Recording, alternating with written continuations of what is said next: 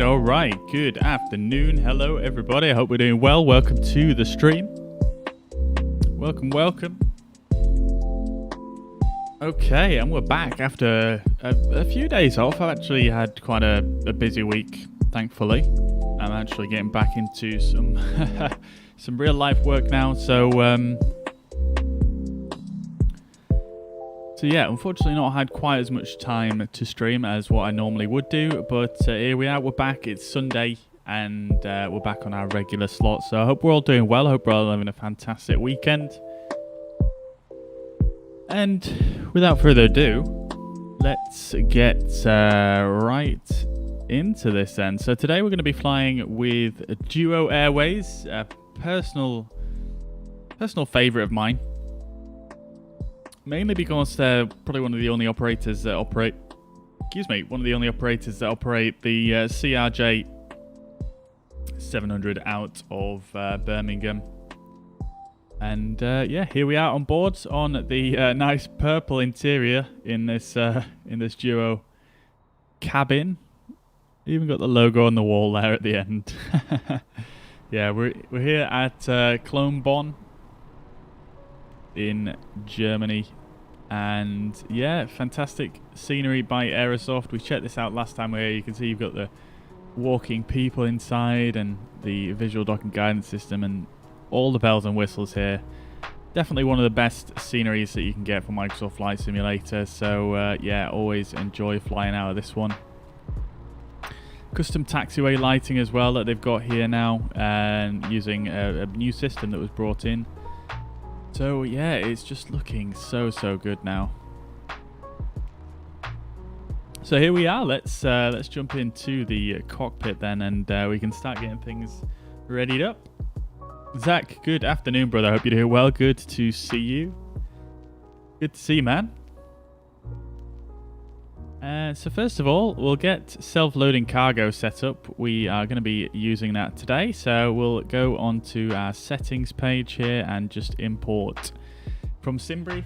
I did make a flight plan not so long ago, and yeah, that should be good to go. Cruising altitude of 40,000 feet today. That's pretty high for a CRJ. I think probably approaching the limit of the service ceiling, and it's a full aircraft today, 70 passengers. So yeah, let's get things started up here then. So that's all loaded in now. What we can do is we'll just do a few quick checks around the cockpit first of all. So thrust levers are idle. Well, they're in the shut-off position on the CRJ. Spoilers are at 0, flaps are at 0. Nose wheel steering is off. And that's about all that's really relevant for us here in simulation. Just checking above as well, make sure everything else is off and in the normal positions, which they are. Nothing really to worry about there. Alright, so we should have electrical power already. We should have a ground power unit outside. Yep, there he is. So let's get the battery on, and we'll just get the AC power on straight away here. And we'll get this thing powered up. So let's first of all just run over the overhead panel, seeing as though we're here anyway. And let's get set up. So nav lights can come on as well as the logo lights, and we shall leave this panel as it is. Isolation valve will open that, as it's not going to activate at any point during the startup sequence, so that's fine to turn on now. Engines are fine in the off position. Hydraulics we'll do a quick check on in one moment. Cabin pressure. So we could actually do with setting that. So let me just bring up my charts on my over screen here.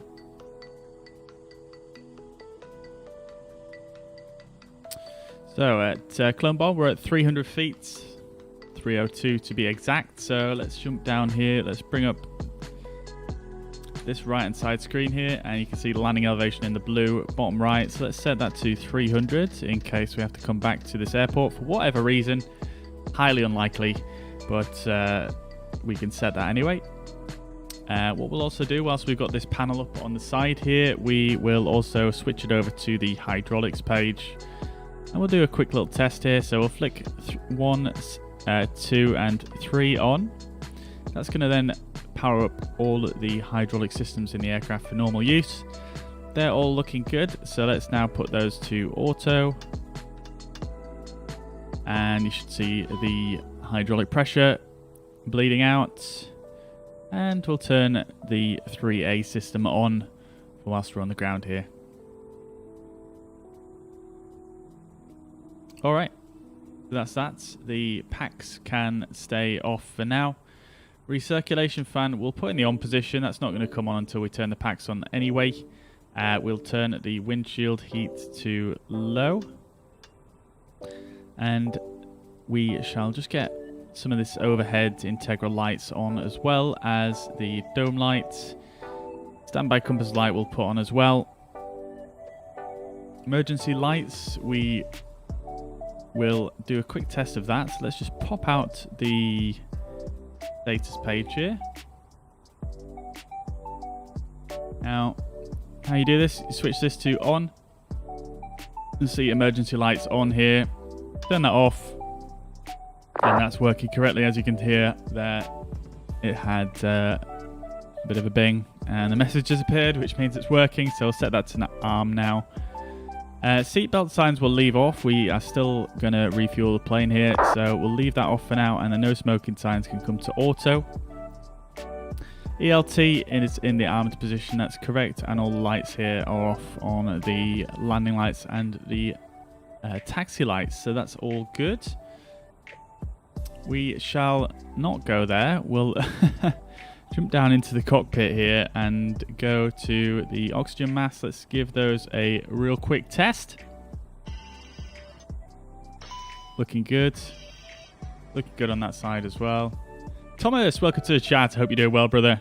Good to see you. So you can hear the oxygen being dispelled from the mask there, so that is looking good. You can see here as well we have 1840 oxygen pressure, or PSI, in the system, so that's good. We'll do the same on this side. That's looking good. Both audio warning panel lights are out, which is good. We'll turn on a bit of lighting over here while we're over here. Okie dokie, that's looking good. Let's go over to our autopilot panel here. Let's turn on the flight directors here. In fact, let's oops. Let me just check on here real quick while I've got my options on. We'll have that on realistic and we'll save that. Okay, so we'll turn the IRS to align now before I forget. And then we'll activate the flight directors once that's happened. I can't quite do that just yet. Alright, so let's go over here. Turn a bit of lighting on our side as well. The floor lights can come on. Do a quick stall test.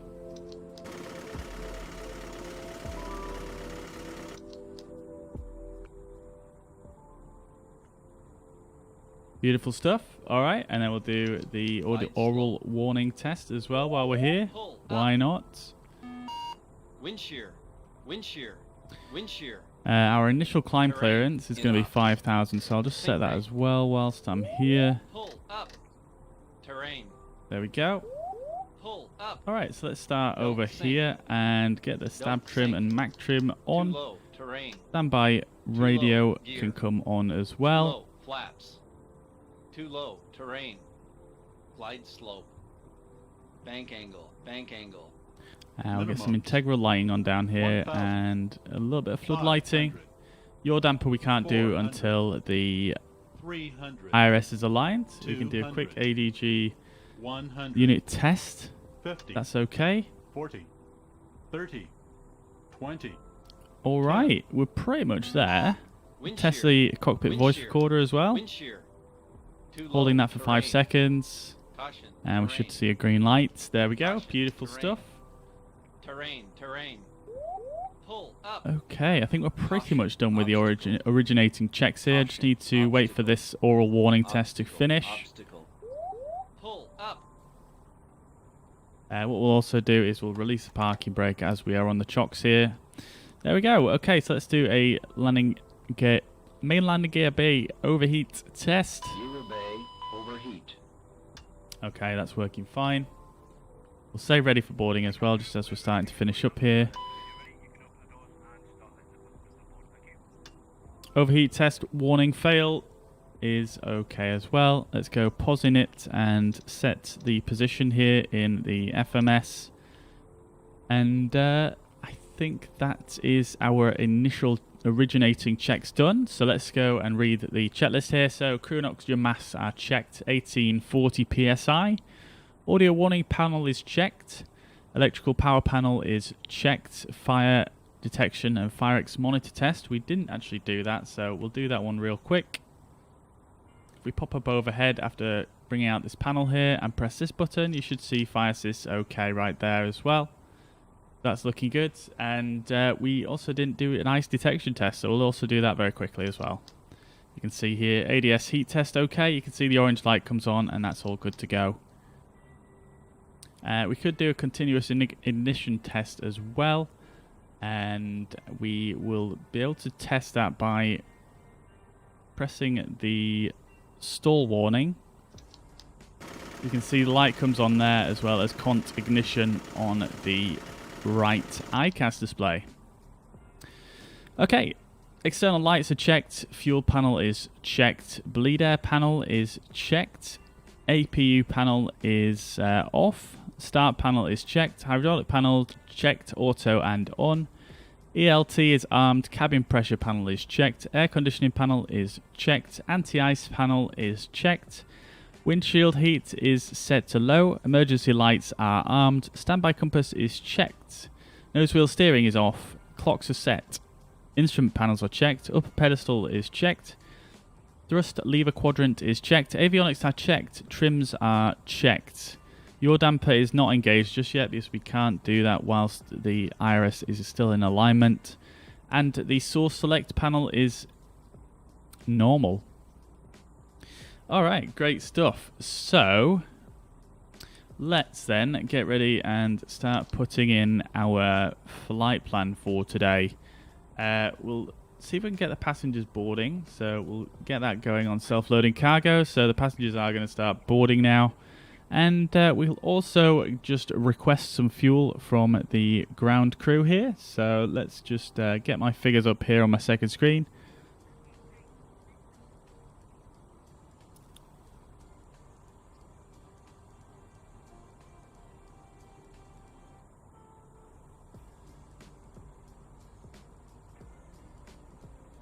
Alright, so our block fuel is going to be 3564. So we'll jump over to our fueling panel, which is one of these buttons. There we go. Alright, so let's turn the fueling panel on, and we do actually have a bit too much fuel at the moment, so let's just decrease. And we want to defuel a little bit here, so we'll go 3564 is what we need. That should do it. Let's go turn that on, and you can see fuel is now being drained out of the aircraft. We can also verify that by looking on this screen here. Great stuff. Okay, so let's jump over then to our performance page. Whilst I remember, we'll set this. We'll actually do that in a moment. We'll set up our FMS now. So we'll go from Echo Delta Delta Kilo, and we're going to be going to Echo Golf Bravo Bravo, Birmingham in the UK. Ramsey, good afternoon, brother. Hope you're doing well. Good to see you. Good to see you. Our alternate is going to be Heathrow. The runway that we are anticipating here is runway 32 right. And our flight number is going to be Duo 116119. There we go. Beautiful stuff. Woohoo! Welcome, Ramsey. Thank you very much for the 1,000 stars, dude. Very generous as always. Thank you, thank you, thank you. Okay, so that's all set. That's good stuff. Let's go to our departure then and select our departure. So we are going to be departing on the NVO1 Romeo departure. That's that. Let's execute that and go back to our flight plan, and we can put in the rest of our routing. So we're going to go from November Victor Oscar to Yankee 868. Oops. Nope. Oh, bollocks. Hang on.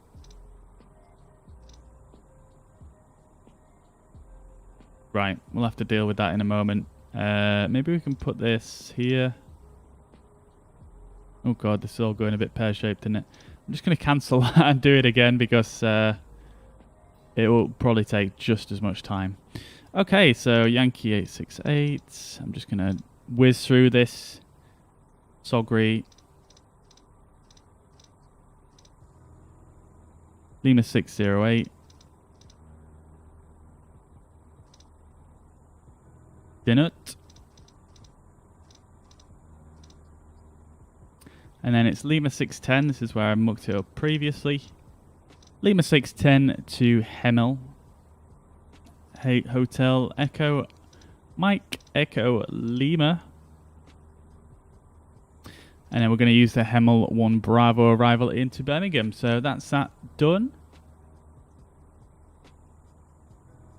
Great stuff. Okay, cool. Let's see how refueling's going. It's done. So let's go back over there and we'll stop that. And we shall turn the refueling panel off.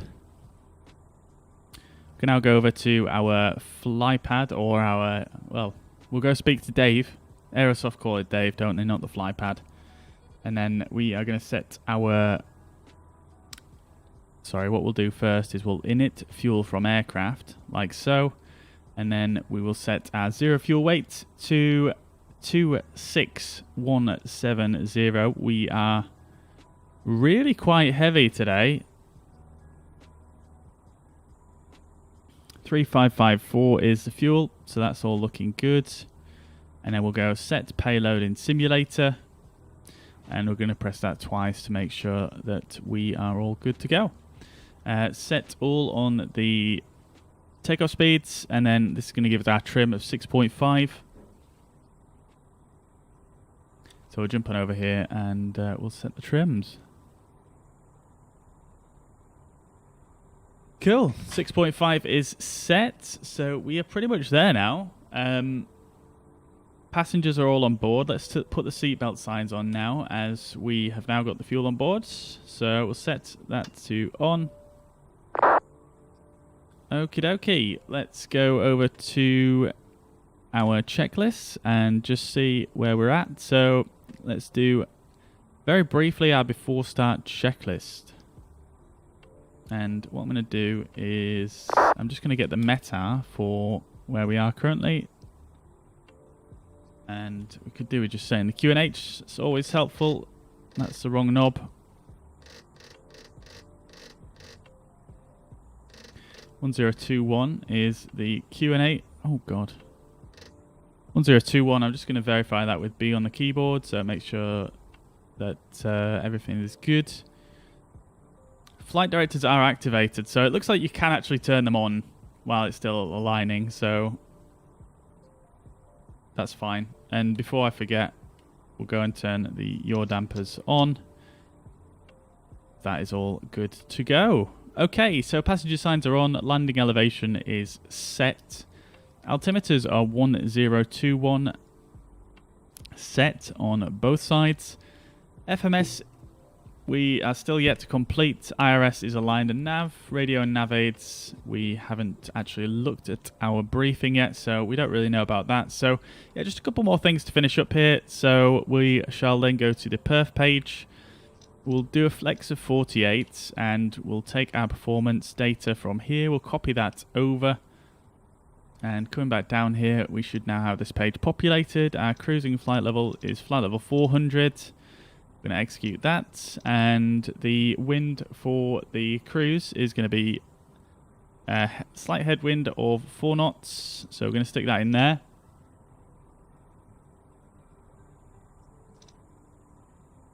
Okay, estimated time of departure. We're probably going to be departing a bit earlier than scheduled today, so let's see, we're going to probably be departing at around 1345. So, yes, that's going to give us an ATA of 1437 UTC. And that's looking good. So let's go VNav and we'll set this up. Transition altitude is correct. That's all correct. Yeah, looking good. Perfect. Okie doke, so let's do a quick departure briefing. So let's bring up the faithful fuzzpad.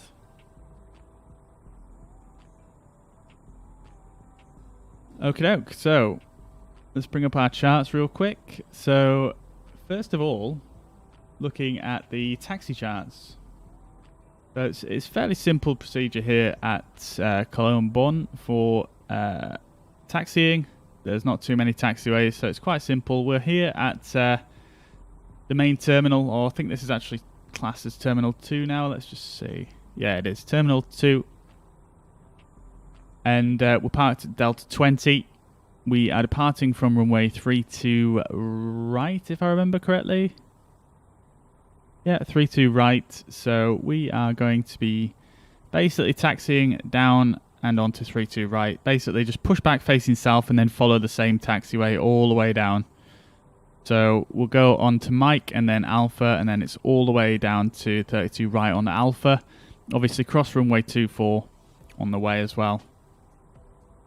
So it's a pretty simple taxi, and then once we depart, we are going to be heading out on runway 32 up to the northwest, and then taking a left turn basically out towards Norvenick. My German pronunciation is probably terrible, but yeah, that's where we're going. And basically just got to keep 205 knots in this turn, and that's really the only restriction there. Transition altitude is 5,000, and the initial climb clearance is 5,000. So all good to go, really. We don't actually have on any ATC on here at we don't have any ATC on at where are we? Cologne. So I don't think we'll need to worry too much about our initial clearance. So it should be good to go. Let's just check here. I'll double check on VATSIM and make sure no one else is on, but I think we should be good. Yeah, so we are currently at Cologne Bonn, which is somewhere around here. And yeah, as you can see, no one's online. We do have some center controllers on, so we'll be flying through their airspace. We also have a ground controller on at Birmingham. At the moment, now I don't know if they're going to stay on or not, but we'll see. UK airspace tends to get quite busy on a Sunday afternoon, so we'll probably see more center controllers come online as we fly into UK airspace anyway, so it should be quite good actually. Alright, so that is our departure briefing. Let's just quickly jump down here, go and turn this window on like so. And we should now be able to do before start checklist and complete it. So the only things we had left to do really was FMS, so we've checked that now. Radios and nav aids, we don't need them for this departure. It's an RNAV departure. And our takeoff briefing is complete.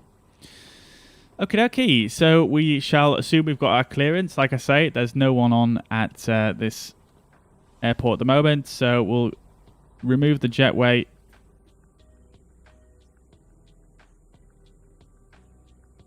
There we go. Got that custom jetway, Cologne Bonn, beautiful stuff. Let's get the parking brake on now, and we'll get all the doors closed.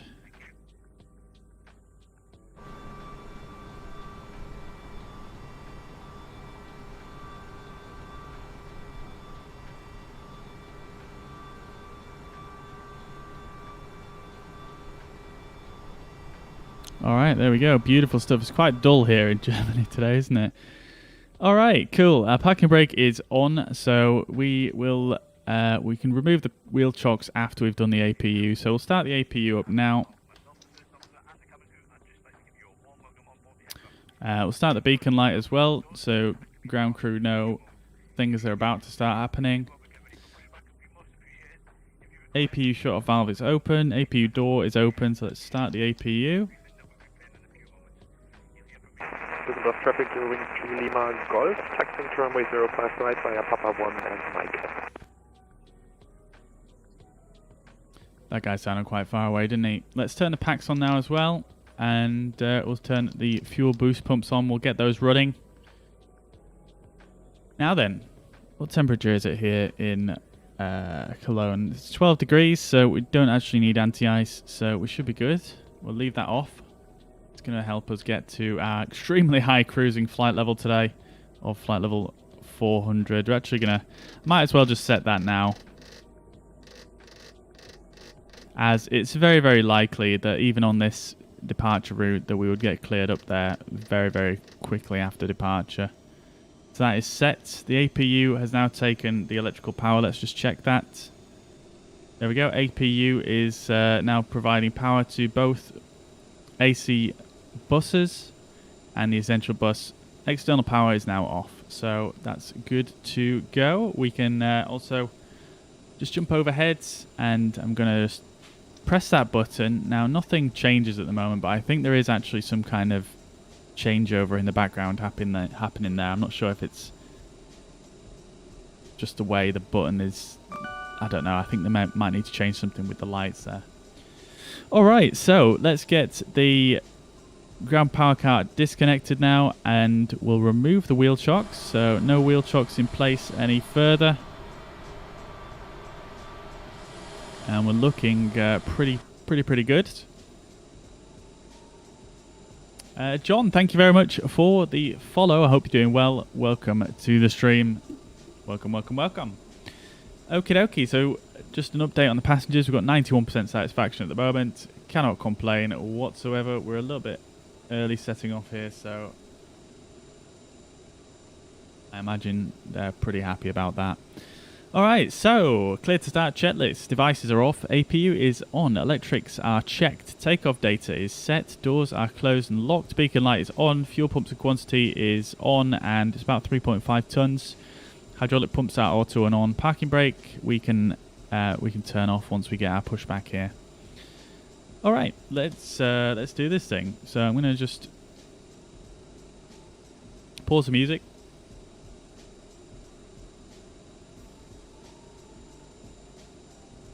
If Spotify will let me hear, there we go. Alright, let's call a tug.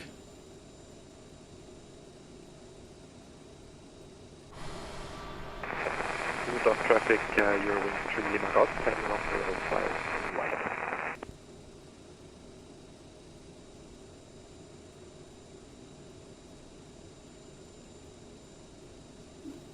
Clone traffic, fly Duo 119, pushing back at stand 20, taxi into runway 32 right via Mike and Alpha.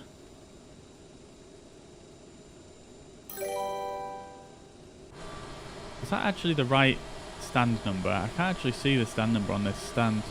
Oh, it was Delta 20, wasn't it? Yeah.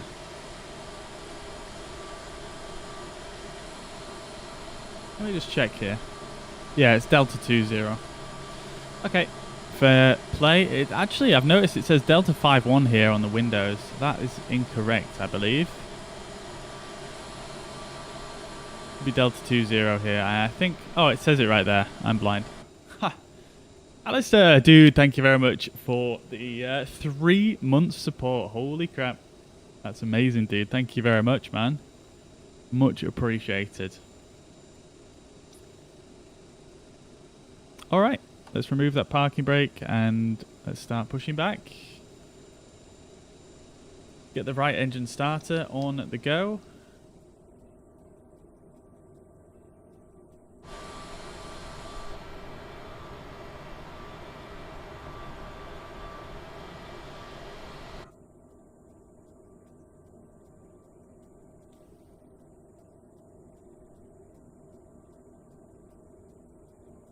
Düsseldorf traffic, your Wing 3 Lima Golf, airborne runway 05 right, model 6, Zulu departure.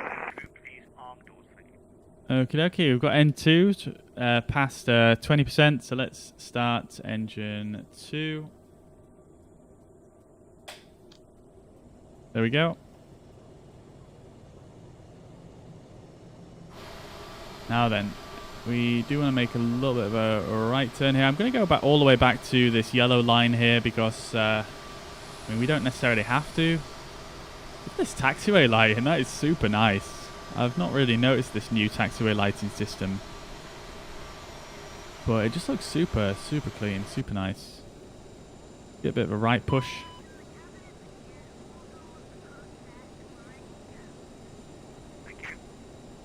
Alright, that engine's more or less stabilized, so let's go for the left engine start.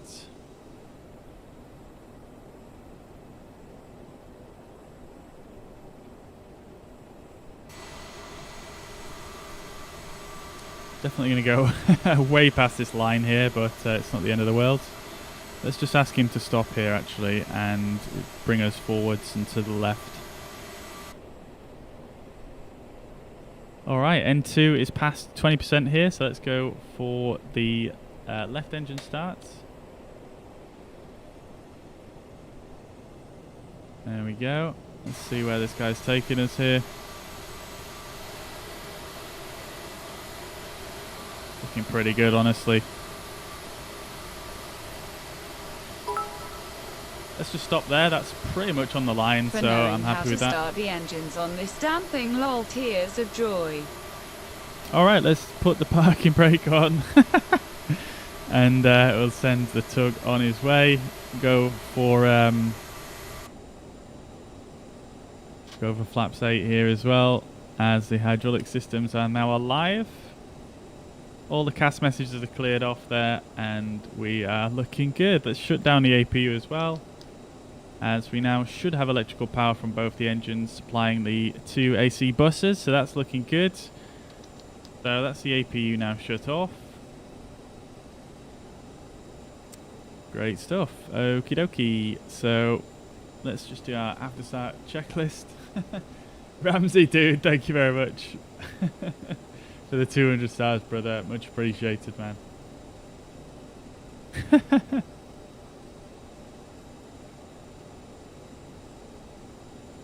Alright. After start checklist. So, generators should still be in the auto position, which they are. Electrics we've just checked. Bleed valves are in auto. Packs are on. APU is now off. Anti-ice is off, as we don't need it. And we can now the nose wheel steering, so we'll do that, and we are pretty much on our way here, so let's do it. Parking brake released, give it a little bit of power here, and let's move out.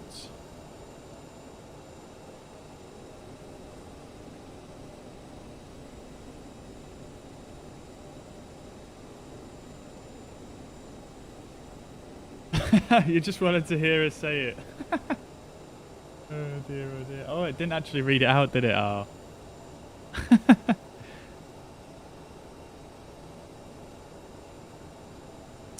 Marios, welcome to the chat from Cyprus. Hope you're doing well.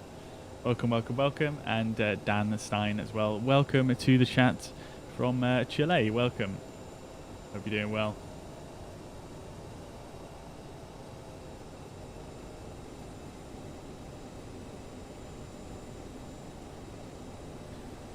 Okie doke. So we're basically just going straight down here all the way to the end of 3-2 right, and then we are good to go. Probably be a good idea at this point to actually turn my taxi lights on, something I have forgotten.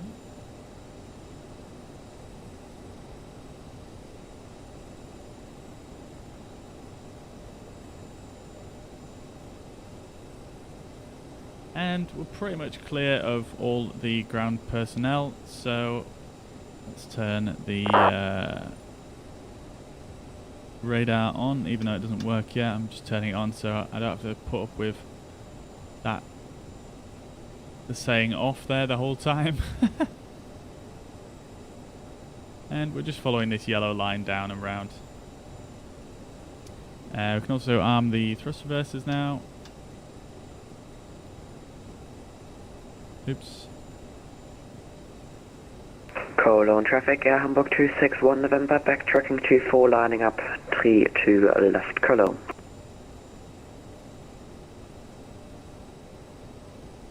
How did I make the tug go forward? I was using pushback helper. You can actually make it go forwards using pushback helper.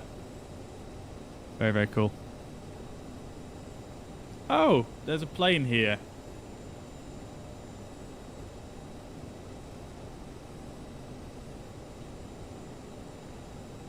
Wait. Oh, I need to get used to my rudder pedals again. Oh my god, what's going on with the sensitivity? It feels so different.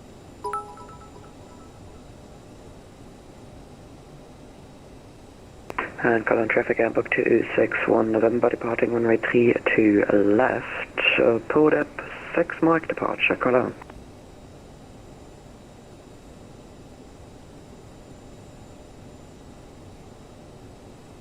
Has to be 200 for it to talk. I can't remember what it's set at, to be quite honest with you. I'll double check that. Manon, thank you very much for the follow. Hope you're doing well. Welcome, welcome, welcome. Thank you for the other 200 stars, dude. Thank you, Ramsey. I'll check the settings in a sec. But yes, Ramsey, that's the one. Yeah, pushback helper on flightsim.to. Yeah. Cologne traffic, tasking 232 right via Alpha 1 for 222 Alpha. Alright, we've got quite a few other players around here, just over here. Alistair, good afternoon, brother. I hope you're doing well. Where are we today? We are at we're at Cologne at the moment. We're at Cologne, just heading out back towards Birmingham, picking up where we left off basically last time we flew this aircraft. Let me just check my sensitivity settings real quick. It's probably just because I've not used them in a little while, but let's see. That's the wrong one. Traffic, Hamburg 261 November, airbound passing 3,000 feet, port up 6 mile, Cologne. No, we're still set up correctly. Okay, fair enough. It's just me.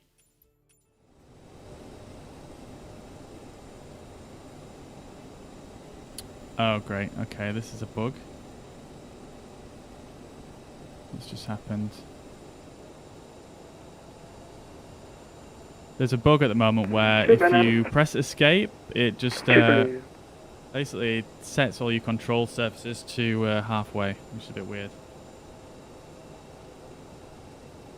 David, good afternoon. Hope you're doing well. Good to see you. Welcome, welcome, welcome.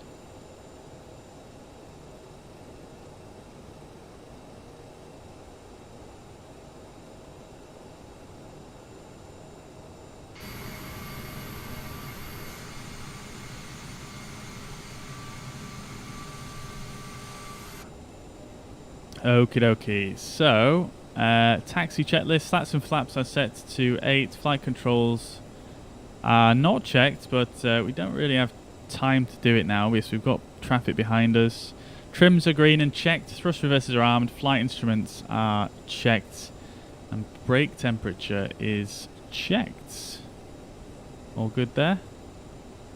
Okie dokie, lights and strobes we can set once we get onto the runway. Fuel crossflow, we'll set that to manual now. Flight attendants, we can advise those. Transponder and TCAS, we can also set that to above, and we'll turn that on now as well. Tears of joy, man shrugging face with rolling eyes, rolling on the floor, laughing man face, balming light skin tone, astonished face, winking face, partying face. Radar terrain display is set and CAS is checked. Great stuff. Okay, we don't have a landing takeoff config okay though here for some reason. Düsseldorf traffic, runway 05 right vacated. What am I missing? What have I not done?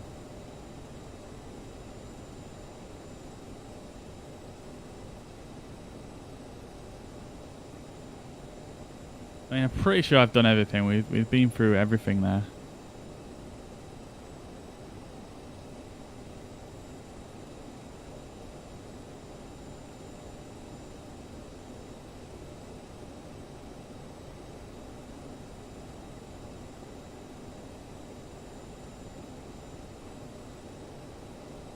Interesting. Do a radio altimeter test real quick, which is something we didn't do before. Yeah, I mean, we've got everything set. Maybe I need to just press the takeoff button. No, that's not doing anything. Okay, fair enough.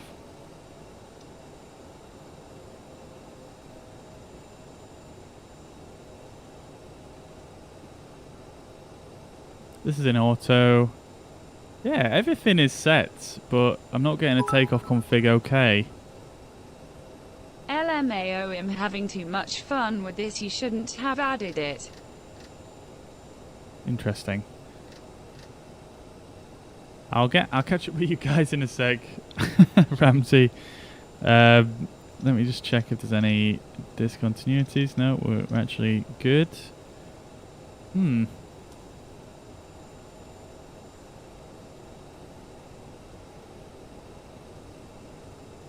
Mao Taban, welcome to the chat. Hope you're doing well. Maverick Goose, welcome. Good afternoon.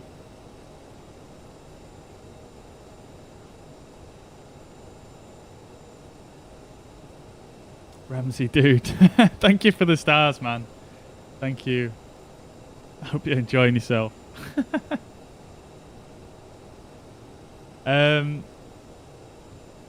Yeah, David, I did win a 3080. Yeah, it's really, really good. But, I mean, in Microsoft Flight Simulator, it doesn't really make much of a difference, to be honest, in terms of frame rate. Mainly because, oh, God, this guy is speeding on behind us. Maybe I should speed up a bit.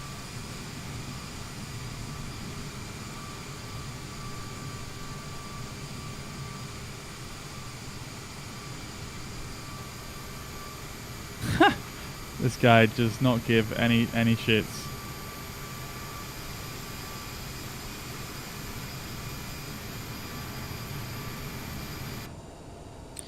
Okay, anyway, so yeah, I did win a 3080, but because Microsoft Flight Simulator is so CPU bound, it doesn't actually really make any difference whatsoever. Well, I say that it's made a slight increase in. I did actually put a benchmark up as well the other day that you should be able to check out on my Facebook page. So if you're interested in what kind of increase it gives, then you could check that. And yeah, it does help a little bit. It doesn't really feel too much different right now as I'm playing it, but when I was doing a benchmark, it did make a slight difference. Just get those strobe lights on as we cross the runway here. Looking good.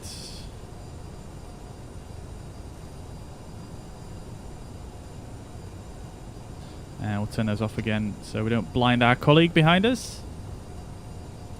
But yeah, the 3080, yeah, it's great. Great card. In some games I'm noticing pretty big difference. In this one, not so much because, like I say, it is pretty heavily CPU bound. So, yeah, I think I need a new CPU, or Asobo need to do some more optimization. But yeah, it's nice. It's nice. It's a really nice looking card as well. And yeah, can't go wrong. Can't complain at all.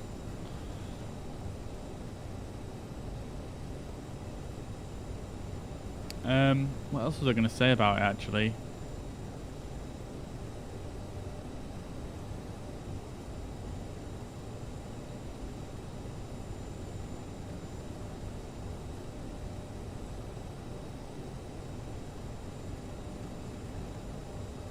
I think that was it, honestly.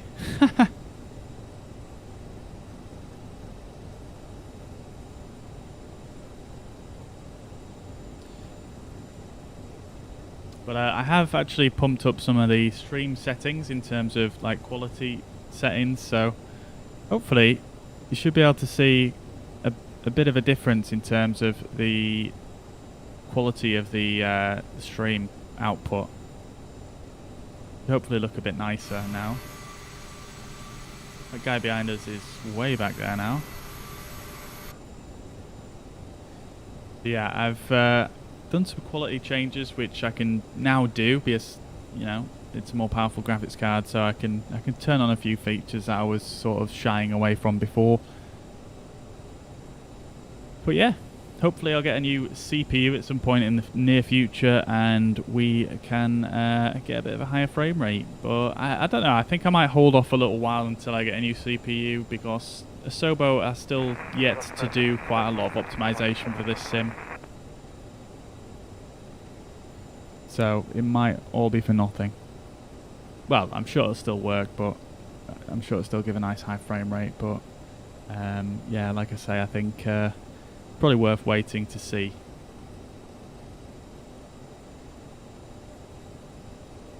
Transponder. No, transponder is set to 1. I don't know what it is. That's.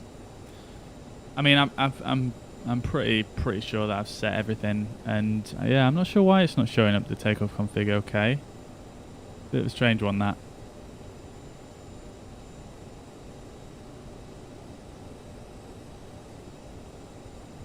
Bit of a strange one. This Lufthansa guy, I don't think he said anything at all on Unicom, and he just taxied straight through me and took off and everything. 0 fucks given. What's the point, I suppose, in even flying on VATSIM if you're going to play like that? What's the point?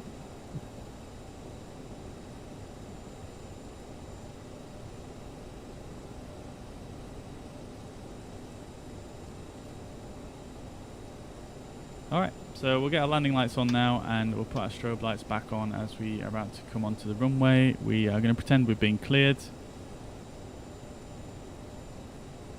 Cologne traffic, fly Duo 119, lining up runway 32 right.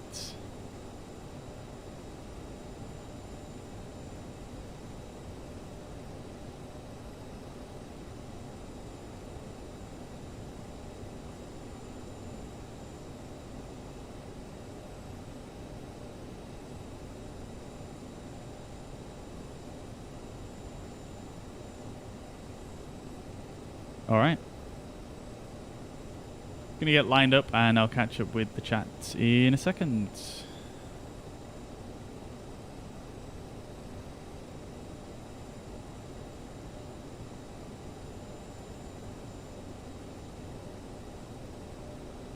Why is there a cross on this runway? That's interesting.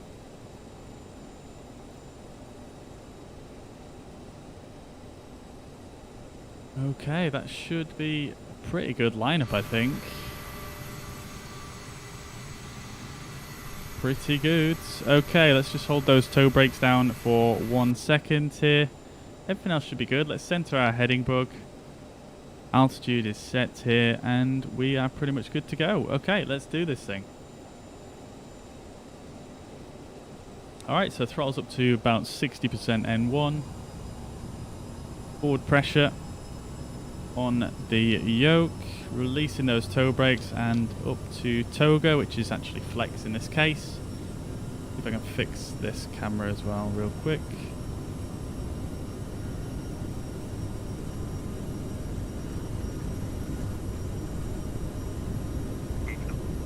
Releasing the pressure at 80 knots. Cologne traffic lining up 32 right. V1 and rotate. Not sure why I'm getting the warning there. I think that's still a bug. That was a bug previously. Gear up.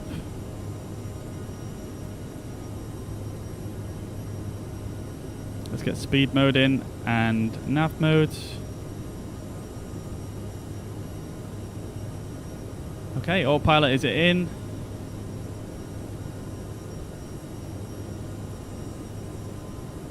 Let's start speeding up now to 200 knots as we approach our acceleration altitude. bring the flaps up to 0, climb thrust set, and then up to 250 knots. Actually, wait, no, we need 210 for this turn, don't we?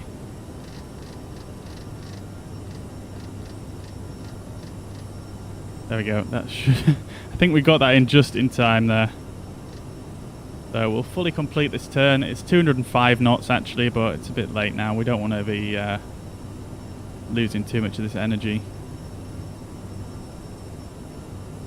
Alright, we've cleared ourselves up to a flight level, so let's go to standard pressure straight away. Center the heading bug, and once we've made this turn, we'll start accelerating out to 250 knots. Ante, welcome to the chat. Welcome from Croatia. Hope you're doing well. Welcome, welcome, welcome.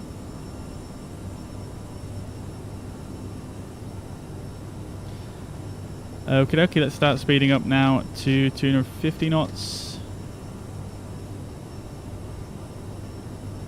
Center that heading bug.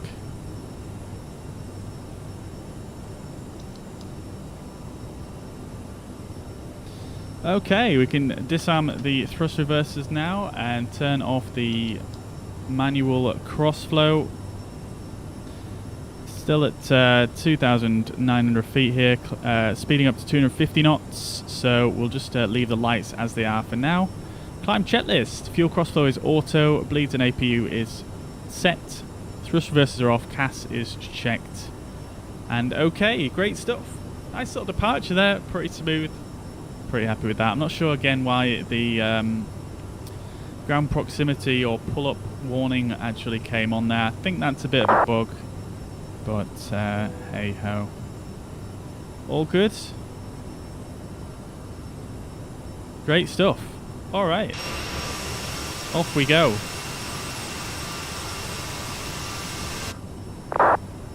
Clone traffic.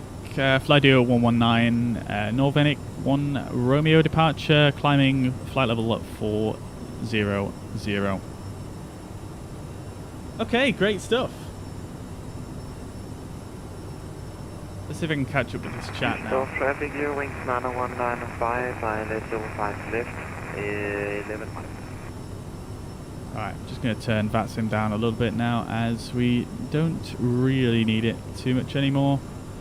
We're about to head through some clouds here. Let's see.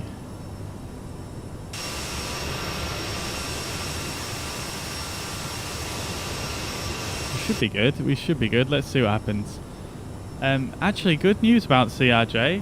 The CRJ fans out there. In the next SDK update, I believe they're going to be adding in a proper weather radar functionality into Microsoft Flight Simulator, so hopefully with that will come the ability for third parties to implement it. So yeah, hopefully we'll see that in the very, very near future for the CRJ. We shall see. We shall see.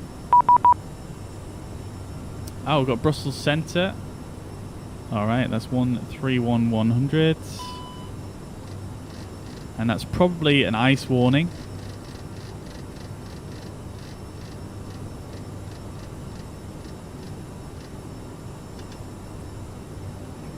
Yep, we've got ice, so let's just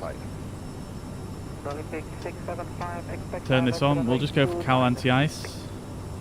Expecting now left to 9 at 675. Descending for 250 via enabled. Brussels radar, easy 1725 is just checking in. We are at 15,000 feet heading for Brussels. Easy 1725, radar contact, descend to flight level 80 on the Woody 7 Alpha arrival. Wow, we are really not climbing much here, are we? What is going on? 7 Alpha arrival, easy 1725. And easy 1725, flight level is at altimeter 1013. Why has this aircraft just stopped climbing? 9.92. 10.23 for easy 1725. Huh. No sir, 1013. If you're flying flight levels, it's not like let me put toga power in and see if it can manage it. You have to be at 1013 until 4,500 feet. 1013, easy 1725. Brussels from just cross Sierra, request lead frequency for Amsterdam. I've got, yeah, I mean, it says ice, but I've got anti-ice on, and I also have visual icing turned on as well, so it shouldn't actually affect the aircraft. Brussels Control, good afternoon. Icing effect is visual only, so unless this is that horrible bug. Push approved onto the inner taxiways. Push approved onto the inner taxiways after 931, thanks. Right, we're climbing now on Toga, so... 24 ready to taxi to active runway. Okay, Austrian 93, hold your push for about 30 seconds. Okay, hold the push after 931.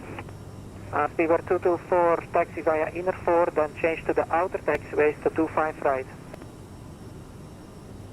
Inner 4, then onto the outer taxiways to 25 right, Speedbird 224. Brussels Centre, Fly Duo 119 with you at flight level 60, inbound maphead. Fly Duo 119, hello, radar contact, Squawk 7113 now. Squawk 7113, Fly Duo 119. Control today, Dewey 513, request pushback. Beauty 513, standby. Austria 931, with respect on the speedbird behind you, pushback is approved. We watch out for speedbird and pushback is approved, yeah, after 931. There we go, great stuff. Wow, it's climbing so slow. Because I've got anti-ice on, I guess. I read something about this in the forums. Hello, Squawk 7114. Squawk 7114. I'm just going to turn the anti-ice off for a sec and just see what happens. Descent flight level 60, expect ILS runway 25 right. Descend 6,000 feet, expect ILS runway 25 right, easy 1725. Negative sir, descend flight level 60. Flight level 60. Getting some extremely poor climb rates here. Lufthansa 340, Squawk 1000. Squawk 1000, Lufthansa 340. Control Lufthansa 350. Lufthansa 350, you're leaving my airspace, frequency change. Anyway, let's see if I can catch up with some of the messages here. James says, for some reason the... radar contact, climb flight level 400. Climb flight level 400, fly Duo 119. Okay, great stuff. Hopefully, I think when we pass through these... There we go, we're kind of getting through the clouds now. Charlie Romeo 47, the wind is 1804 knots, runway 06, clear for takeoff. So yeah, hopefully now, once we get through these clouds a bit, the icing issue should rectify itself, potentially? I don't know. Wow, this is the first time I've experienced this ridiculously slow rate of climb. I've read about it in the forums, but I've never actually experienced it myself. Oh well, anyway, we're cleared up to 400 anyway, we'll just let it do its thing. Thank you. So James says for some reason the autopilot doesn't work for me in this aircraft. Now, a couple of things I would advise just double checking is the autopilot won't engage if you do not have the yaw damper engaged. So if you don't press these buttons here and you have the yellow yaw damper message on here, and it will also say YD here in the PFD. If you have the yaw damper, if you don't have the yaw damper on, the autopilot won't engage. So just double check that. Yeah, I mean, if you want to give any more details on why the autopilot won't work, we're happy to try and troubleshoot, try and help. But that's I've not had really personally any issues with the autopilot myself in terms of just general operation. Contact 125.750. Thank you very much, Papa Kilo 55. Olympic 675, turn right heading 140. Right heading 140, Olympic 75. This climb rate is absolutely abysmal. And the two jets in front of us seems to be pushing into us. Normally it should respect you, sir. Just going to take a screenshot here. Normally doesn't help me if his bum is in my face. I wonder if it's something to do with the weight that I've got in at the moment. I wonder if it's something to do with that, because sim brief it can be a bit a bit aggressive with how much weight it likes to put in. So I wonder if it's something to do with that. At Flora and expect ILS, runway 25 left. 60 by Flora and expect ILS, 25 left, thank you. Alright, Demetrius, welcome to the chat from England. That's where I am as well. Welcome, welcome, welcome. Hope you're doing well. On the QNH 1022. You speak with Real Control Flight. Not entirely sure what that question is, I'm afraid there, dude. Easy 1725. Miles 763, turn left heading 130. Left heading 130. Thank you very much for the recommendation, Ramsey. And Miles 763, expect ILS runway 25 right. Hey, Marina, welcome to the chat. Hope you're doing well, brother. Good to see you, good to see you. Yeah, I'm doing not too bad at all, thank you, mate. James, it's the yaw damper button. Expedite your climb flight level 400, please.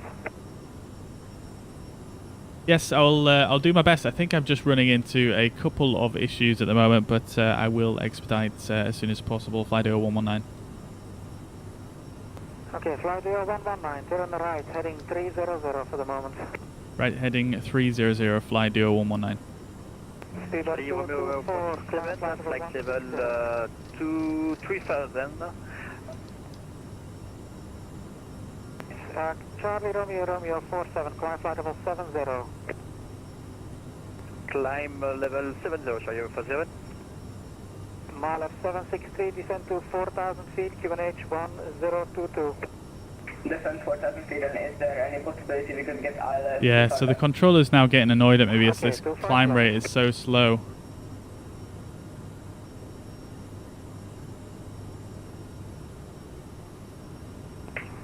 What if I just try a slower speed? Let's try like climbing at 210 or something. Descend 2,000 feet, cleared ILS 25 left. Turn right heading 220, descend 2,000 feet, cleared ILS runway 25 left, easy 1725. Lufthansa Line 8 X-ray Whiskey, taxi intersection Golf runway 06. Taxi intersection Golf runway 06 on the line 8 X-ray Whiskey. I mean, it should theoretically be able to climb at 250, but let's see what happens once we get on speed here. Yeah, we're descending now. What is going on with this aircraft? Miles 763, descend to 3,000 feet. Descend 3,000 feet, Miles 760. Lufthansa 9er. Let's just go max power for a short while here and just see if we can actually rectify this. We might have to disconnect from VATSIM if this is going to just carry on. Hanoi Big 675, descent, flight level 80.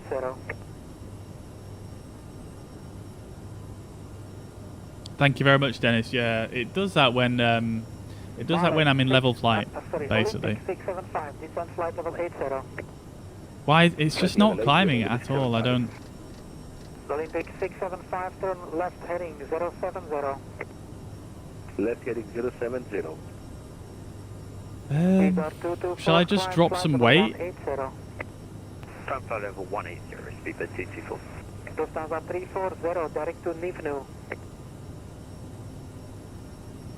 Could you repeat the waypoint, please? Let me just quickly go in here and go here. November uniform.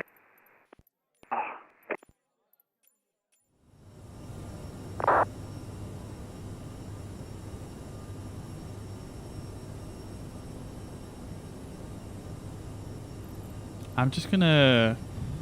Olympic 675, descent, flight level 60. Flight level 60. Yeah, I'm just gonna give this a wiggle. 1725, wind 3304 knots, runway 25 left. I know I probably shouldn't do that with this aircraft, but we might just have to do it in this instance. There we go. We're climbing now. If we put the climb thrust back in, let's see if it's gonna work now. QT 513 via the inner Bravo 1, hold short 25 right. Inner Bravo 1, 25 right, 503.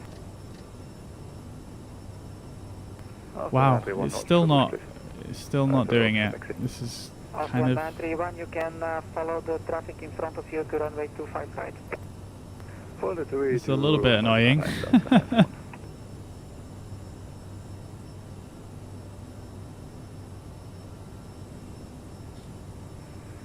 Control, good afternoon, Air Nostrum 385 at stand 152, request pushing back.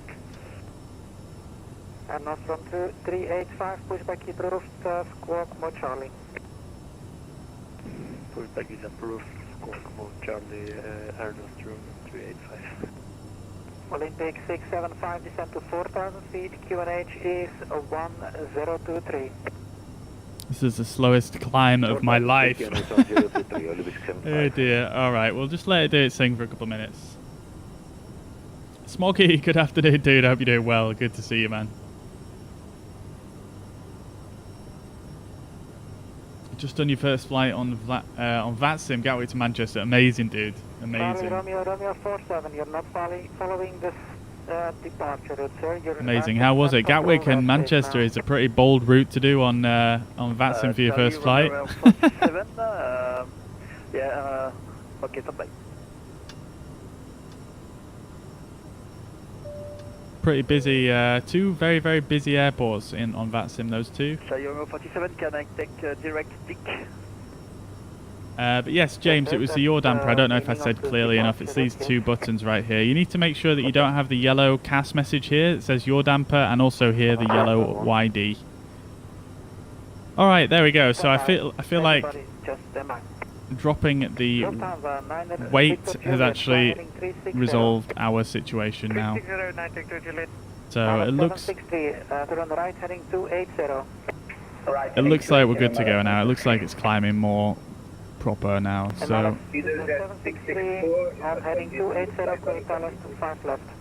we're great. Got our landing lights and our taxi lights off now. Strobe lights should still be on. And we can turn our seatbelts off now. UT 513, the wind is 3304 knots, runway 25 right, clear for takeoff. Clear for 25 right, 5 Fly Duo 119, I believe we've now resolved our issues, just letting you know, thank you. Fly Duo 119, direct to DNUT. Direct DNUT, Fly Duo 119. There we go. Beautiful stuff. Let's go back to nav modes. 675, turn left heading 360, descend to 3,000 feet. Okie dokie, beautiful stuff. I think we got it sorted now. Are my flaps set? No, my flaps weren't set now. You should be able to, if the flaps are set, you can see here, it shows the flaps indication.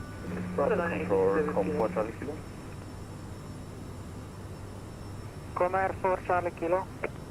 Great stuff, Smoggy dude. I'm glad to hear it went well for you, man. It's quite a daunting thing when you do it for the first time. At least it was for me. Comair 4 Charlie Kilo, radar contact, descent flight level 220, direct Bati 5 Alpha arrival. So I'm actually going to stay at 250 knots here. Yes, I'm a little bit afraid we won't be able to climb otherwise. I've lost trust in this aircraft right now. Let's see if we can climb still on climb thrust. No, we're losing our... No, it looks like we're going to have to go back to Toga. Fine work. Left heading 220, clear ILS 25 left.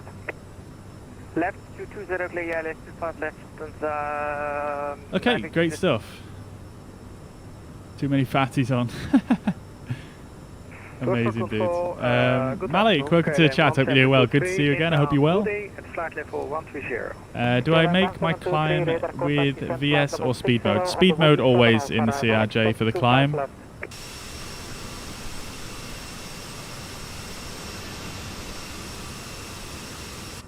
Descend to flight level 60, expect runway 25 left for the very sweaty. 7 Alpha nice. Arrival. KLM 1723. Olympic 675, contact tower 1. I still think we're a little bit probably too heavy. I'm not sure, to be honest. 135.200, maybe we can try turn the anti-ice off now as we're through all the moisture. Oh yeah, look, we've got our ice indication has gone now. Let's see if we get a bit of a better climb rate. Let's try climb thrust. 736, correction, mile of 763, the wind 3304 knots, runway 25 left, clear land. Clear to runway 25 left for mile 733. Lufthansa 9 Victor Juliet, the QNH is 1. Oh, we're losing all of our climb performance now. 4,000 feet, Lufthansa 9 Victor Juliet. Martin Air 8371, we have traffic on... I'm a little bit flabbergasted as to what's happened here, guys. Unreadable, sorry. Right, we hardly have any weight now. Traffic on the same flight with the opposite direction. Yeah, I'm trying to call him and he's flying without transponder, so I don't know his flight level, sir. Yeah, it's number... There are 3 guys without transponder in my airspace, so I can't do anything about that. Oh, man. Yeah, it's Sunday afternoon. Wow, I'm a bit confused what's happened with this plane. Oh well, let's just carry on. Climb 350, Martin Air 8371. Yeah, ATC's made it a bit busy, a bit easier. Nice, dude. Jet 664 with you.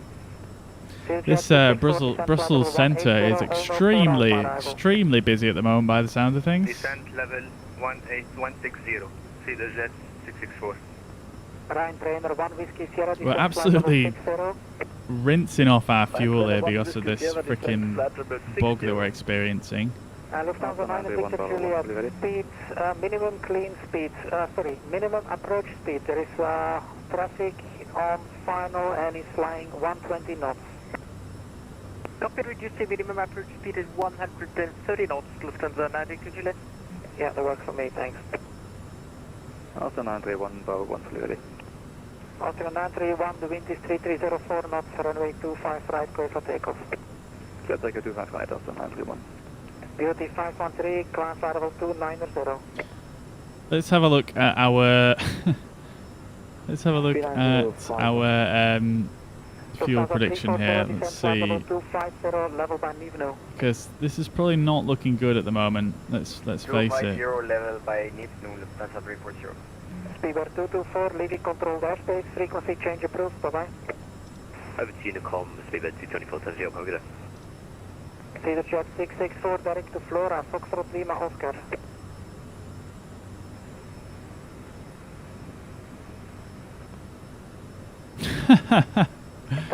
Yeah, we need more fuel than what we've got at this current rate. Direct to Flora, Foxtrot, Lima, Sierra. Jet 664. Foxtrot, Lima, Oscar. This is quite... this is quite annoying, really. I mean... Air Nostrum 385 request taxi. Air Nostrum 385 taxi runway 25 right via the inners and Bravo 1. Taxi to holding point runway 25 right via inners and Bravo 1 Air Nostrum 385. Let's see how we get on. We might just have to top ourselves up on the way. I would prefer to do that than to divert. Frequency change approved, bye. Thank you, good day, Martin Air 8371.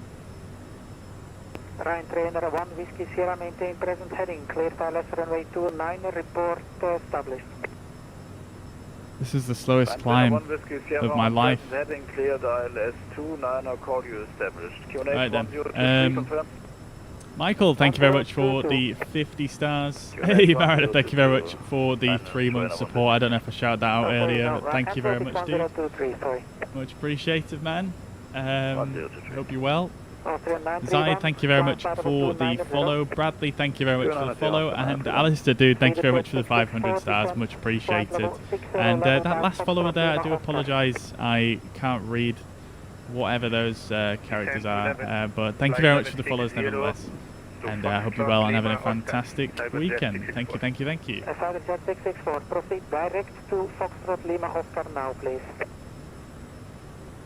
Direct to Foxtrot Lima Oscar, Jet 664. KLM 1723, fly heading 120. Use the VS knob to set climb rate. 1723. We can try it. I mean, I've tried this before, climbing in this aircraft. Let's see. Easy 1725 is just... Alright, let's go back to climb thrust. Easy 1725 is just going to disconnect now. I'd like to say thank you for your service and have a wonderful day. Bye-bye. See, look how much speed we're losing. Late landing clearance. Late landing clearance, It's not good. It's not good. You're vacating runway 25 left. Vacating runway 25 left, Charlie on Mala 76. Lufthansa 9 Victor Juliet, wind 3304 knots, runway 25 left, clear to land. Mala. 25 left, clear to land, 9 Victor Juliet. KLM 1723, descend to 4,000 feet, QNH 1022. Descend to 4,000 feet, QNH. I think, honestly, I think SimBrief, the weight figures it gave me were a bit too heavy, I think, probably. To be honest. Although it was within limits, like if you look here, you can see zero fuel weight is still below the maximum, as is the fuel. So, I mean, theoretically it should be fine, but I know people have had issues with this aircraft. I see it a lot in the Aerosoft forums.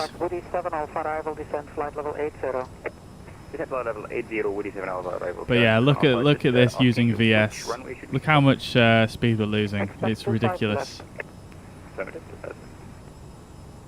Like, you should be able to climb at this kind of rate at 250 knots in this aircraft on climb power. You know, that's what I do pretty much every time.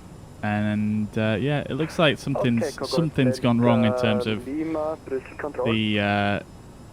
the icing system in Microsoft Flight Simulator.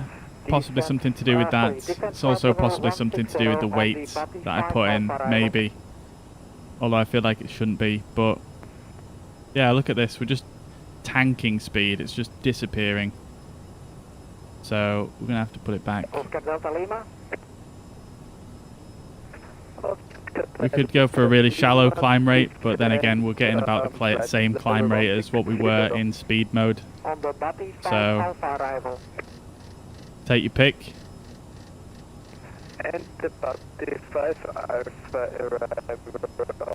What I'm going to try do though is I'm going to go just into developer mode real quick, and let's have a look here. Visual icing. Let's just wind that down to 0. Let's see if that resolves the issue. Standby. Oscar Delta Lima, stop descent, flight level 25, correction 260.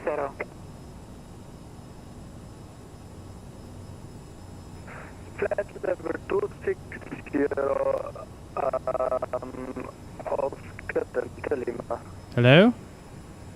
KLM 1723, descent 4, correction 3000. What is actually going on?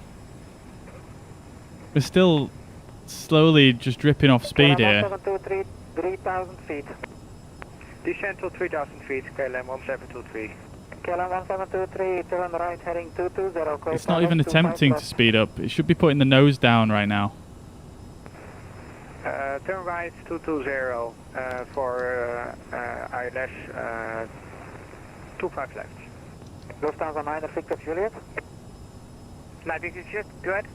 Next time you just have to hold at the hold line, sir, if you exit the runway. It's just screwed. It won't even gain speed. You're about to it won't even go into alt capture. What is going on? Lufthansa 9 Victor Juliet, next time if you exit the runway, just hold at the taxiway, the first taxiway you see. Cockpit, next time we will hold the taxiway. I can't leave it in toga because we're just going to run out of fuel. Juliet, cross runway 01, taxi to stand of your choice. Stand up archers, cross runway 01, 9 Victor Juliet. Did I set VS climb rate? Yeah, we just did that and it's just totally screwed up the climb, to be honest.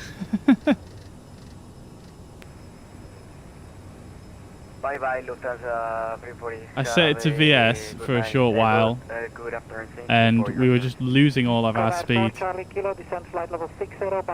And I ended up having to reduce the VS in order to stop losing speed. And at that point, we were already getting the VS that we had to select was already lower than what we were achieving in speed mode. So now I'm trying to go back to speed mode, and now it won't gain any speed. So it's all gone a bit pear-shaped, to be honest with you. Do I think it's an icing problem? Possibly, yeah. Possibly. I know it could be an icing issue. I know there are some issues with this aircraft in terms of sort of behind the scenes sort of icing issues, if you like. Even if you have visual only set, it will still somehow affect the performance of the aircraft in one way or another. So potentially it's something to do with that. So it's a bit strange. What I'm going to do is I'm actually just going to manually take over for a second here and see if we can gain a bit of speed. Because look at this, like,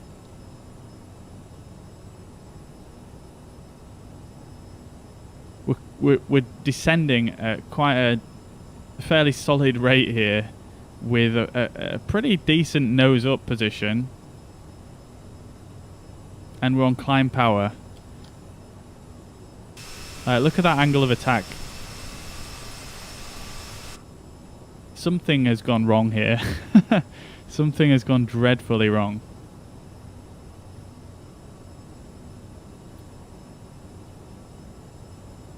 Pilot Stu, how's life in the CRJ? I mean, it's usually really, really good, but funnily enough, funny that you should ask that today, because we're actually experiencing quite a pretty nasty issue right now, to be quite honest with you.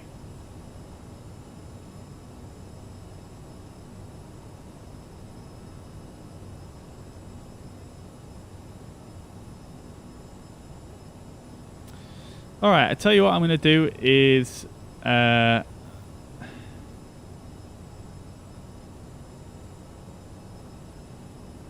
think this aircraft needs to be reset in some way, shape or form. I think something has gone dreadfully wrong with it. So I am going to do a diversion, I think. So whilst I just work that out, we'll put it back on a nav path. We'll go to level flights.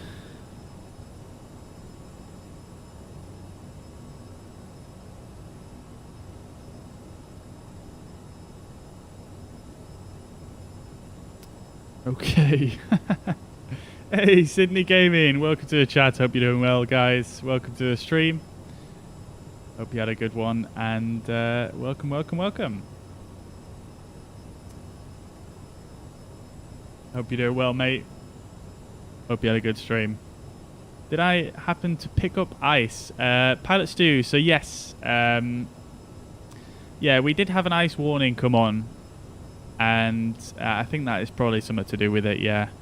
Although we have icing turned to visual only, because I know that is an issue in this aircraft. But hey ho, yeah, let's attempt to do some kind of divert here before we get to the channel. So let's see.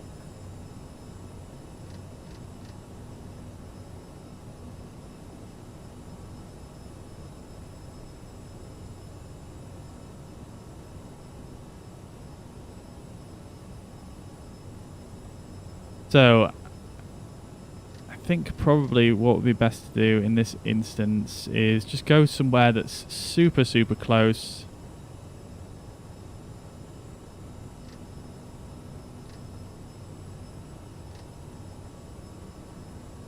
Oh dear, what just happened there? You guys see that? What in the world?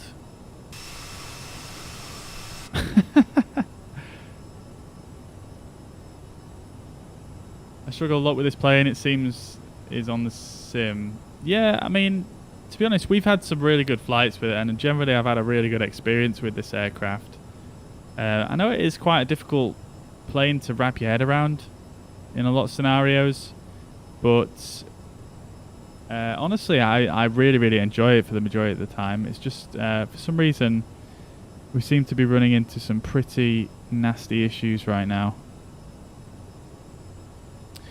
Alright, let's go to Brussels Airport. I think that's going to be a good alternative. And we need to get in a descent so that we can start getting some of this, so we can start building up a bit of speed here. So let's see if we can get that set up. So I'm just going to change our destination to EBBR, I believe that's Brussels, and then we're going to go execute. We are going to set up an arrival. Let's just get the weather at Brussels. So we've got winds at 320 at 6 knots.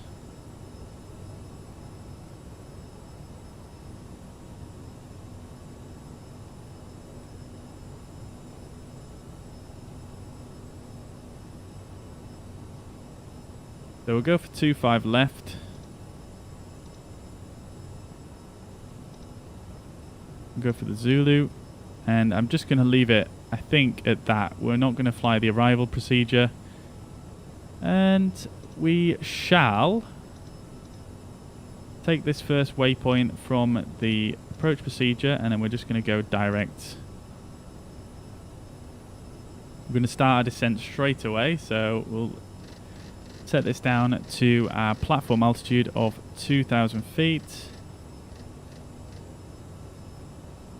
Go to... oh my god.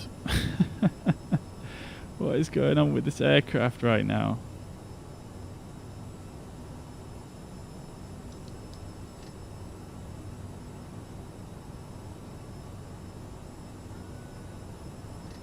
Passengers aren't going to like this. Yeah, you can probably just hear them screaming out.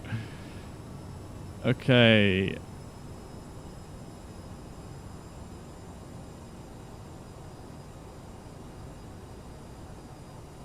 Very slow. Yep, I'm well aware of that, Ollie. Well aware. I'm just trying to get our alternative put in. We're actually diverting to Brussels here. We're quite close to Brussels. So let's try and make our way over there.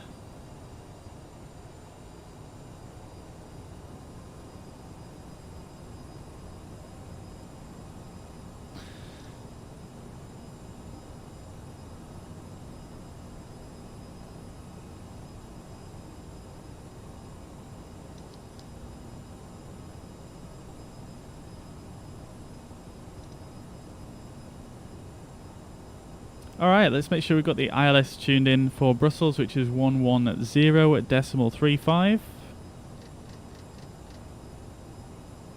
We'll stick that in nav 1, so that's great. And we are on our way.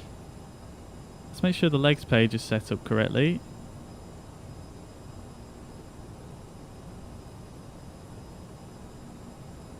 Okay, so this is our platform altitude here between these two. Well, that's level flight, so that's fine as per the chart. And then we're going to have a 5.8 mile final on to the ILS. So that's good. I'm actually going to set this leg to 2000 because I want to get there a bit earlier than... sorry, I want to start getting configured before 5.8 miles. That's quite a short amount of time to get fully configured, so we'll set it like that.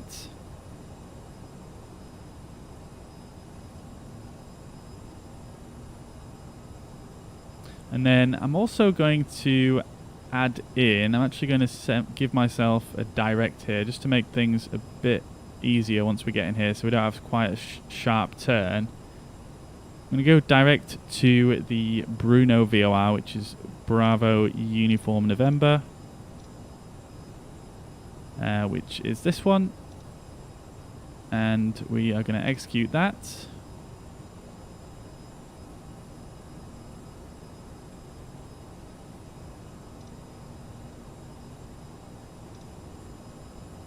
Great stuff. Okay.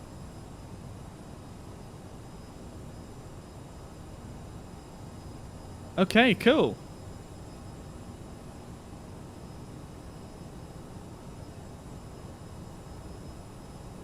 Ian, take it easy, brother. Thanks for dropping by, man. Bring out the A320. It's working great at the moment. Yeah. I've enjoyed the 320 recently since they did their updates to it. But I mean, I think the amount, because we've flown the A320 so much on this channel, I want to, you know, I don't know. I feel like I've flown it so much. I prefer using this aircraft at the moment. It's just a little bit more of a challenge, I suppose. But good afternoon, Asa. Welcome to the chat. I hope you're doing well. We'll definitely be next stream. We'll be doing the A320 for sure. I want to try and mix it up and get back into that.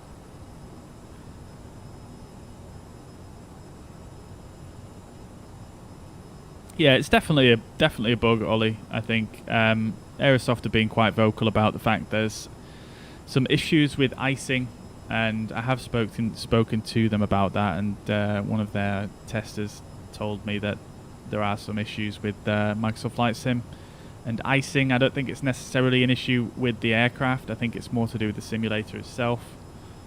So there, yeah.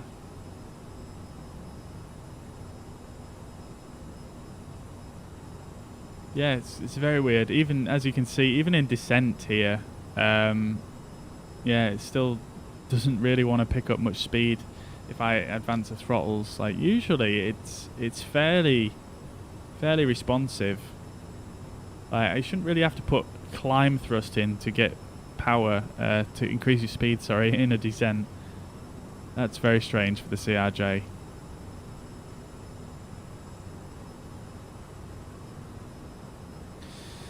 Okay, so let's do our descent checklist then. So, our landing elevation we do need to set for Brussels, which is going to be at 175. So let's just pop this out and we shall set 170. We'll actually set 180 in here because that's rounded up.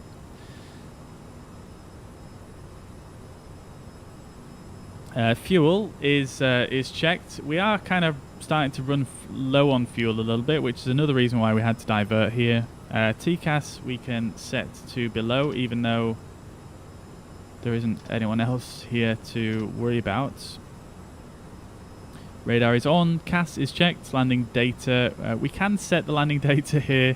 However, this VREF speed isn't going to be correct because of our weights. We've fiddled about with it. So we'll set that anyway, and the approach briefing we'll do very, very briefly here. So let's bring up the fuzz pad, and yeah, so we're going to be going in basically for a ILS approach into Brussels.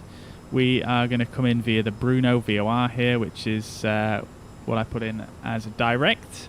We're going to take a right turn onto the ILS here. We're going to intercept this point, a D11 IBL, so DME 11 from the runway threshold, and that's Charlie Foxtrot 2 Lima Zulu.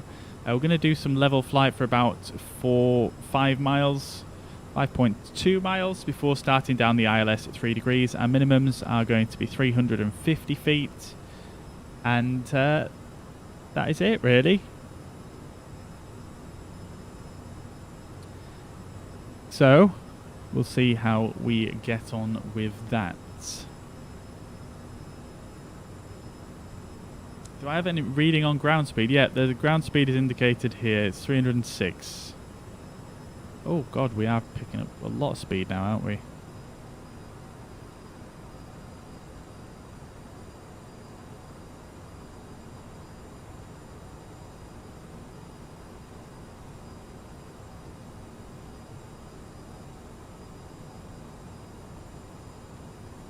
Okie doke, so let's set our minimums as well, and that is going to be 350.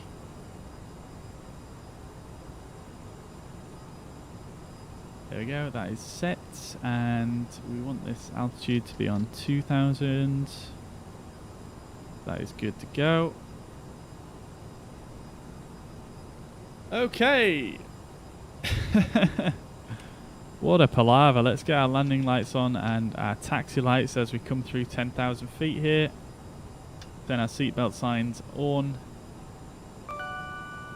And let's get this thing on the ground. Self-loading cargo has just completely messed up this. We never got to our cruise altitude. So that's mucked up. Let me just see if I can advance that actually.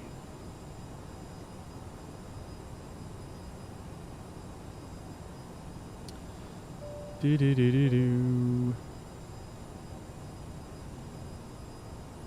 Oh no, I think it's mucked up on me here.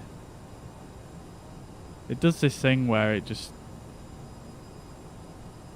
If you quit it and try and launch it again, it just doesn't reconnect for some reason.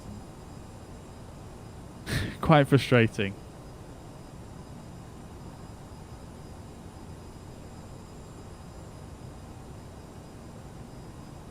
FSUI PC7 is not running. What is going on? Oh, okay, it's not saved my flight. That's nice.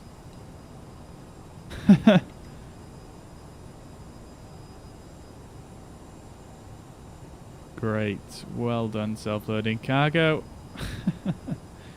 Never mind.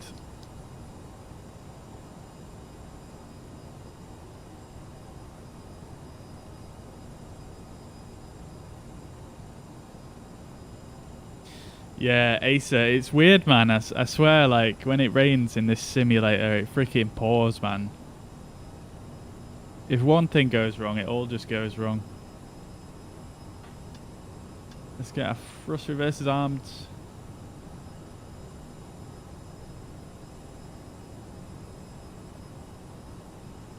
Alright, coming into Brussels anyway.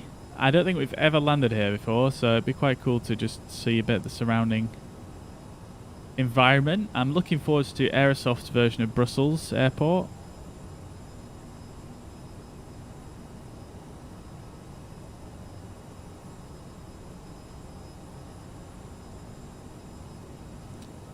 But yeah, we're on our way in now. We should be able to see the airport off to the right here.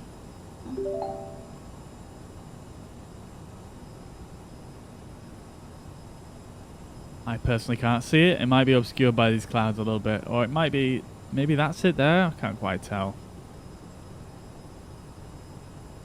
Don, thank you very much for sharing the stream, dude. As always, much appreciated, man.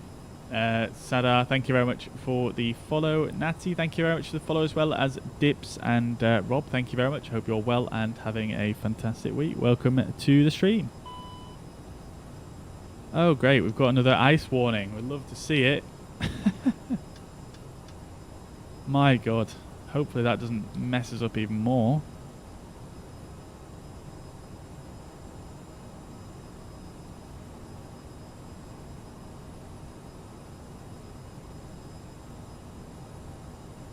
I had the same problem with the speed when I departed. I got an ice warning, but I put the de-icing and wing icing on.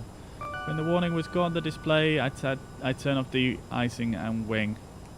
If I do this, then I don't have the speed problem. Yeah, Ollie, already tried that, dude. Yeah, well aware of it.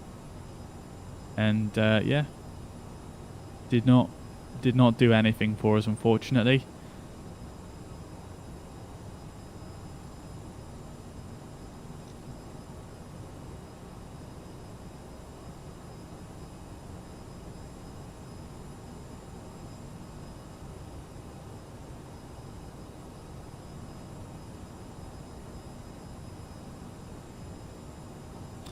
Okay, so I think the VNAV has sort of... Let's see. Yeah, we can be a bit lower at this stage, so I'm actually going to increase our vertical speed just a bit here.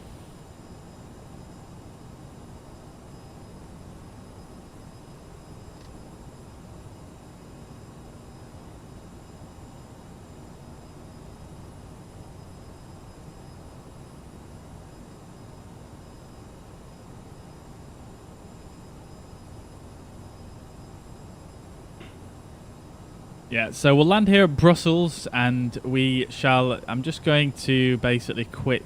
yeah, I'll just exit to the main menu, and then we'll reload ourselves in at Brussels, and we'll carry on from Brussels to Manchester. Sorry, to Birmingham. as planned. And hopefully, hopefully we won't have any more issues with icing and whatnot.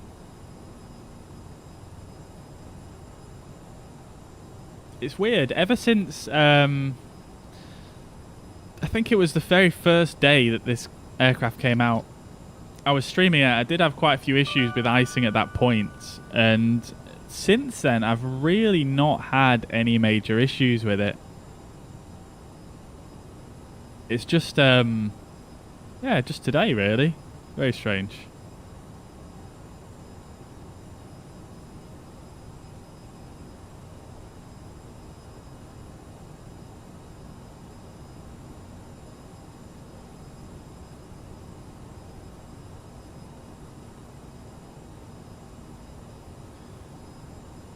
Okie dokie, let's set our QNH, which is 1022 here in Brussels.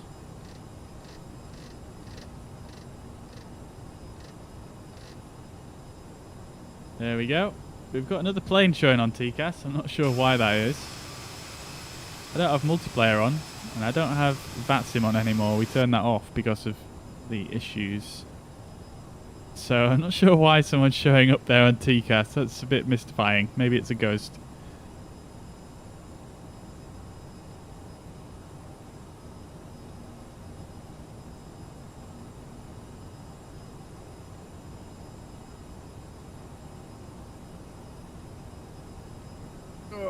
Excuse me. Edgar, thank you very much for the follow, as well as Matt. Thank you very much, dude. Hope you're well and having a fantastic week. Welcome to the stream. Alright, so we're below 250 knots. We are approaching the Bruno VOR. We've got all our lights on as we should do. And we're looking good, honestly. Considering we've just had to divert, we are looking pretty good.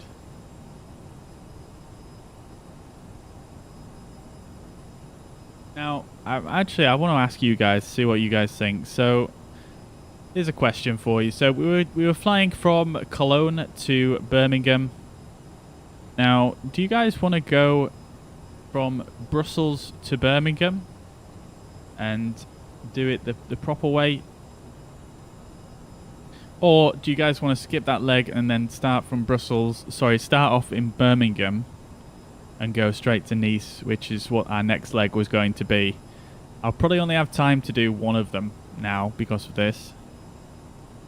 So I'm going to leave it up to you guys. If you've got a preference, we can either go from Brussels to Birmingham or from Birmingham to Nice, which is one of the new airports that they added.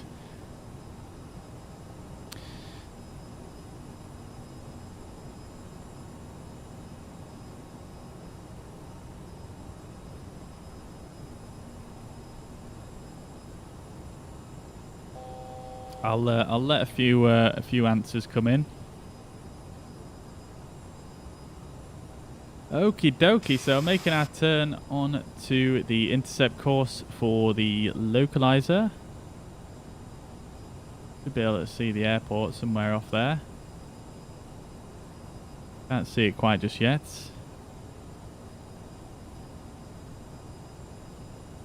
Alright, and I'm just going to actually sync our heading bug there and go to heading mode. We'll go to the green needles here, and we shall fly our way in that way. We'll turn nav mode on, so we'll get onto that localizer once we get closer. We've got lock 1 there armed. Altitude capture. Let's get a bit of speed in. Hopefully it doesn't lose too much speed here whilst we're flying level.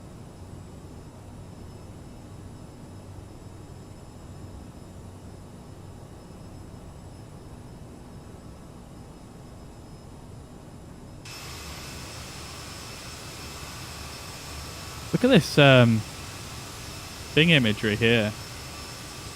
It's like they've captured like a cloud or something and it's just not being removed properly.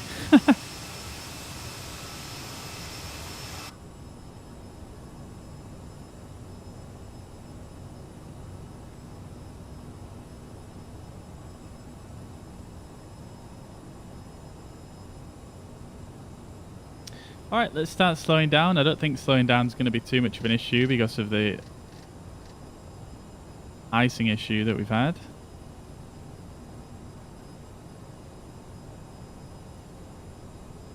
Let's start slowing down to 190 knots.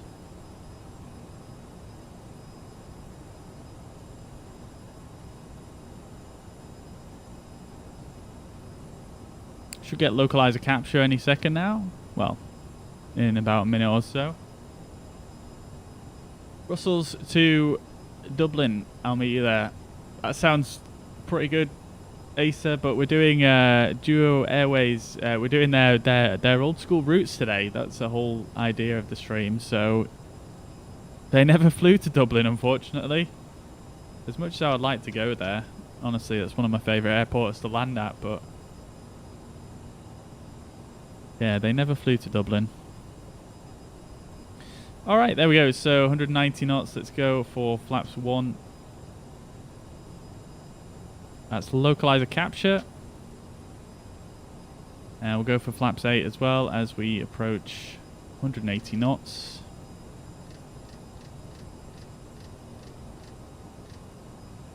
We keep a bit of power in here.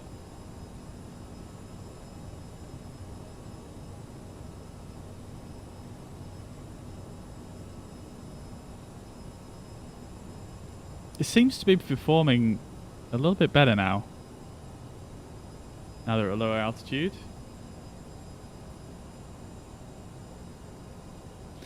Alright, 170 knots, flaps 20.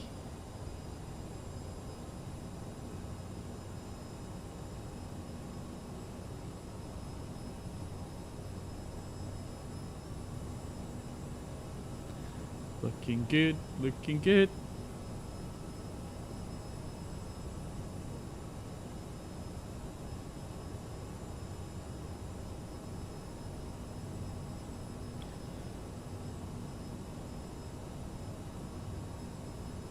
Only 850 kilos left of fuel. Oh dear, no room for doing go-arounds here. Absolutely no room for it. Alright, I feel like this is going to be quite touchy on the ILS, so I'm going to try and get more or less fully configured. Alright, so 160 knots, flaps 30.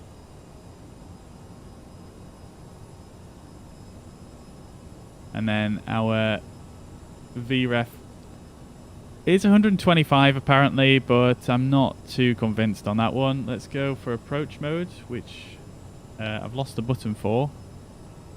There we go. And I think I might press that a bit late there, because it's not going to capture the glide slope now, is it? Beautiful. Okay, looks like we're flying this manually. Probably better to do it that way anyway, in this instance. Alright, let's do it.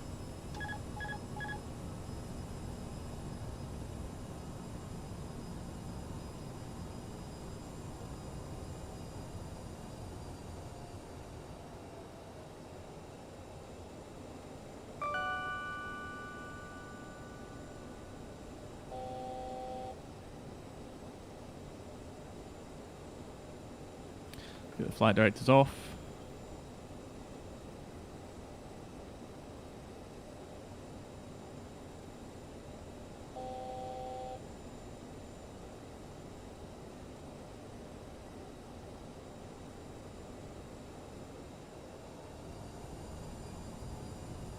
Flaps 45, gear down. 1,000.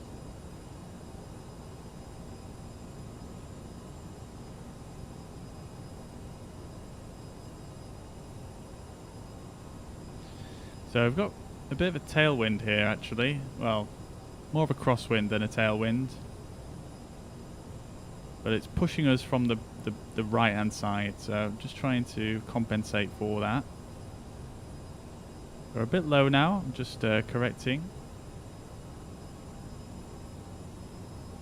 500.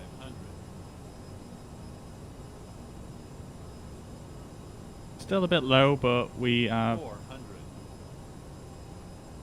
basically on the glide slope.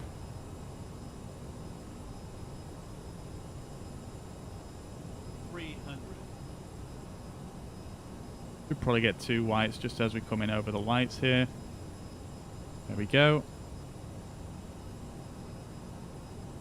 200.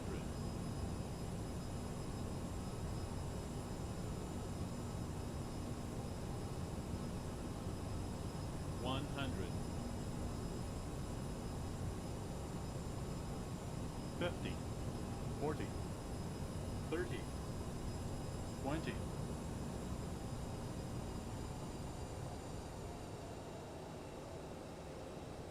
10.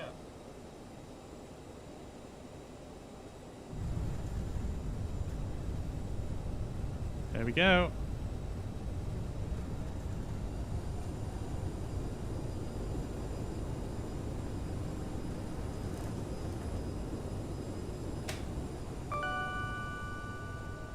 There we go. Not a bad landing. A little bit floaty, but I could deal with that. Alright, let's get those landing lights off. And the strobe lights as we exit the runway. Get the APU started up. Now, I'm not sure exactly where to go here in Brussels, so I'm probably just going to head towards the buildings. And we'll go in that way.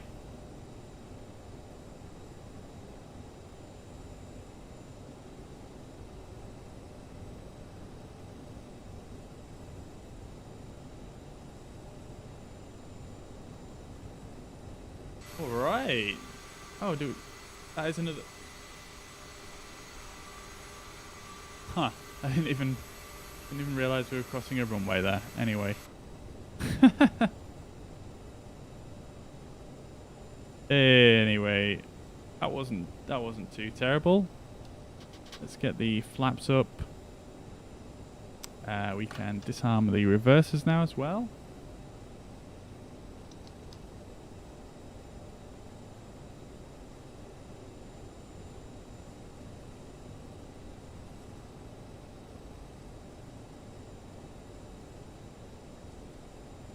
All right, now.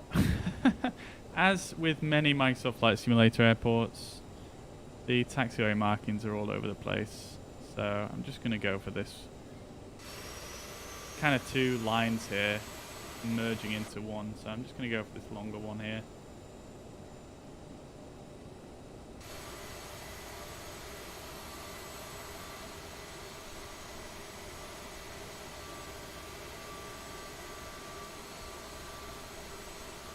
Okie dokie, there we go. Let's set that parking brake. The APU is on and should be taking the electrical power once we turn the engines off. So let's do that.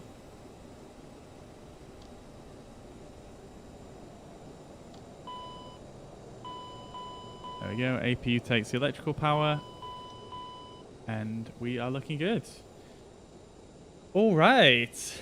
Duo 119 go around. Okay.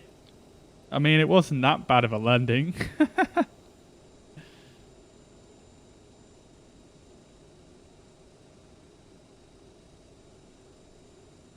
Alright. There we go, guys. So, we don't have any passengers to disembark because self-loading cargo messed up on us.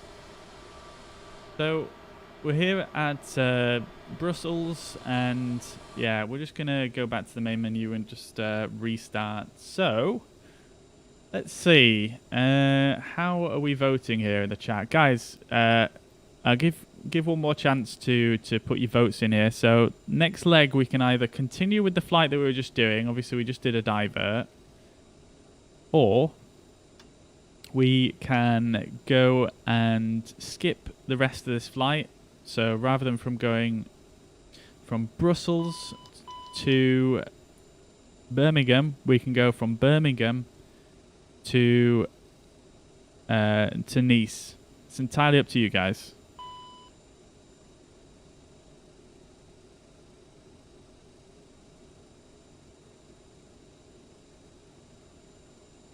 So I've already got 1 vote for Birmingham to Nice. 2 votes for that.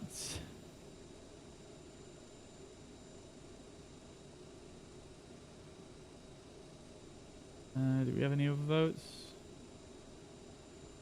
Sure, I saw one more. I think Birmingham to Nice is the winning option, though, to be fair.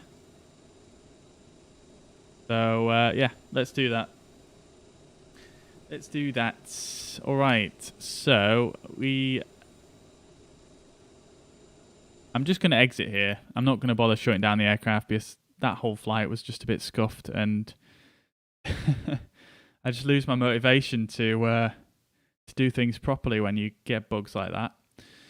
So let's have a quick look at the fuzz pad whilst we're here. As you can see here, we departed just fine from Cologne Bonn. The red line is the route we actually flew, so you can see departing from the gate here. And taxi on down Mike and Alpha all the way to the runway, taking off, coming out this way,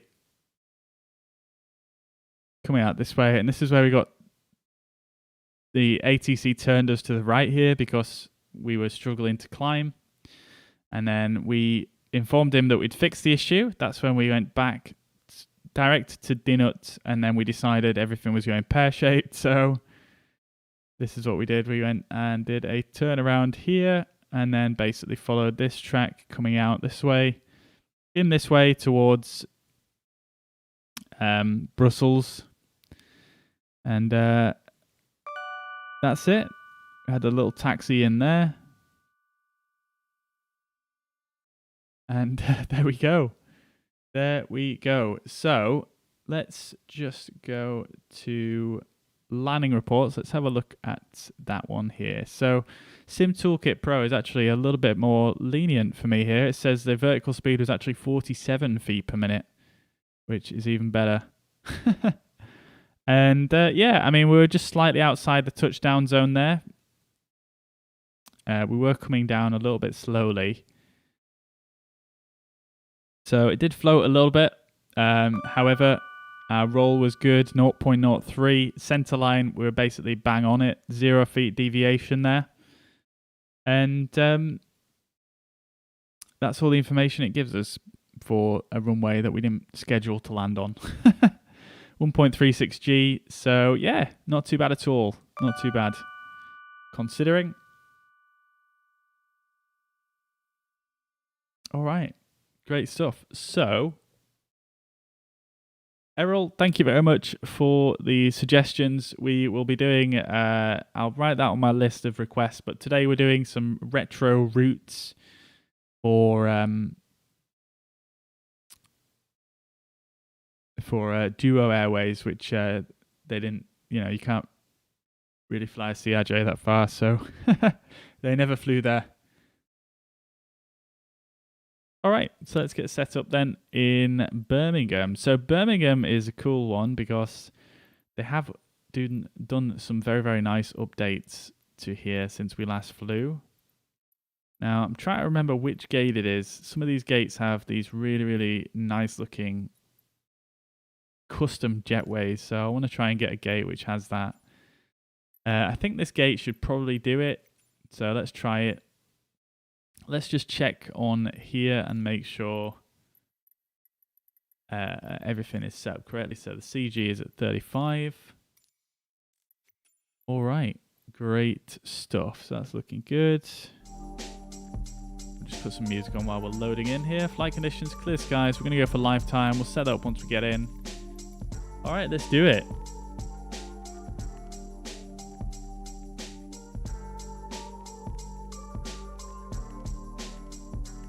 Dennis, thank you very much for the follow. Junior, thank you very much as well. Anthony as well. And Irvir, thank you very much for the follow, as well as Antonis. I hope you're all doing well and having a fantastic weekend. Welcome to the stream. Welcome, welcome, welcome.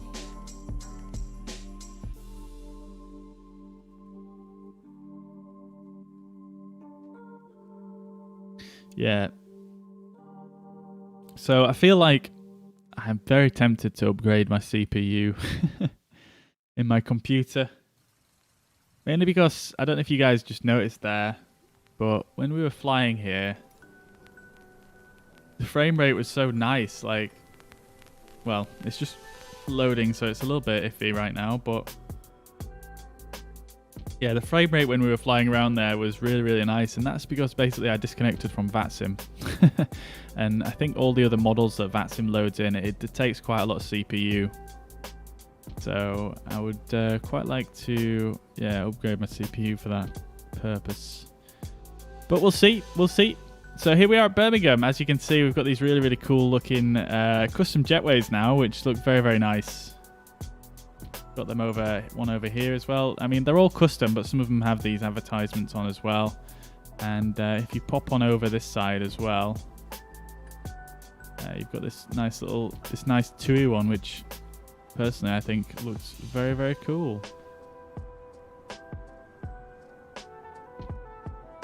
Yeah, very, very nice indeed.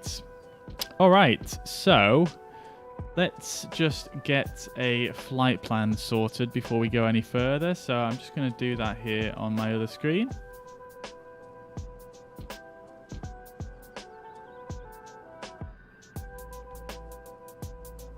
So we're going to be going from Birmingham,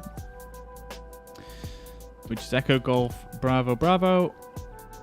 We are going to be Duo 228, and we are going to Nice, which is Lima Foxtrot Mike November. This is a brand new airport they added to the sim in just the most recent update.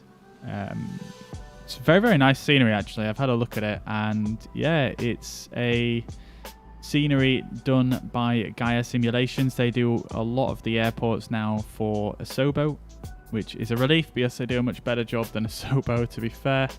But yeah, that's what they're doing now. So looking forward to flying in there. Should be pretty cool.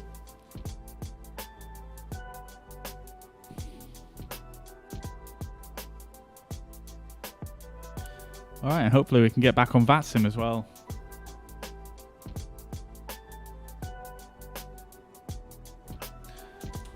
Just filing.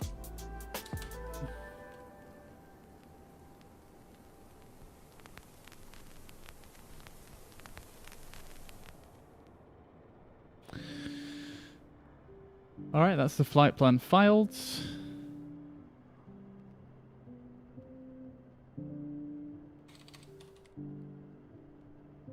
All right, we are on. Let's go.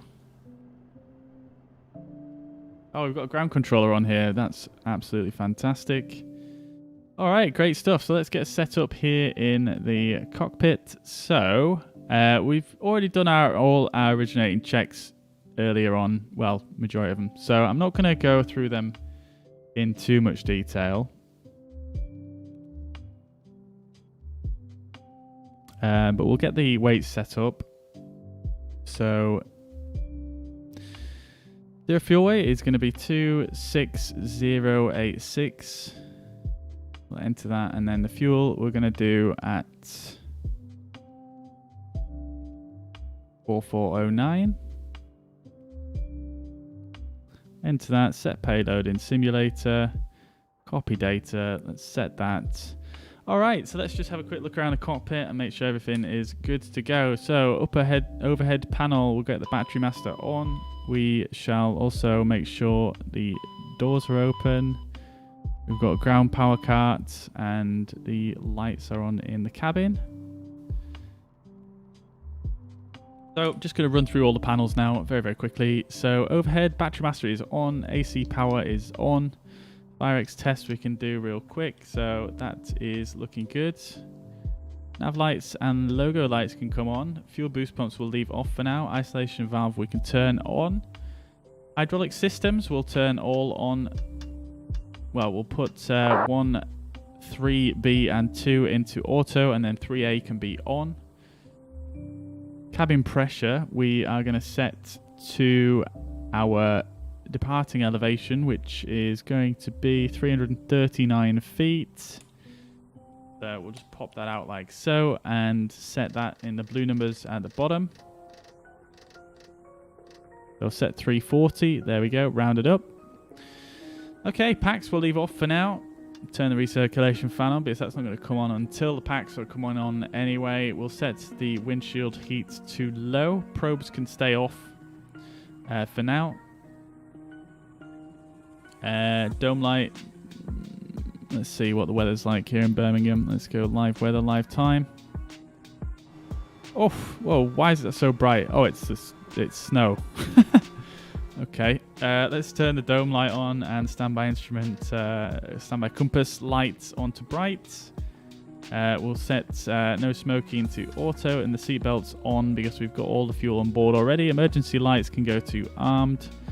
ELT is armed already and this switch is guarded. That's fine. That's all fine there.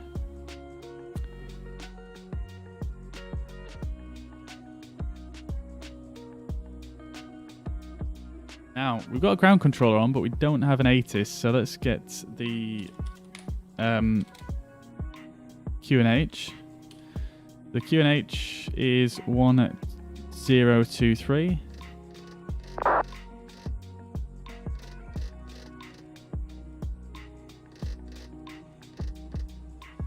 Cool. We'll set a bit of lighting here. Nose wheel steering is off. Set our lighting on this side as well.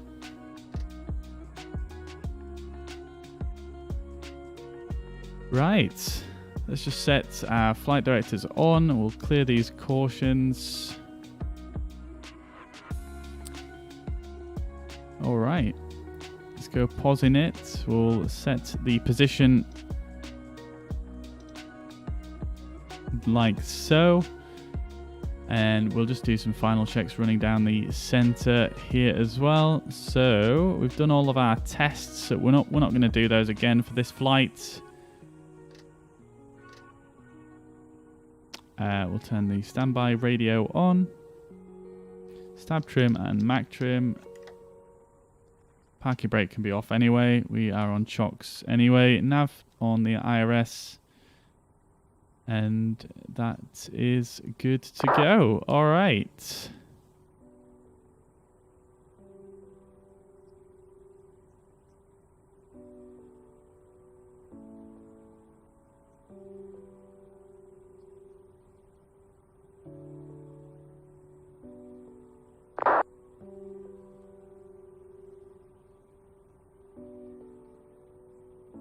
All right. Yeah. So there's no ATIS for some reason. That's a bit unusual. Usually the ground controllers will do an ATIS. However, let's get our clearance anyway before we go any further.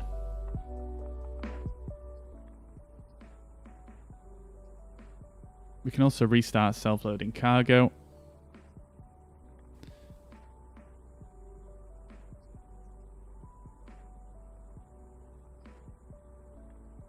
Get that rocking, ready for boarding.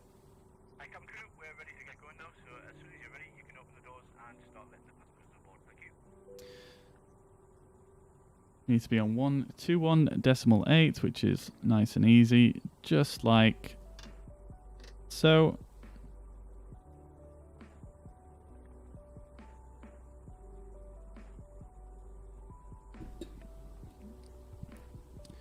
Okie doke.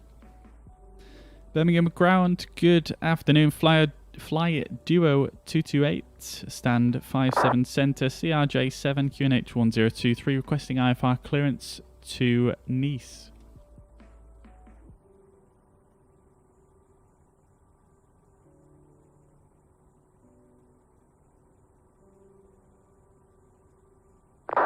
Flight Duo 228, correction, Birmingham ground, hello, standby.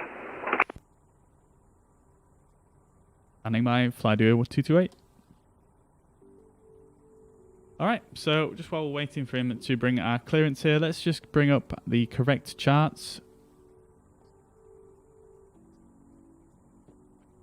Flight Duo 228, clear Nice, Daventry for Foxtrot departure, Squawk 5432.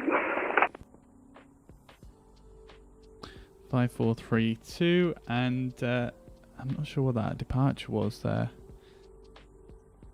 Say again, departure for Fly Duo 228. Daventry for Foxtrot departure. Daventry for Foxtrot, okay. Clifton East, Daventry for Foxtrot departure, Squawk 5432, Fly Duo 228. Fly Duo 228, be back to rest, QNH 1023, information Romeo. QNH is 1023, information Romeo. I don't actually see an ATIS online at the moment, so hence why I don't have that on board. Don't know if that's an issue on my end. Fly Duo 228. I can see it's connected on my end. Let me just try and disconnect and reconnect it, sir.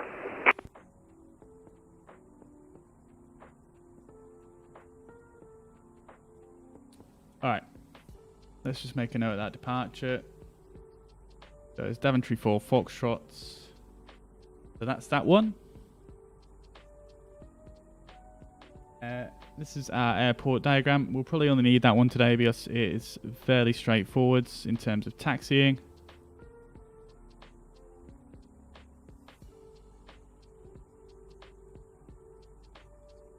I'm just going to wait for this ATIS to come online because it would be helpful. We'll do our departure briefing once we get underway here, but let's start plugging stuff in anyway whilst we wait for him to get... Are you up to the ATIS now, sir? Standby, Fly Duo 228. I don't see it. Let me just disconnect myself.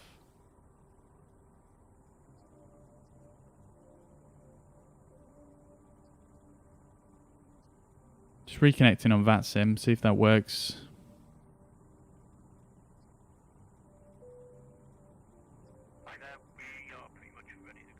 Let's start plugging this in whilst it loads up. Lima Foxtrot, Mike November.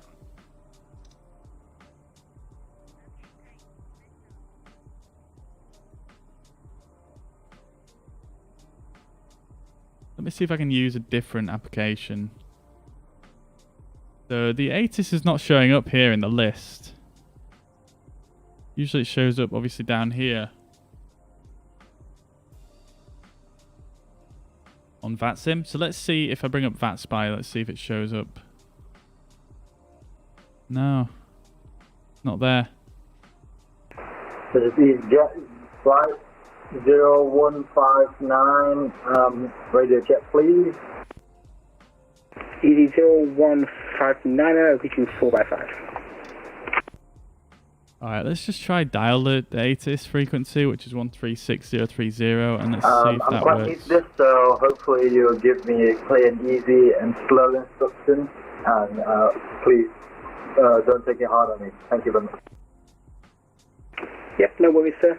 If you have any questions at all during the time here at Birmingham, just feel free to ask. Can't see anything.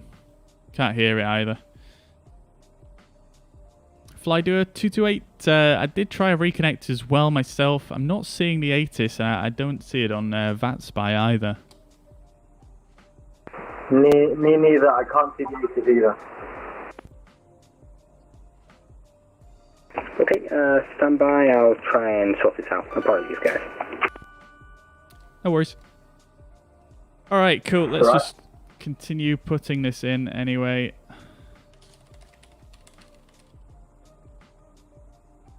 Just being logged out of Navigraph at the most inopportune moment.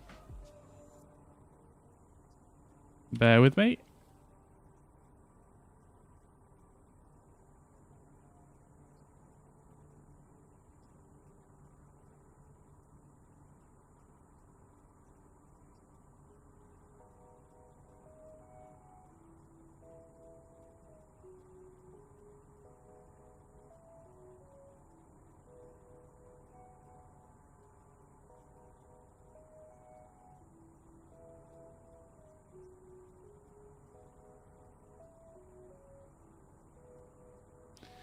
All right.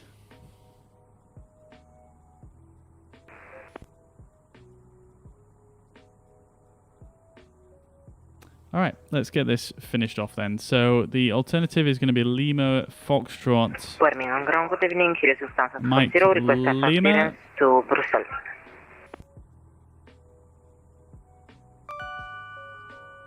Steve, good afternoon. Welcome to the chat. Hope you're doing well. Hello, I don't have a flight plan here. Could you file 153, please? Okay. Hello, do you use the TCA Quadrant Airbus edition? Because I care with the CRJ, but the gas is slow. Which I do not understand why.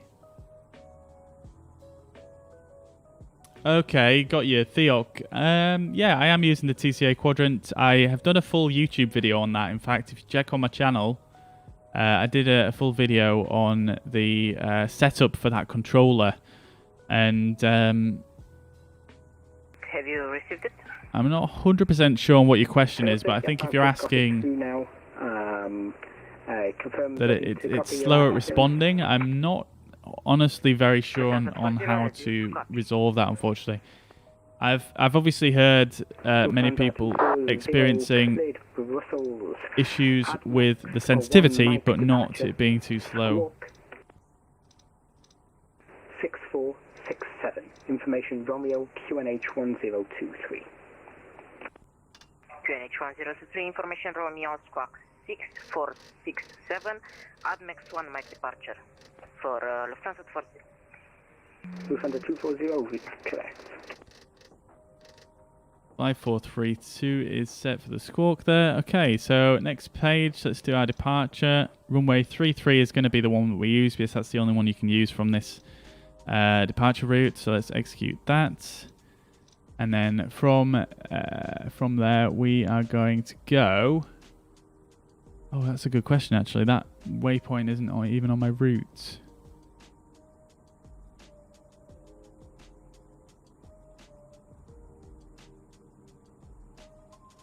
Huh. He didn't ask me if I wanted a reroute either, did he? Oh, we'll go direct from Daventry to Cowley, I guess, is how you would do it. So, yeah, okay, let's do that. So we'll do it like that. That was originally the first waypoint on our route. So we'll go from Cowley via Uniform Lima 612. And then we're going to go to Resme. Like when you go down in a game, it's like Resme. Uniform Mike 728. And then we're going to Utuva.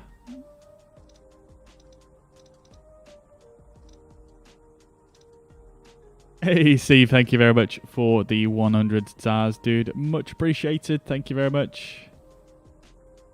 Hope you're doing well. Thank you. Very generous. All right, so Uniform Mike 133, and then we're going to Lurga.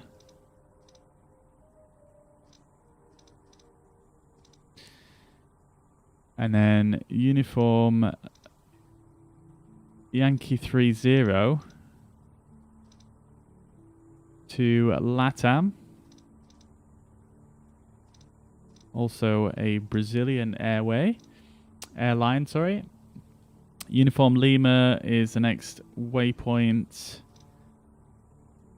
22, which isn't in the database apparently. Is that? Am I reading that wrong? Oh, sorry, it's Uniform Yankee 22. And now we're going to Nisa.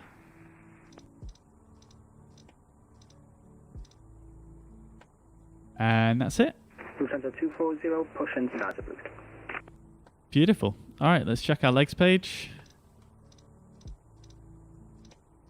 Looking good. Let's go over Yondersville and check on the plan mode. Zoom that a touch. All right, let's have a quick look through.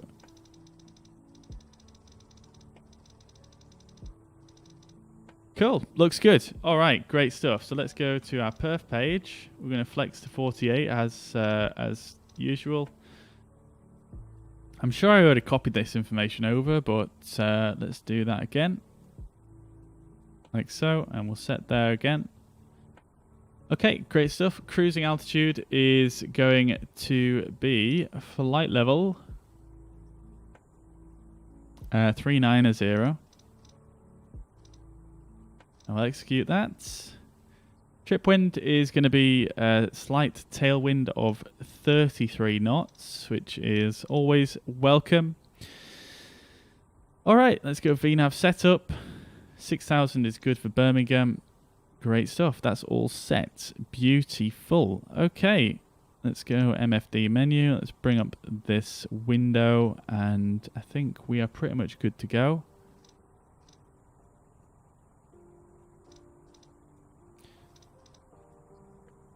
All right.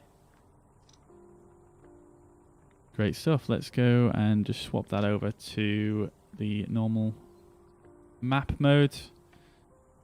All right. So, do a quick departure briefing before we do anything further. Yeah. So, basically, around this turn, we have to be higher than 5,000 and lower than 6,000. That's really the only restriction we need to worry about here. We've got a direction on when to turn here. However, it's pretty much going to be at 2 IBM. It's unlikely that we'll have to turn. It's unlikely we'll get to 830 feet later than that. So, yeah, it's going to be at 2 miles IBM, which is going to be programmed into the FMS. So that's fine. We've got the lock DME there at 110.1. So we, just for reference, we can actually have that tuned in. So I'm going to just put that in as a DME hold. So 110.1. Birmingham ground. Would I be able to go forward and yeah, basically 6,000 feet is the cleared altitude. This is a required altitude down here, and that's it really. So we'll set that. 0159. Apologies, sir. Can you say that again? Because there's no ATIS, would I be able to just go forward and use all the information I have from MCDU with the weather report from the MCDU? Okie doke. Easy 0159. Affirmative. Yep. You can do that. I'll have the ATIS working again shortly in a few moments' time. Okay, that's fine. All right, we're pretty much good to go then. It's in use for right now. Runway 33 is in use at the moment, sir. Got all of our passengers on board, so let's start getting the aircraft ready to start up. Apologies, I didn't realise I had the fly pad up still, or the fuzz pad even.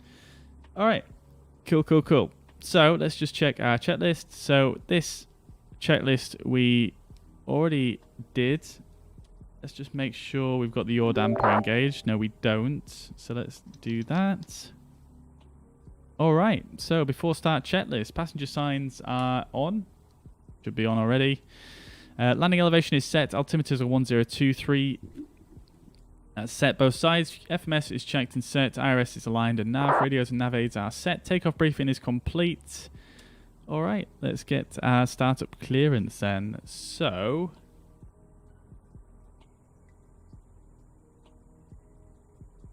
let's get a tug on the way. That's going to send the jetway off. Warwick Business School. Beautiful. Love the custom jetways. So very, very good. I've got a tug on the way. We could probably do with closing all the doors first. And we'll start the APU as well. Getting a little bit ahead of myself with the tug there. All stations. Can you see an ATIS online now? No, do you want me to disconnect first and then hopefully it will work? No, that's fine. Let me try one more thing. Roger.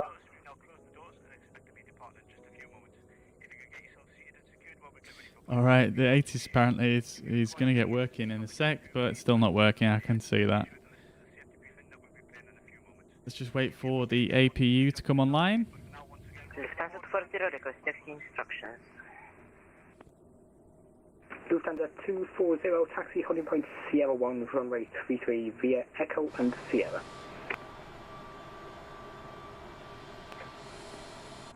Taxi to runway 33 via there we Echo go. and Sierra. APU now has the power. Beautiful stuff. Let's jump up top and we can just turn the packs on, turn the fuel boost pumps on, and we shall turn the beacon light on. Alright, great stuff. Fly Duo 228, stand 57 center, requesting push and start. Fly Duo 228, stand 57 center, push and start approved. Push and start approved, Fly Duo 228. Okie doke, let's do this thing. Our parking brake is off. Let's remove the wheel chocks. In fact, ground power cart can get removed first, and then wheel chocks off. Alright. Stations, Birmingham grounds, just going to disconnect and reconnect. Alright, so APU is on, electrics are checked, takeoff data is set, doors are closed and locked, beacon light is on, fuel pumps quantity are on, and fuel on board is 4.3 tons, I believe, 4.4 tons. Hydraulic pumps are auto and on, parking brake is off, let's go!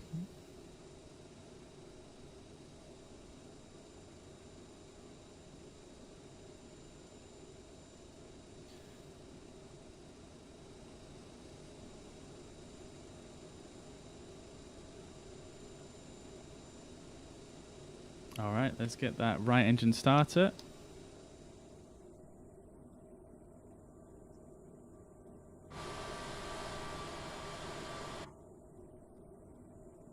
Alright. Let's just wait for that N2 to get to 20%. Okay, all stations, Birmingham ground is back online. Are you able to see ITIS now? Nope. Negative. Alright, there we go, 20% N2. Let's get the right engine starter.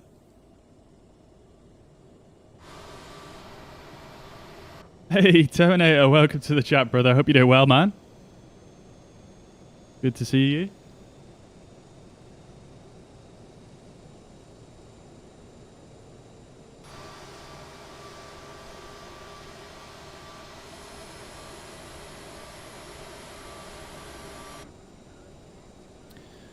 Okay, let's get a little bit of a left turn going here. We've got DME hold there as well for the localizer here at Birmingham, so we can coordinate that first turn. Not that we're going to need it, but just for backup. We've got a stable engine on the right side. That's looking good, so let's get our left engine starts.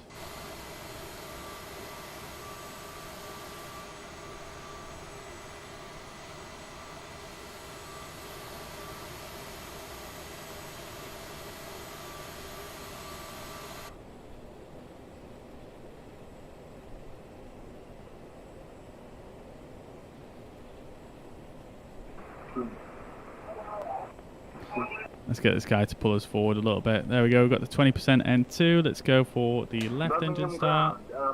Would I be able to do the IFR clearance without the ATIS?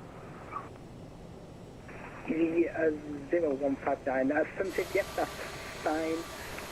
Is there any information you would like I can give to you? Can I have the QNH please and the departure point? Well, that's not from the ATIS, but yeah. IFR clearance requested to Vienna. Yeah. Okay, easy 0159, cleared Vienna. Okay, I think we'll leave it about there. That's about on centre line. Let's put the parking brake back on and we can send this very, very helpful tugman on his way. Great stuff. Okay, let's set the flaps to 8. Can you please repeat that, please? Let's go above, and we now want to turn the crossflow onto manual. We'll turn the probe heat on. We shall also turn off the APU. Let's just make sure before we do so that the engines have taken the electrical load, which they have, so we'll turn that off now. Jumping down here, make sure the APU is spooling down, and we'll close the APU door there. Cleared to Vienna. There she goes. I love that little detail, it's so nice. The APU door there. Great stuff. Okie doke. So I think that is about everything. Let's do our after start checklist. Generators are in auto. Electrics are checked. Bleed valves are auto. Packs are on. APU is off. Anti-ice is off. I don't think we're going to need it today. 14 degrees. In fact, I might just put it on because of the issues we had last time. Let's do that. Make sure the parking brake's on. Anti-ice is on. Nose wheel steering. We're going to arm now. And we are ready to get going. Let's just first do a flight controls check. The flight controls will go over to the right ICAS. Full left on the ailerons. Full right and neutral. Full up. Full down and neutral. Full left on the rudder. Full right and neutral. That is all good to go. Okay, selects and flaps are 8. Flight controls are checked. Trims we can set to 6.5. Affirmative.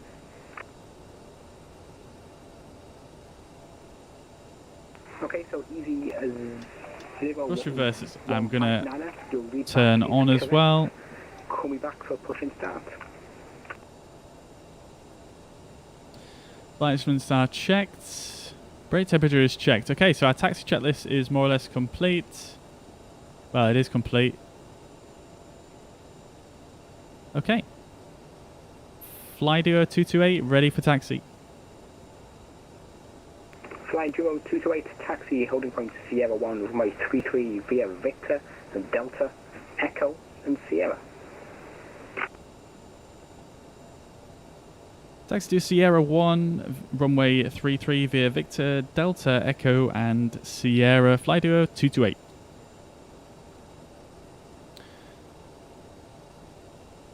Okay, so Victor is straight forwards, then we're going to take a right onto Delta. Stations, Birmingham ground will be away for a few moments, apologies. Yep, right onto Delta, and then he said Echo Sierra, didn't he? The Victor straight forwards, then a right turn onto Delta, then a left turn onto... I'll bring up my chart here so you guys can actually see. Okay, so Victor, Delta, and then onto Echo, and then Sierra. Sierra 1 holding point, runway 33. Great stuff. Okay, cool. Got it.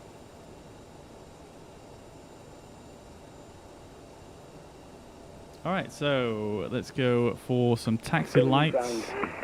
There we go. Let's do it. Parking brake released. And it should start rolling on its own with the anti-ice on. Cav Yip says, VATSIM sure makes ATC less mundane. Yeah, it certainly does, dude. Especially when you've got a lot of controllers on. Yeah, man. Last week when we did between Munich and Frankfurt, that was wild. So busy.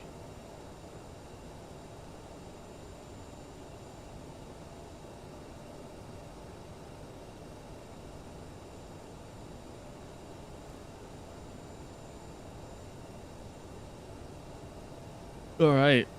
There we go. Takeoff config okay. We got it this time. It's working. Fantastic. Alright, so let's have a quick peek out the window here. We should see a sign saying Delta to the left. Yep, that's correct. There we go. Left and right. We're on Victor. This is Victor continuing down here to the right.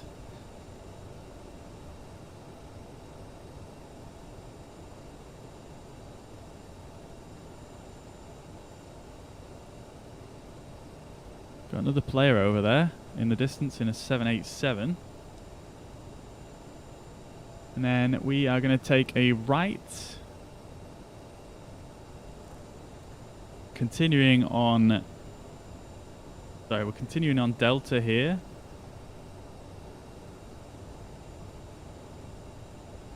And then we're going to continue to the end, and then this is going to change over to Echo. I think I showed you the wrong directions on the chart. But we got it, we got it.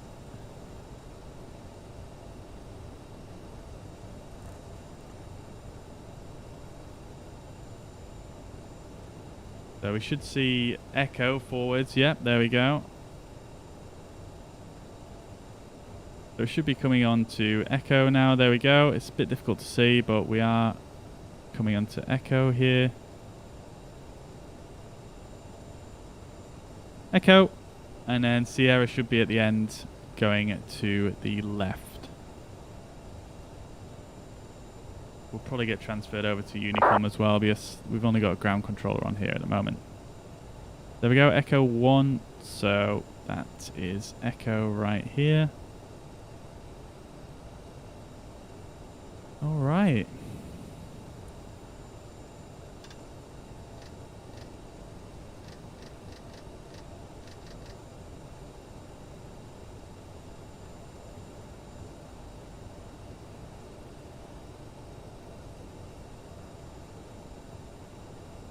Lufthansa 240, are you runway still 32? No, it's transiting runway on 33, my Claudio. Runway 33 today. Well, there isn't a 32 at Birmingham, to be fair.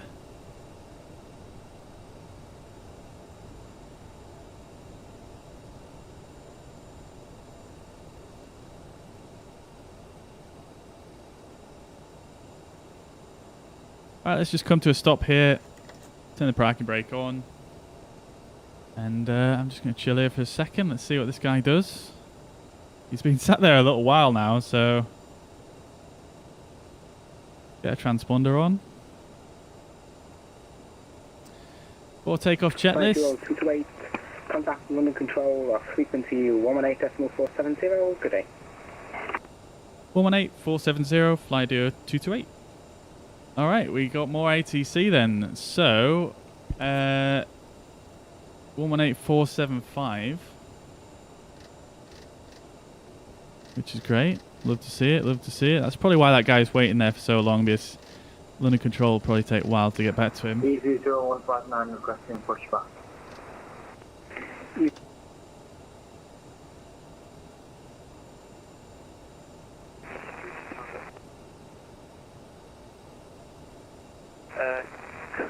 we have the transition altitude take with me? Alright, let's just finish this checklist anyway before we check in. Lights and strobes, we'll set them as we enter the runway. Fuel crossflow is manual. Flight attendants are advised. Let's just advise them on self-loading cargo. That's all done, so there we go.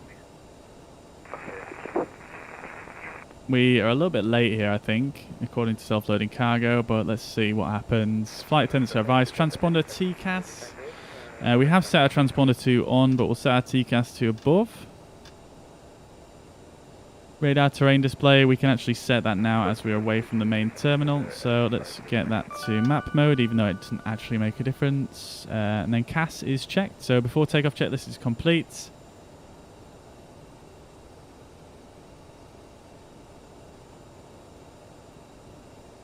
London Control, good afternoon. Fly Duo 228 with you at Birmingham at holding point Sierra 2 for runway 33, ready for departure.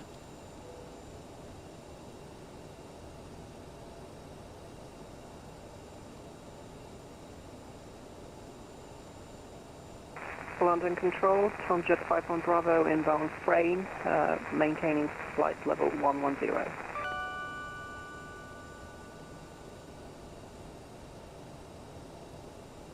I haven't actually heard. Flight level 370 from Jet 51 Bravo. I haven't actually heard the. Good afternoon, Shuttle 2 Whiskey, just passing 110 for 190. I haven't actually heard the controller speak on this frequency at all. Sorry about that, 1228, Shuttle 2 Whiskey.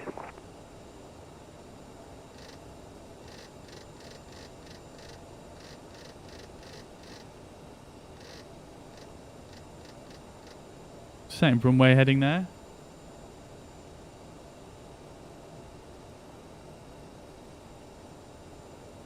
Audio, yeah, we are ready for takeoff here. Yeah, we're just waiting for our clearance from the controller, but yeah, I'm not sure exactly what's going on here. I can't hear the controller speaking at all on this frequency. London Control, radio check.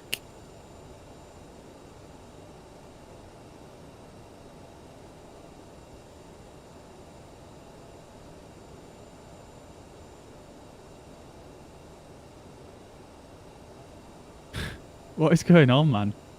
What is going on today?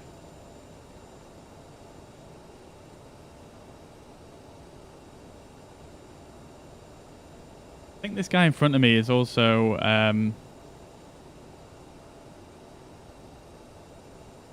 think this is guy's a Lufthansa. I think this is a message that he sent.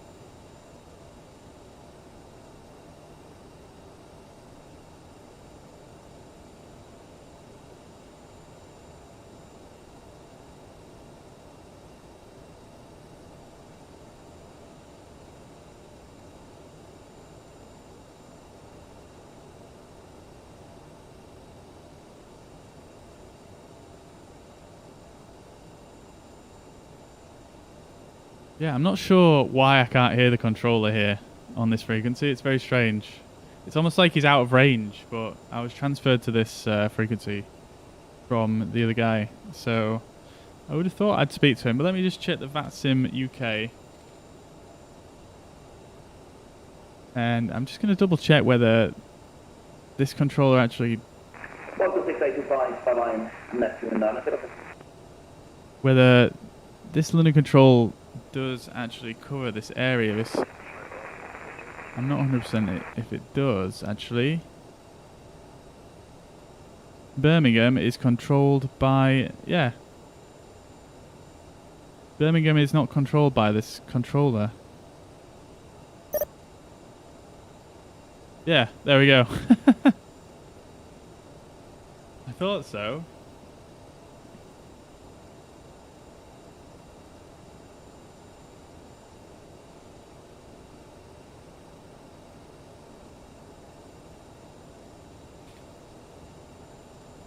Thanks for the report, Tom Jet 5 on Bravo.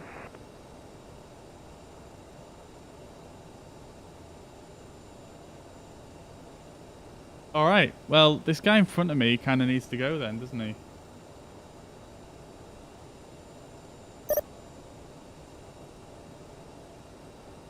Alright, let's go to Unicom.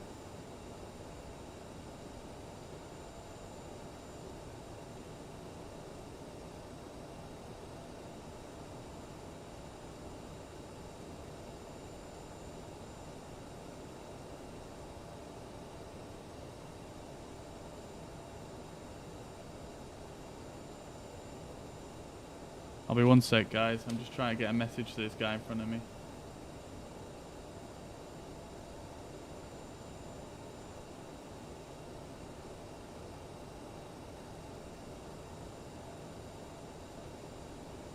I'm just gonna like phase through him if he doesn't do anything in a minute.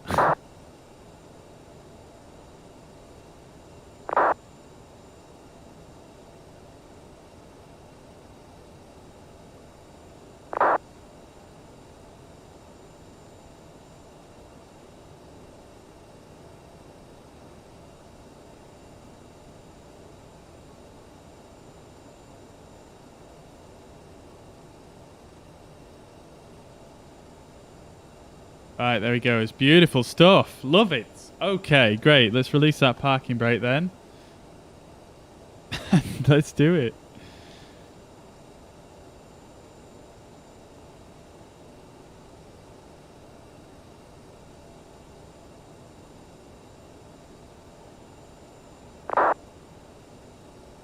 Oh, he's off. He is off. He wasn't messing around there. Holy.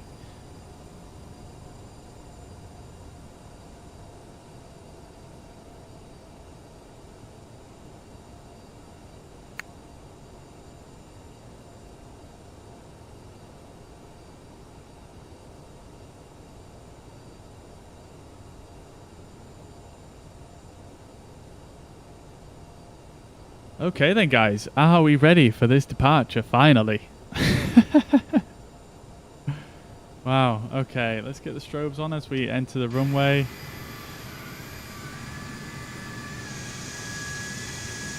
What the heck? What the heck is this guy doing?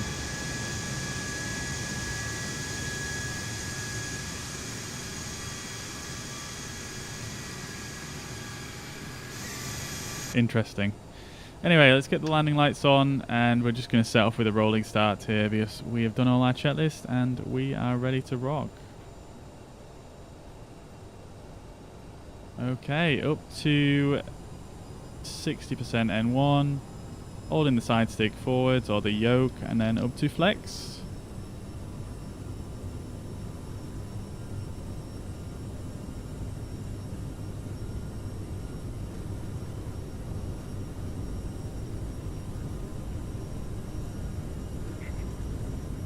Knots, releasing the pressure.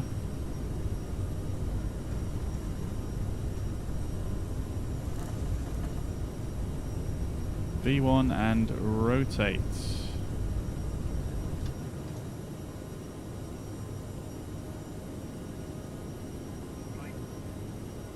Gear up.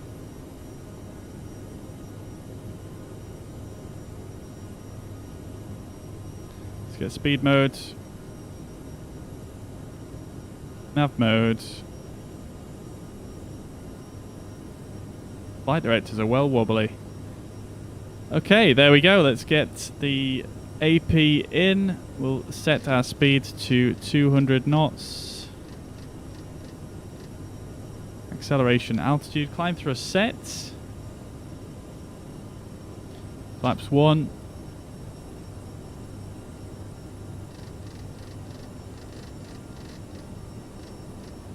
$250 knots is in.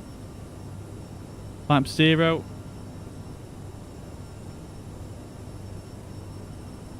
Approaching about, well, we're past 2 miles, so we can make that turn now. That was a bit late, actually, wasn't it? But anyway, we're good. Okay, great stuff. Nice and smooth. Let's clear ourselves up now to our cruising flight level. Birmingham traffic, fly Duo 228. Danbury for Foxtrot departure, climbing now, flight level 390.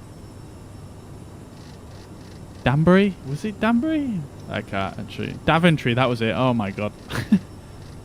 Sorry, Daventry for Foxtrot departure. Alright, there we go. Okay, 390 is set, and we're looking good. We're looking good, guys. Beautiful. We're getting that. We're getting a good climb rate this time, and everything is looking gravy. Let's get rid of this DME hold. We don't need that anymore. All right, great stuff. On our ways. Let's get. Let's leave everything like it is for now. We'll turn the crossflow off. And the reversers can come off as well. And we'll do our climb checklist. Standard pressure as well. Okay, fuel crossflow is auto, bleeds and APU are set. Thrust reversers are off, CAS is checked. We're looking good. Beautiful.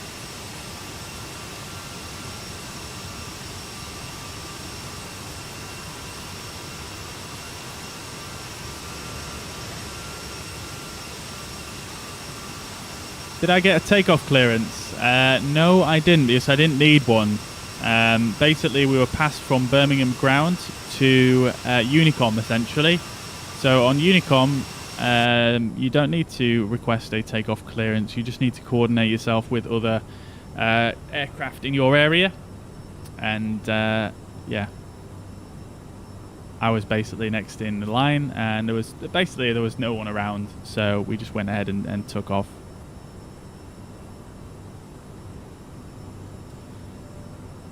Okay. Looking gravy. We're off to Nice. I'm looking forward to this approach into Nice. Nice is a very, very beautiful area. Alright, so approaching 10,000 feet. Let's get those landing lights and the taxi lights off. Turn the logo light off as well. Why not? Let's get the seatbelt signs off. Bring self-loading cargo over here. And there we go. Where can I put this? I'll put it here. And then I'll put me over here. How about that?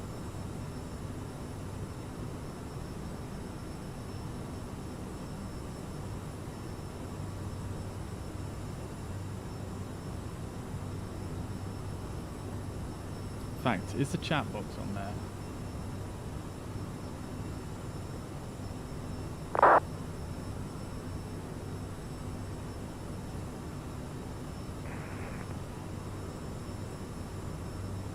I can't tell. I don't know if someone needs to send a test message in chat to see if it actually works there.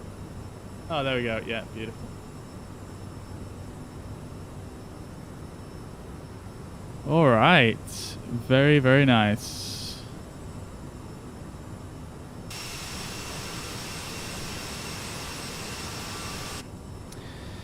Weather looks good for the visual. Amazing. Amazing, Sky. Thank you very much for letting me know, dude.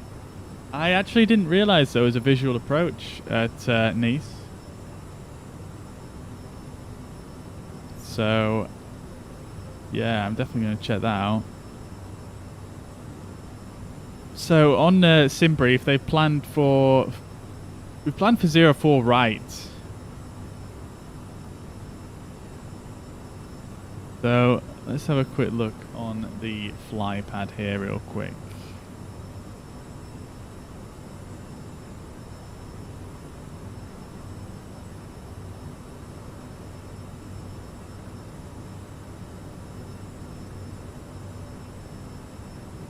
So there's a visual approach for 04. Oh, the 04 left and right. Oh, nice. Okay. Fantastic. Love to see it.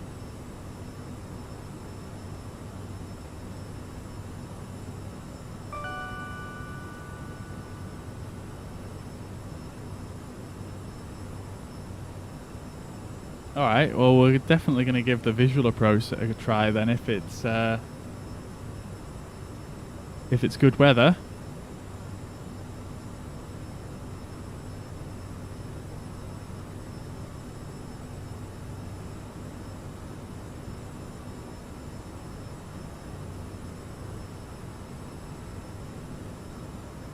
Alright, great stuff. Let's check down here then. So, I haven't used this too much, but I'm interested to see if this flight log takeoff time is 15:55.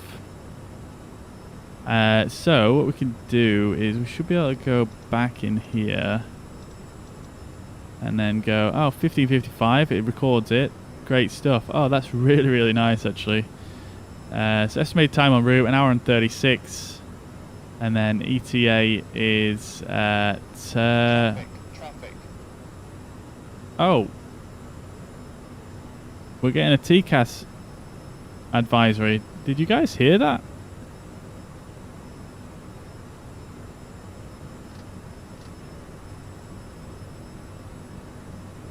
What was that?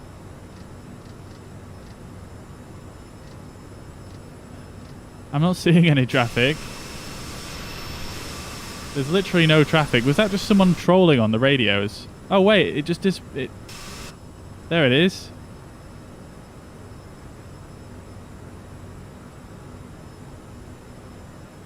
Okay, so they've gone blue now, which is good. Where is he?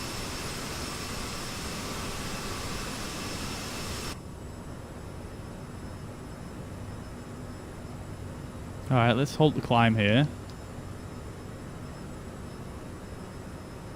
We need to speed up to 290 knots anyway.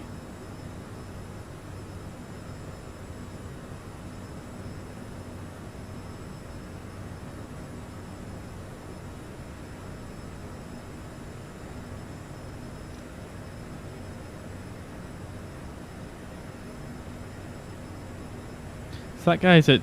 I can't actually read what it says right now.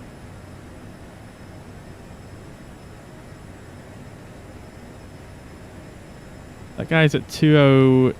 Is that 206? I can't quite tell.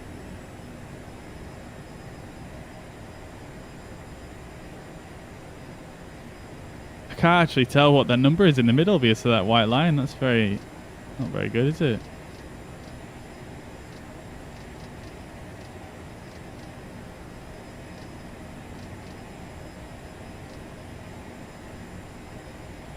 (215, 216). He's climbing,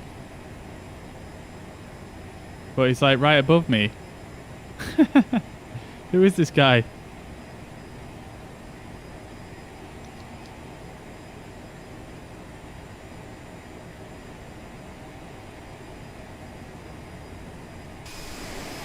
I'm surprised I can't see him actually.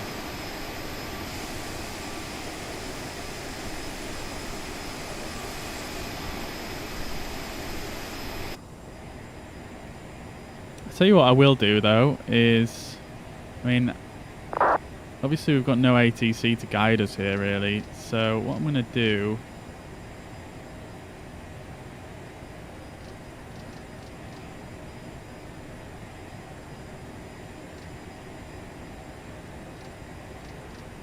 let's see what happens after this turn. No, he seems like he's going the same way as me, so let's go direct somewhere.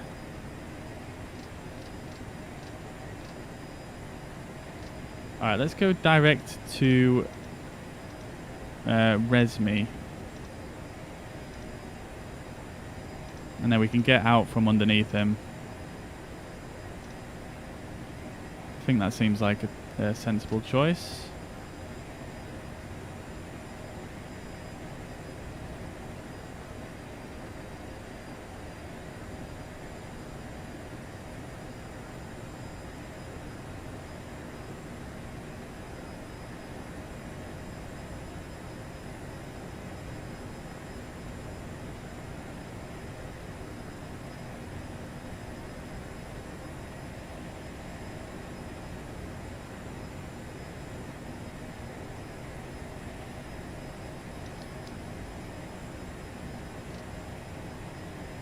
Yeah, it looks like he's moving away from me now. Alright, cool. I'm gonna traffic shuttle 3 Whiskey leaving Bob. I'm gonna continue the climb then.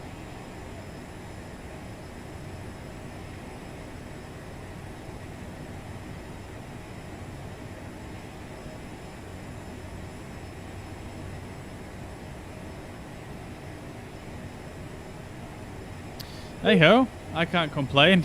We just gave ourselves a pretty solid shortcut there.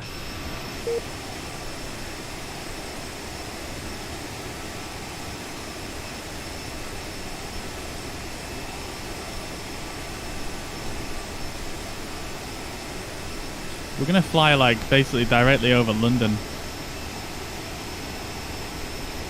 Probably not the done thing, but hey ho.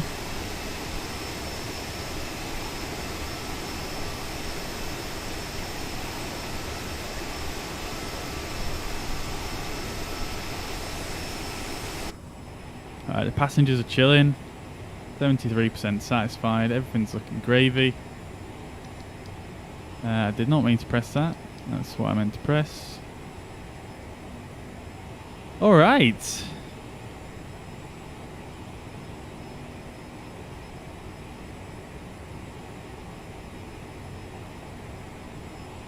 We're going up, guys. We're going up. I'm going up in the world.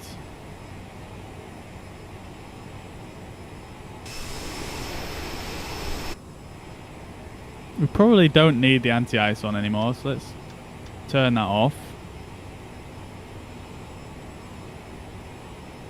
Get even better climb performance. Look at that.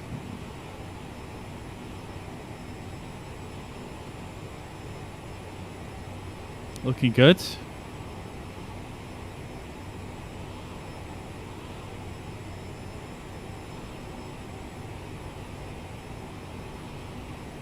Beautiful. Beautiful. The TCAS advisory though, it was very quiet, wasn't it? It was like traffic, traffic, like traffic, traffic, like super quiet. I mean, I know I have the volume for the sim relatively quiet, but even still, it felt quite. Well, it just felt overly quiet, really.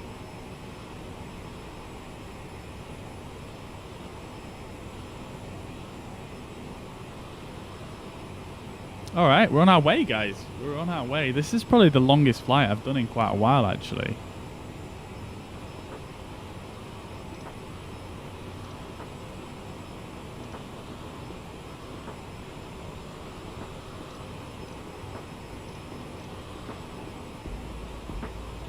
Yeah, so as I was saying before, the ETA, okay, 1 hour 28 minutes.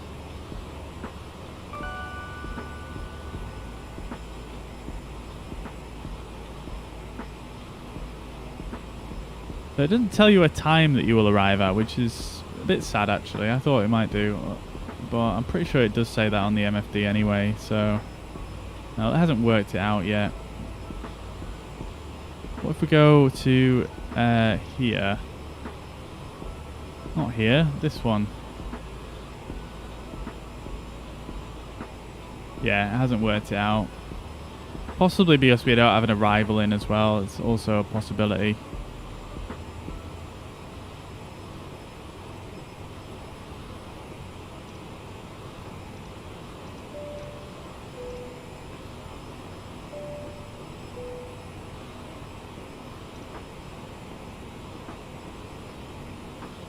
Alright. My clock's wrong. Is it? 16:10. No, that's correct. Seems correct to me, dude.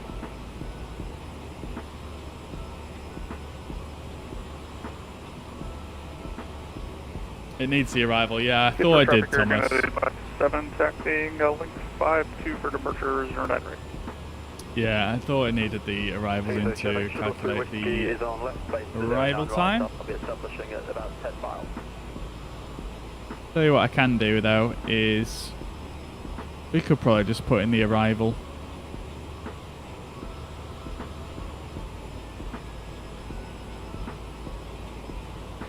We're going to be going for the Nissan 7 Tango.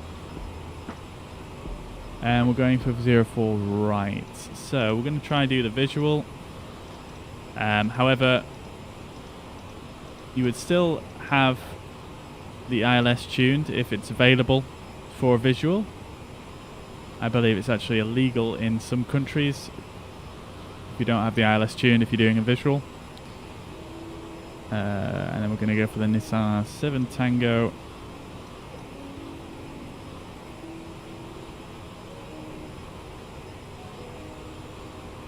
Transition would be, it would be must, I believe. Not that it matters too much if we're doing a visual. Yeah, let's just leave it at vectors. There we go. Beautiful stuff.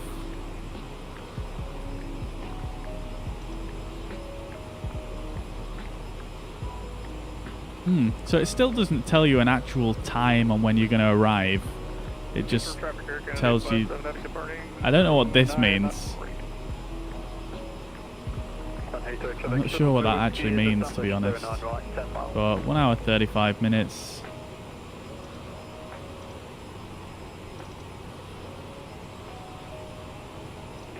Fair enough. 17:10 UK. Yep. Well, it's it's Zulu time, mate. It's UTC. That's what we use in aviation.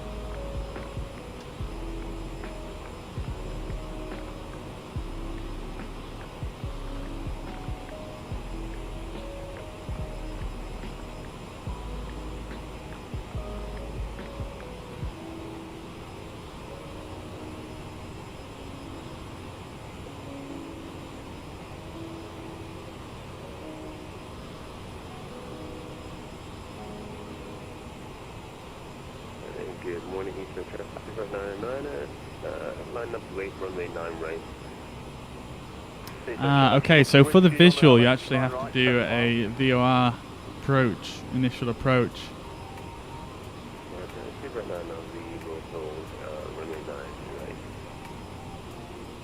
So we'll go through that momentarily once we level off here. I'm gonna go get a snack, I think, and a drink once we level off.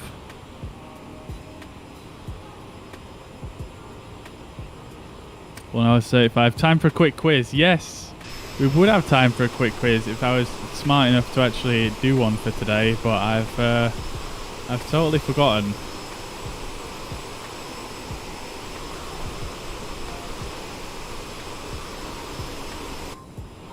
Maybe, excuse me. Maybe when I go and get my my snack, I can think of a few questions for the quiz.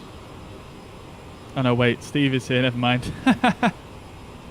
True.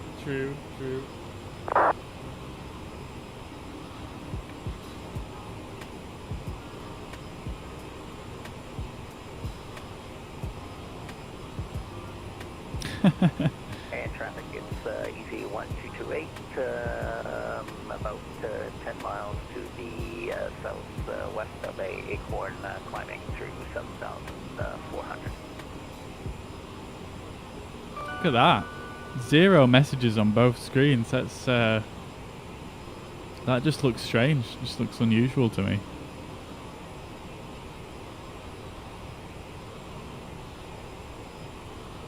As in aircraft questions. I mean, when we've done quizzes in the past, we've done it about all manner of different things, really.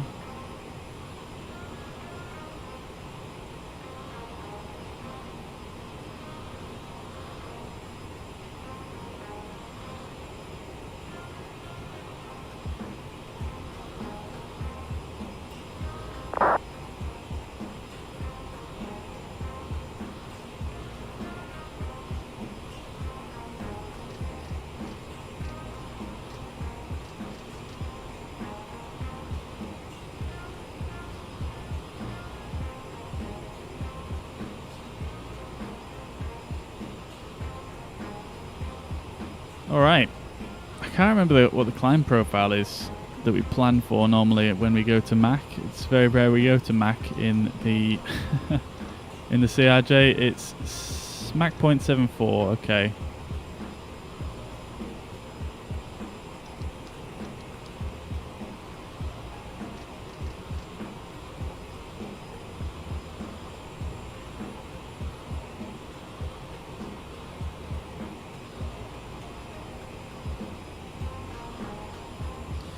Okay, I would fare well in the flying category. Yeah, I mean, majority of them are going to be aviation related, and what I've generally done in the past is I've done like 3 rounds. So I've done 1 round which is about generally the country that we're flying from and to, and then we'll do a round based around the aircraft that we're flying in, and then we'll do a round based on I think just general knowledge of aviation and flying and airports and all sorts of different aviation related topics.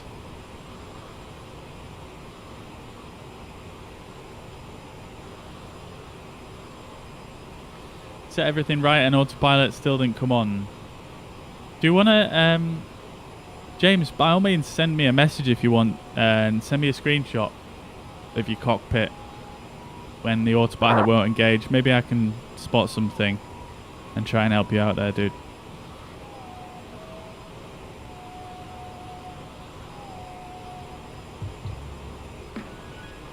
Yeah, by all means feel free to shoot me a message on Facebook. More than happy to help.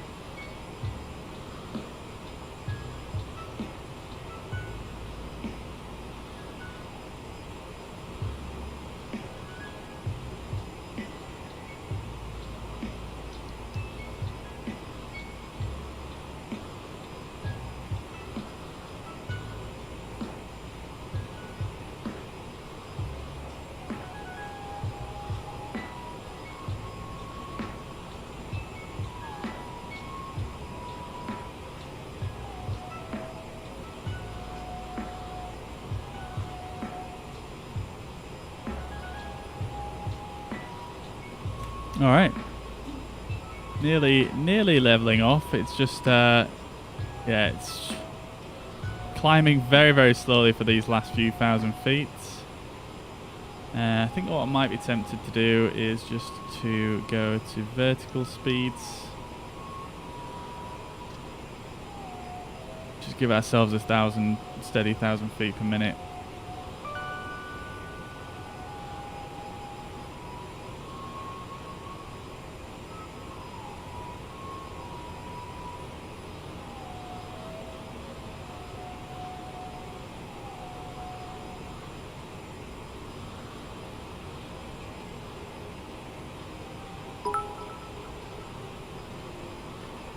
Hey Ramsey, thank you very much for the 200 stars. Still on with those emojis.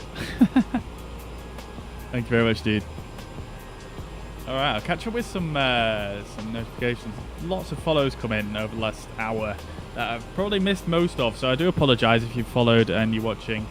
So thank you very much for the follows. Jose, Aaron, David, Neil, Aldo, Tom, thank you very much. I hope you're all doing well and having a fantastic weekend. Giancarlo, Shoaib, thank you very much for the follows. Peter, thank you very much. Pete, Robin, I hope you are doing well. Summit, thank you very much, dude. John, Hamza, thank you very much for the share as well and for the follow. Many thanks, brother. John, thank you very much once again. Korea, thank you very much for the follow. Steve Bennett, I don't know if I thanked you for your 100 stars, but thank you very much, dude. Much appreciated. That's very generous. Sadek, thank you very much for the follows, as well as Andrew. Thank you very much, dude. I hope you're well and having a fantastic week. Welcome.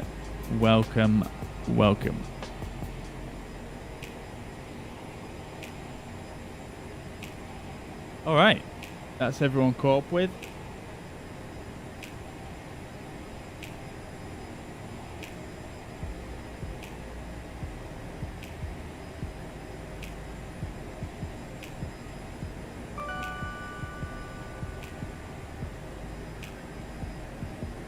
Can't wait for me to fly in a storm.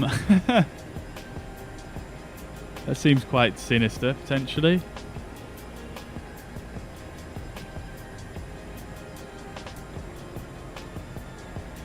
I mean, I do love flying in bad weather, to be fair. It is a lot more enjoyable, to be quite honest, versus good weather.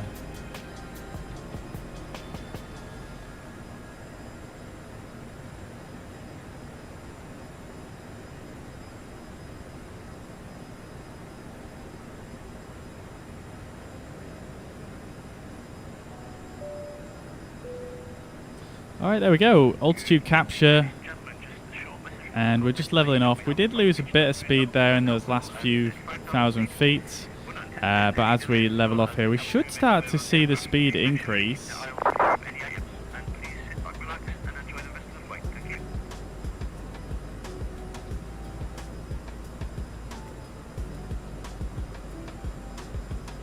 But I don't seem to be, which is very bizarre.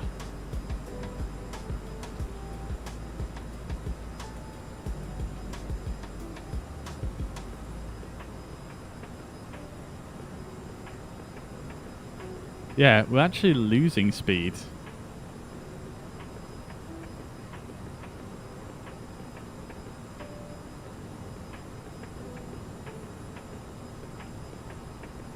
What is going on with this aircraft today? It's like it's almost the same conditions as what happened last time. It's got that really ridiculously look at the stab trim. It's just continually putting the nose up. Why? Why?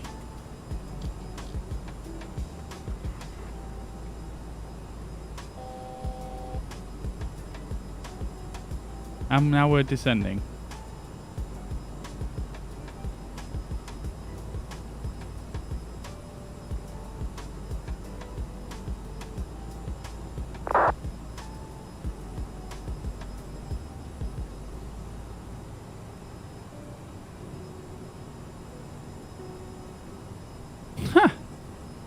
I don't believe it. I'm just taking screenshots here to send to Aerosoft.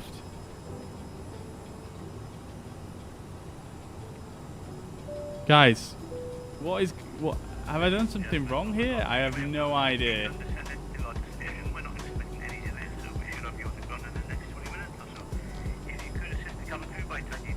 It just won't. It's just. It won't speed up.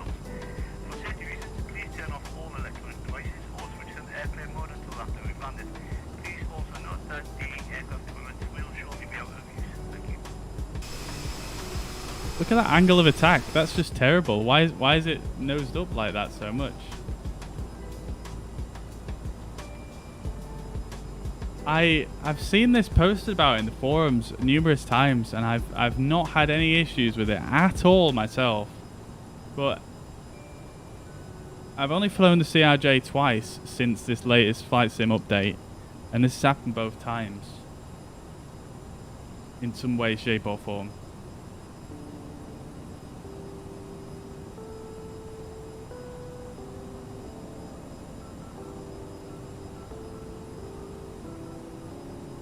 Maybe disengage the AP. I mean, to be fair, we did try that last time. And the issue is there's something fundamentally wrong with the aircraft. Because it will not gain speed. Like, yeah, okay, I'm gaining speed now, but look at my rate of descent. I'm descending like pretty heavily. When I want to be at level flight, I've just lost 6,000 feet because I increased my thrust at cruise. It makes no sense.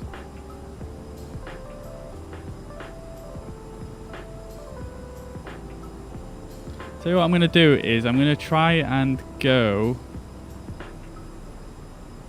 I'm going to try and get my speed back up to our climb speed, and then I'll put ourselves back in a climb and see what happens.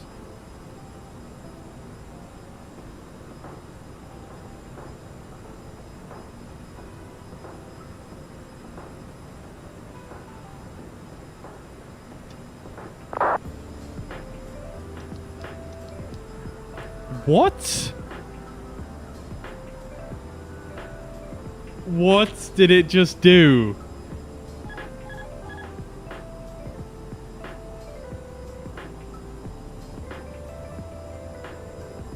Alright, let's try that again.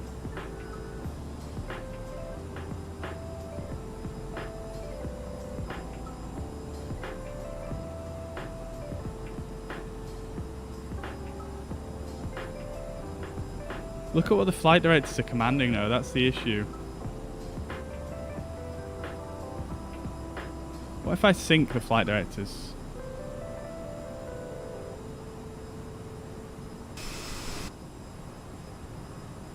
Right, there we go. So sync the flight directors. Let's put the climb speed to Mach 0.74.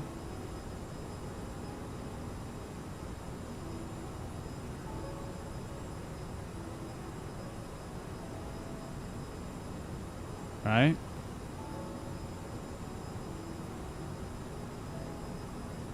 Now we're at climb 185. We want to be at 290. Well, let's...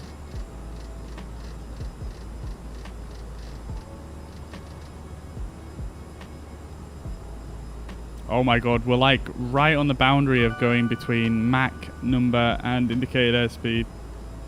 And, sorry, knots.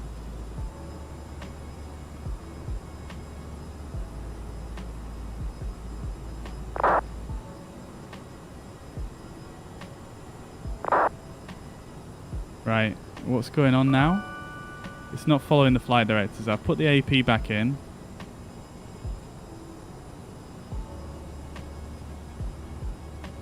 I'm absolutely just... I don't know.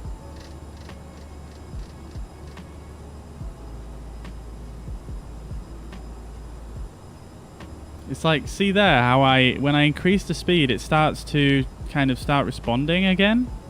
If you know what I mean?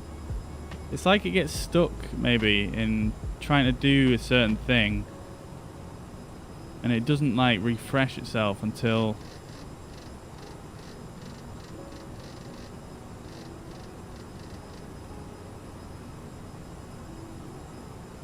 I don't know, guys. I really don't know.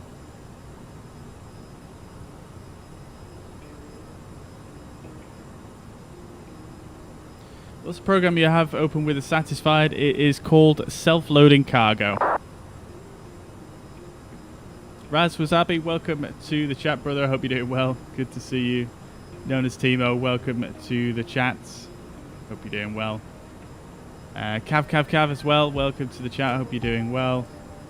Sky, yeah, I mean, I have no idea what's going on with it at the moment. It's quite frustrating, to be honest. It's happened 2 flights in a row. It's like, what am I actually doing wrong? I'm not sure at all. I don't think I'm doing anything wrong. Like, these loads that we're using as well, you know, they're not, you know, they're loads that we've used before. You know, they're very, very similar loads. We've flown at these flight levels before. So the only variable, really, is the sim, I feel like.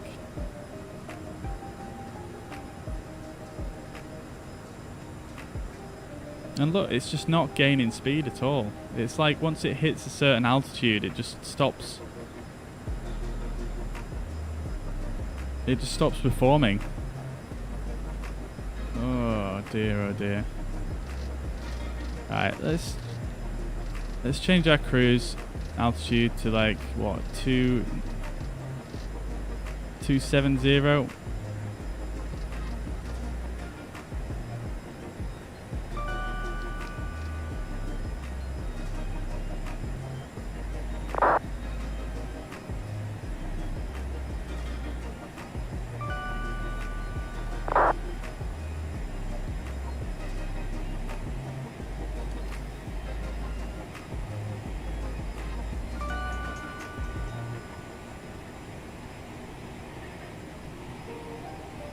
Andrew, thank you very much for the follow.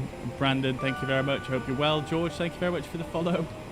And John Crawford, thank you very much for the follow. Also, Nikala, Deepak, and Mario, also thank you very much. Hope you're all well and having a fantastic week. Welcome to the stream.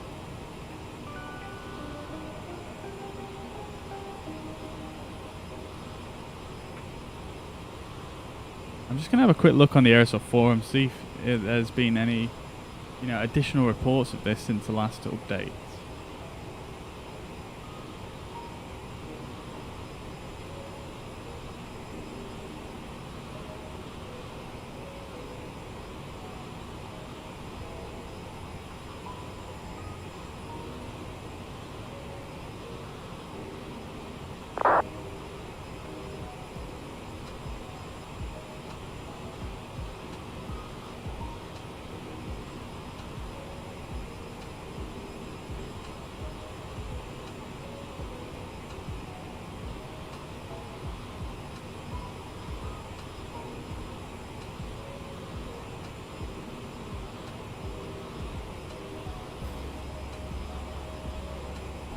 Yeah, I mean, some people have talked about it on... Oh, crap.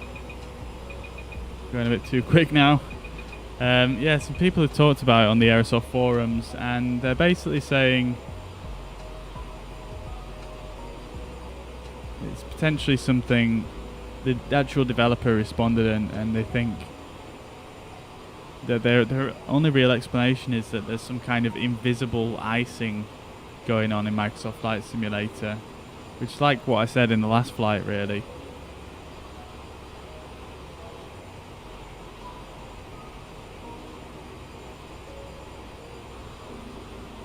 Hopefully descending down should help our cause, at least.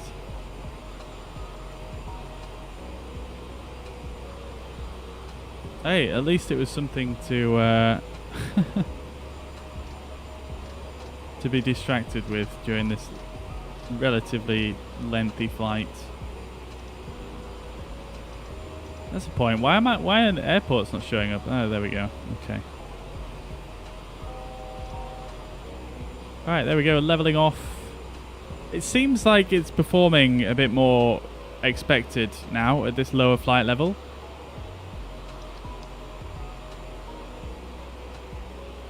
It seems like it's performing a bit more normally now. Yeah, look, we've got a more reasonable trim, bigger. You know, we're easily keeping on speed. We can adjust our speed quite easily now. Yeah, it seems like something was going wrong there. I don't think it was necessarily something I did. Weird. Alright, well that's a lesson learned. Until they fix this issue, don't go Don't go above flight level 300 in this aircraft.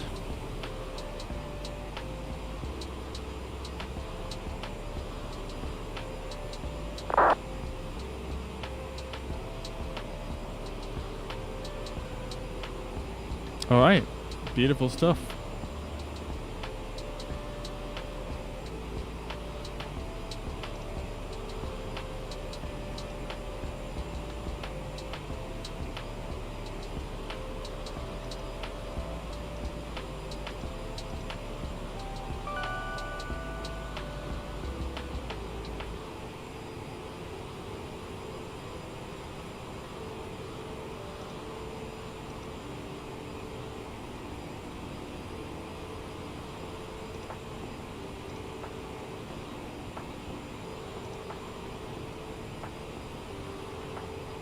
There we go. I think we're good now. I think we're good. Look, we've got this much more reasonable angle of attack, and yeah, I think it's resolved itself somehow.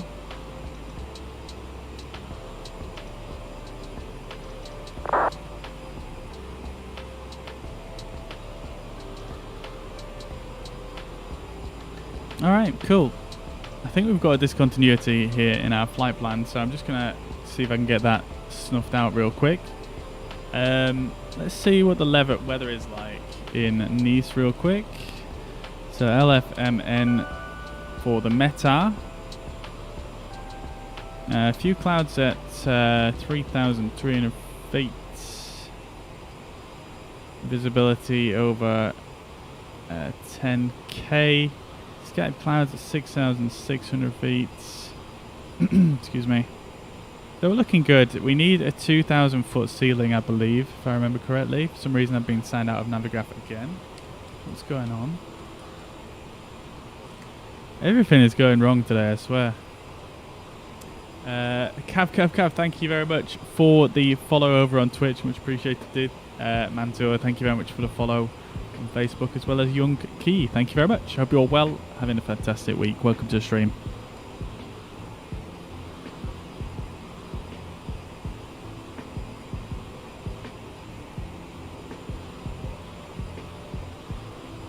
Right, yeah, so for our arrival,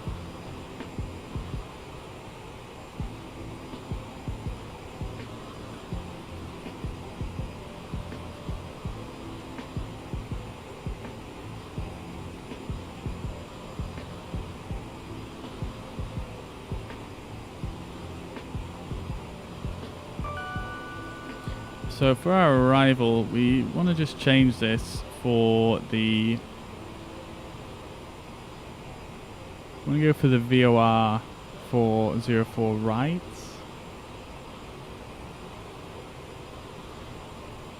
VOR Alpha 404 right, which is this one, I believe.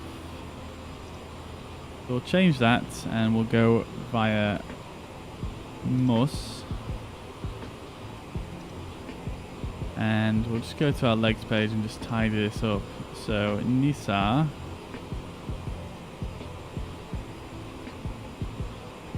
We shall put there. RV traffic, runway 07, line up and take off. We've got vectors, which is fine. Intercept course here. Sorry, this is the missed approach. Right, okay, so that's looking a bit better.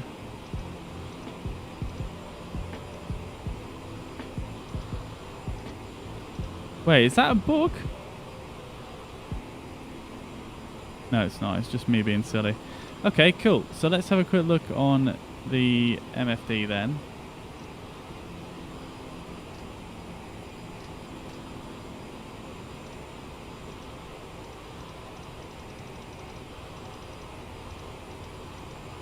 Right, so we get to Mus. And it looks like there's... Is that where the vectors leg is? It is. Alright, so just for demonstration's sake, let's just clear out the vectors there.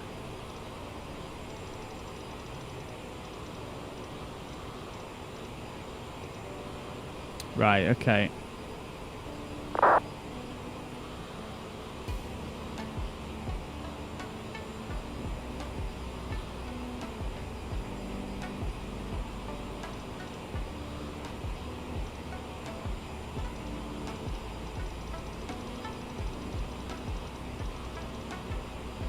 What?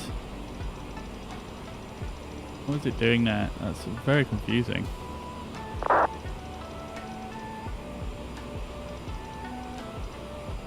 Alright, let's zoom this out a bit.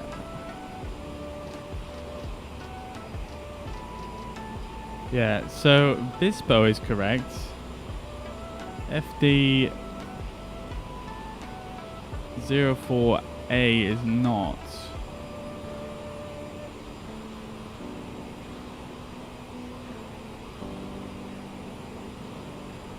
Anyway, I mean, it's a VOR anyway, so we'll switch to the VOR navigation from that point. So basically need to fly from Bispo on the 174 radial inbound to the Charlie Golf Sierra VOR. Follow that in and then basically take a right turn.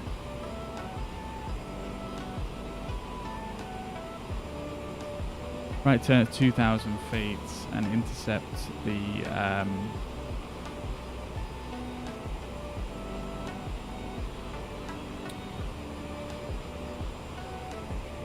runway intercept course. So yeah, we'll have the localizer tuned for that as well.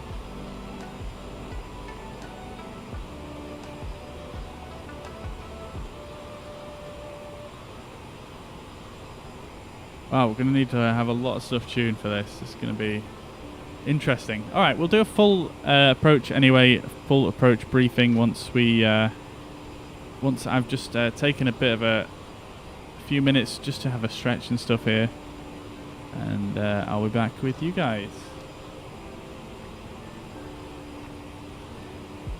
All right. Hey, Leaf, welcome to the chat. Hope you're doing well. Long time since I've not been here. My apologies. Too much work. Always glad to be back in this amazing stream. Keep it the good world. Good work. Always a follower. Thank you very much, Lee. Thank you very much for the kind words, dude. Yeah, no worries at all, man. I mean, I feel you on that. I've been having... Yeah, I've had quite a bit of work to do myself recently. But yeah, I feel you. And it's all good, man. All good. And hopefully I'll catch you around. Alright, I'm just going to take a few minute break here, guys, to have a stretch and whatnot, and we shall carry on momentarily. Hopefully my plane doesn't fall out the sky. Alright, I'll be back.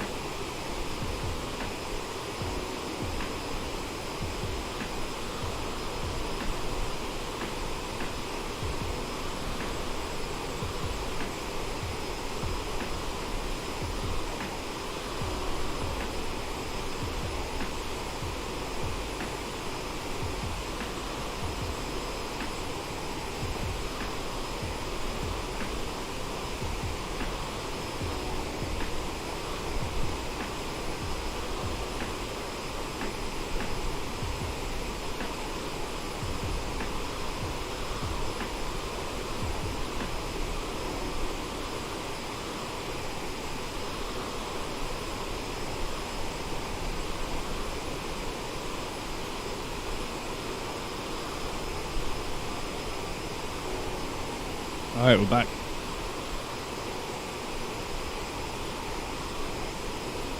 Let's see how we're doing. Alright, we're going a bit quick.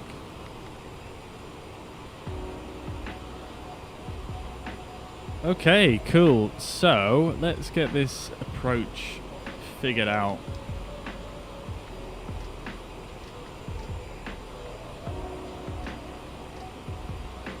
Because we're going to have to get a bunch of stuff tuned here. So, let's bring up the fuzz pads and have a look here. So, double checking the weather here. Oh, and Mariner, it's I think it's going to be 04 as a runway. So we're going to try and do the visual approach, which is, I mean, it's not ideal from this direction because we're going to be coming from the top left here, and you have to kind of start with this VOR approach, but it should still be good fun, I think. So, excuse me. So let's have a look at it.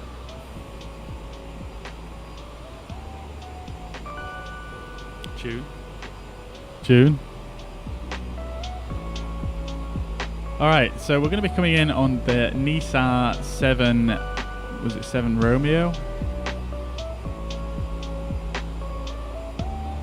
No, it's 7 Tango. So we are going to be coming in at NISA just below 340, and then we're going to be working our way down this left-hand side path here. Yeah, basically working our way down. Obviously, we've got a few restrictions to meet on the way down, but yeah, it shouldn't be a big issue. Max 250 knots at flight level 120 required at Tipic.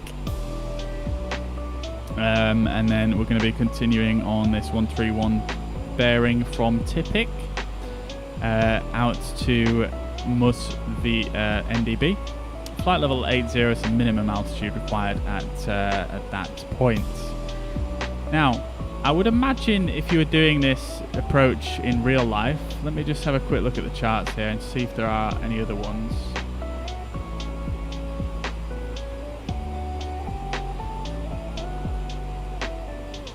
Yeah, so I can't see any other ones. So I imagine from this point you would probably get vectors by ATC. So we're going to just put a vectors leg in and we'll vector ourselves, assuming there's no ATC on. I don't think there is. So we'll do that, and then we're basically going to vector ourselves in towards this waypoint, which is Bisbo. At which point we are going to then switch to VOR navigation. This is a VOR approach here, so VOR Alpha runway 4 left and 4 right. So we're going to tune in the 354 inbound course to Charlie Golf Sierra VOR, this one right here. And yeah, so we'll basically come in from over here. As you can see, we kind of come in at the bottom of this terrain here, which is, I imagine, right about here. Let me just work this out. Yeah, it's right about here, I believe.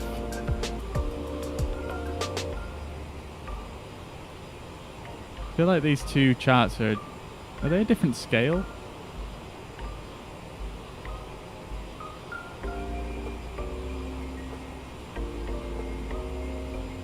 Difficult to tell.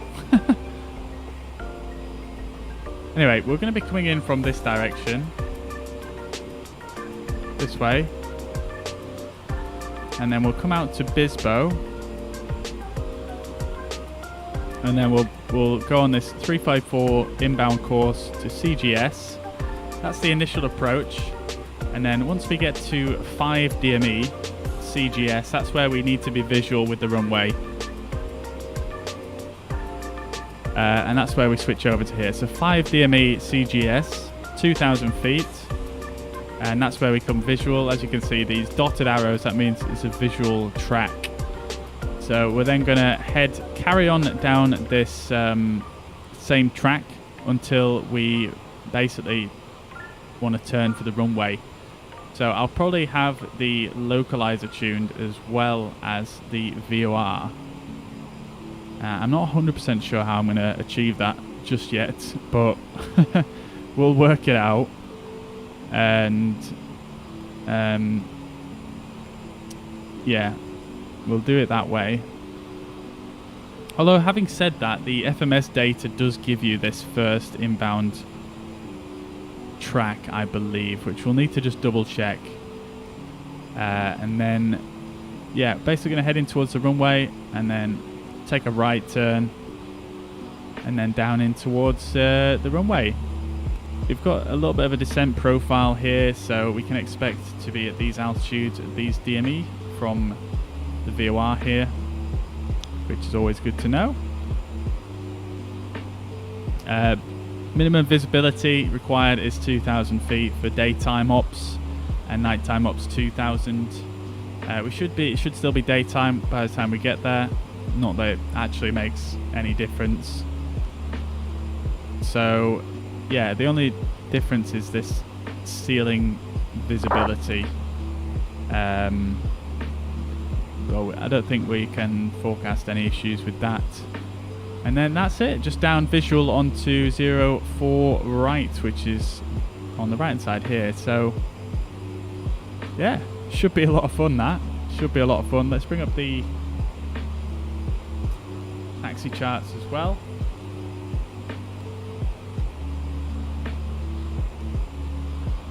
Alright, so it's pretty complex airport is Nice. Lots of different parking stands. So we're going to come in on 04 right here. We can probably expect to vacate at Echo Foxtrot. And then we don't know what terminal Duo would have used because, you know, obviously they don't exist anymore. There's probably very limited information on that. So we'll exit Echo Foxtrot and we'll basically just, I think we'll head to Terminal 2 because that's got quite a cool little, this atrium here is quite cool. So we'll go Echo Foxtrot, Foxtrot 1, and then possibly Uniform, and then on to Charlie, and then down for one of these stands here. So I think that would be quite cool. Or we could go Foxtrot 1, Foxtrot. Well, it depends if there's ATC on, I suppose, but assuming there isn't, we could possibly go Foxtrot, Foxtrot 1, Tango, and then we'll get a bit of a better look at this terminal building as we go past, which would be quite cool as well. So yeah, I think we'll do that. And that's it really. So let's see if we can get that plugged in.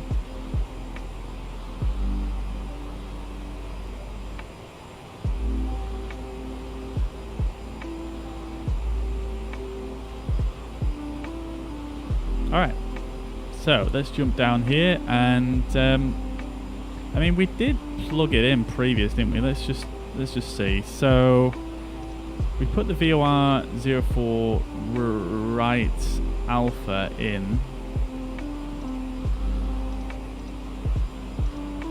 That is in, but it just wasn't. Oh, I see. Because the initial approach, you can use obviously the FMS data. Obviously the final part of the approach is visual, so it won't have showed up. So I'll show you what I'm dithering on about.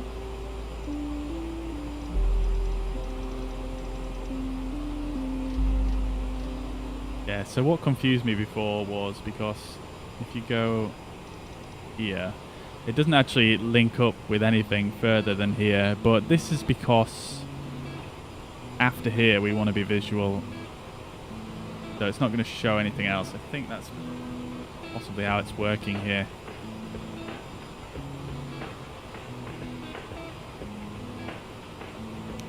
So what we'll do is we'll see if we can put in some visual clues for us just to help us out a bit here.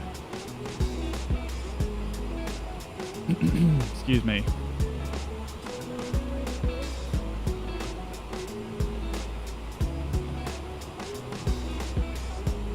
Alright, so we'll go into fix and we'll put in Charlie Golf Sierra, and then we'll put 5 miles in the distance. Radial. So we'll put that in. We'll also put a what is it? LFMN.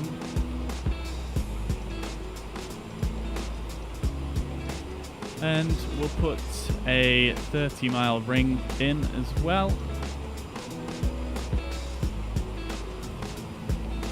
Let's see if that has gone in correctly. Yeah, there we go. So we've got a couple of rings there. Looking good. And then I'm intrigued as to whether you can put one in for the runway. So if we did... I'm not sure what the formatting is exactly, but LFMN 04 right. Does that work? No.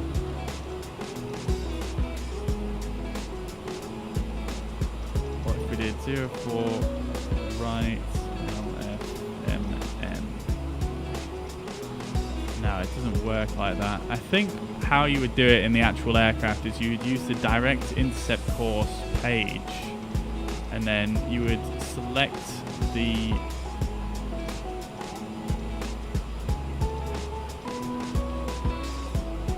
you've got an intercept course here actually. Let's see. Yeah, the runway doesn't actually show up as a fix, does it? So yeah, I'm not sure how you would put that in.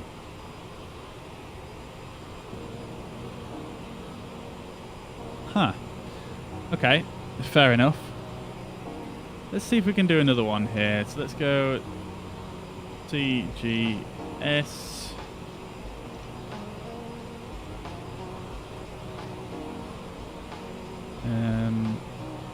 Actually no, let's just delete this one. And then if we go to this one, put in 174 as a radial. Oh, okay, so it's one or the other. So if you put 174 in, we will cross that at 11 miles, which is actually perfectly bang on. But we don't want that. We want the 5-mile ring, so we'll put that in.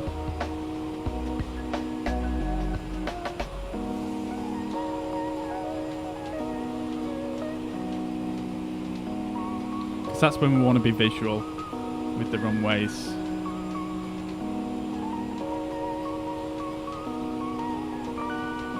Cool, okay.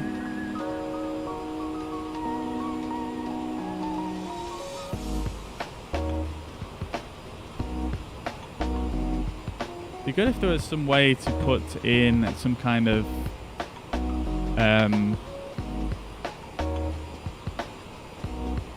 extended center line, but I don't think there actually is. So alright, let's see if we can work out how we are going to tune everything in then. So we want the VOR in nav1, I think, ideally. So we'll tune in 109.2,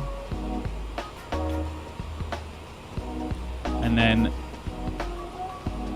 we'll want to use that for navigation inbound to the VOR, and then we want to use the localizer for our final turn. So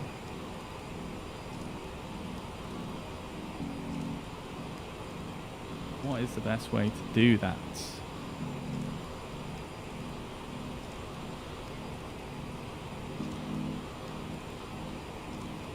See our options here. So we've got the bearing needles that we can bring up.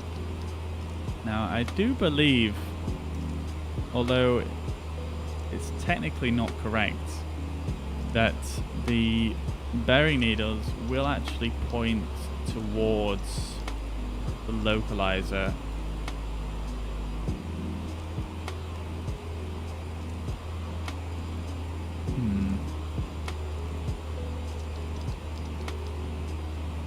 let's see. We'll go put DME hold on there as well, and we'll also go for nav 2, and we'll put in the localizer for 4 right.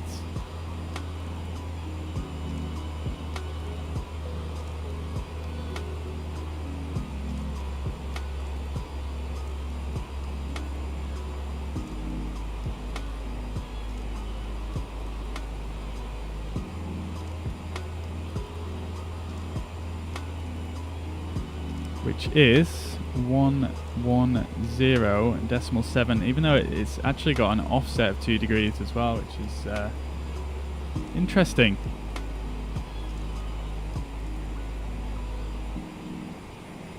Alright, so we'll put it in nav 2, although I'm not entirely sure if this is the way it would be done in the real aircraft, but we'll try that. So we'll put 110.7 in there. And yeah, we'll just have to see what happens as we get a bit closer.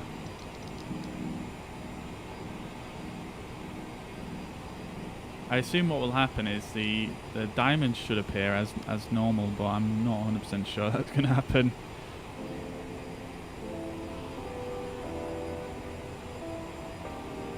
Although I tell you what we could do, and I think this would probably be the better thing to do actually, is if we did the localizer in this side. Then I know the diamonds are going to come up for that regardless, and then in nav 2 we'll put in the VOR, which is 109.2. So we'll do that, and then I can just switch nav source to nav 2 rather than nav 1. I think that should work. So if I just go to heading here real quick, I can switch to VOR2 there. Yeah, that should work, I think. Okay, cool.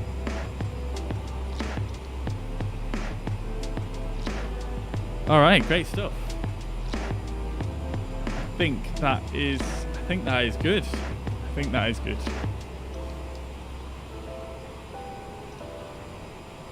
So I've got 60 miles till our top of descent, so not that far to go, really. So I probably don't have time for a quiz now, unfortunately, guys.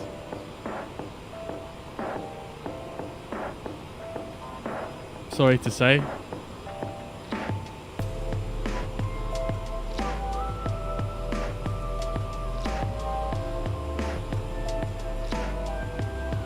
Alright, I'll catch up with some notifications anyway. Miguel, thank you very much for the follow. Rado as well, thank you very much. Naeem, Nenad, thank you very much for the follows, guys. Alamin, thank you very much, hope you're well. And Callison, thank you very much for the follows. I hope you're all well and having a fantastic week or weekend.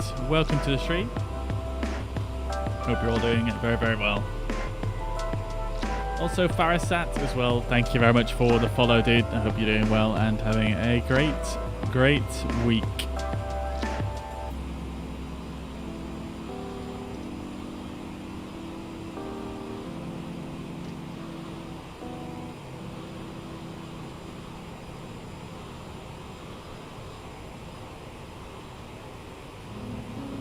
Alright then, guys, off we go. Off we go. So, I think what I can do now is if I come over to this side and I go and put the nav source on to VOR2 here. I just want to set the course. So, the inbound course we want is 354. Now, I don't think this will work. No, it's kind of working. Oh, severe turbulence apparently. Dear, oh dear.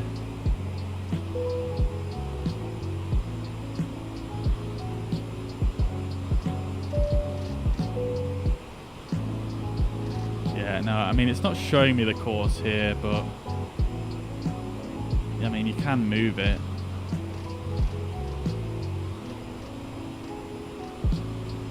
So 354 would be 6 clicks from straight north. So 1, 2, 3, 4, 5, 6. Alright, so that should be set. Oh, we're overspeeding.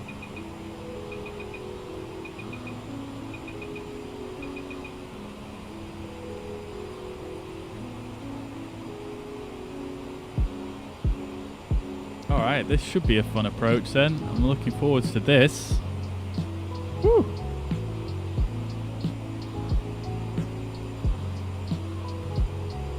Damn, that flight went quickly, didn't it, guys? Feels like it just flew by. No pun intended.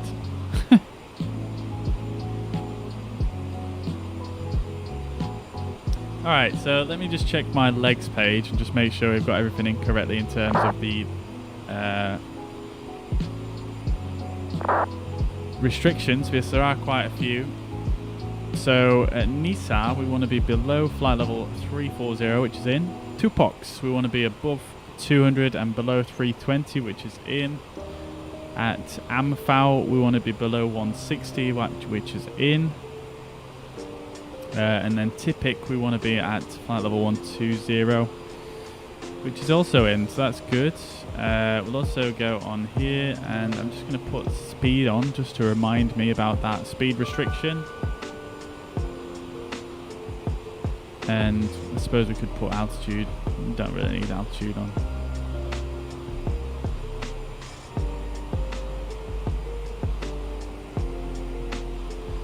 All right.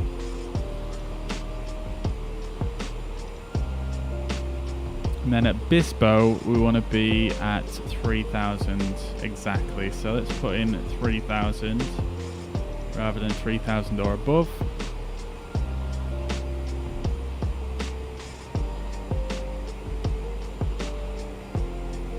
And then at DME 5, we want to be, let's see, want to be at 2,000. So that 2,000 is in, so that's good.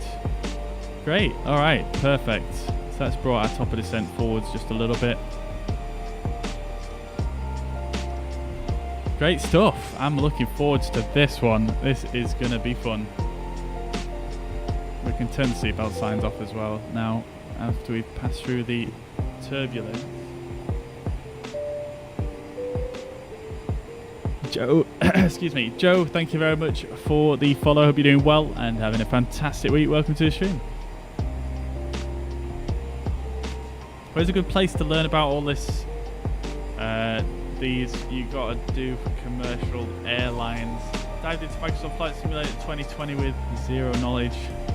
I mean, I was the same, to be fair, dude. Able to get planes in the air and on the ground. Kind of starting to get IFR flights properly working as well. Yeah, dude. Well, I mean, fortunately, we live in an age of where there's so much information out there. You know, we're quite blessed, really. So, yeah, there's a few things. I mean, YouTube is probably one of your main places you want to go have a look. There's a lot of good tutorials on YouTube. I mean, once you sort of learn one airliner, you can kind of get the principles down.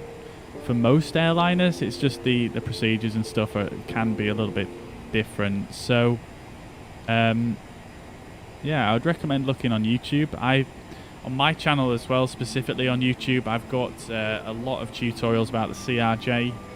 I did like a full 4-hour tutorial series on this aircraft. So if you're interested in knowing more about that, then yeah, recommend checking that out. Along with that, you know, there's a bunch of other YouTubers that do a lot of good tutorials. For example, Droya. Droya does some good ones. 320 Sim Pilot is good for the A320. Then you've got Squirrel has done some good ones as well, and they're a little bit more about GA flying, but there's a lot of good stuff there on autopilot basics and a lot of other cool information. So yeah, highly recommend checking those out.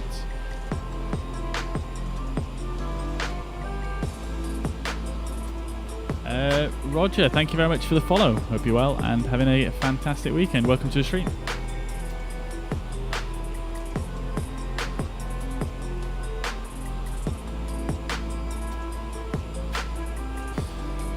Alright, so let's set our altitude pre-selected to flight level 120. God, the zooming. We're getting bumped about a bit here. I'm just going to put the seatbelts on.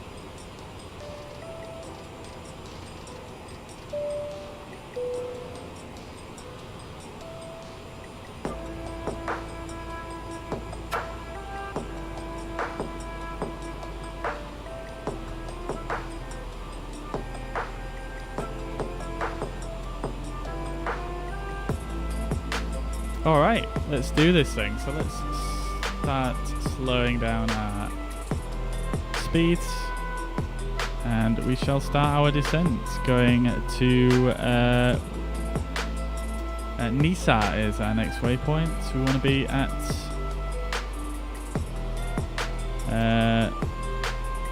let's see, we want to be below flight level 3, 4. Oh, actually, I'm such an idiot.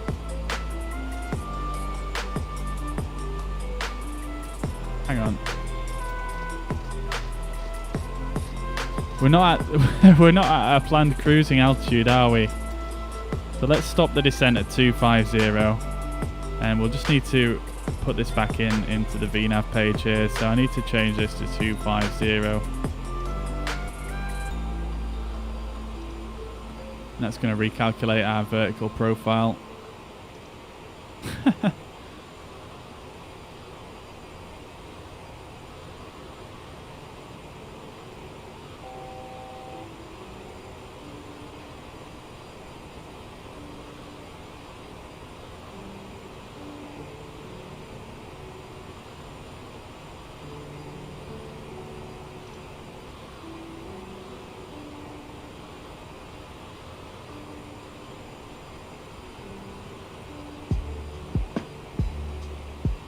Well, our top of descent is showing up in more or less the same place, to be honest, so...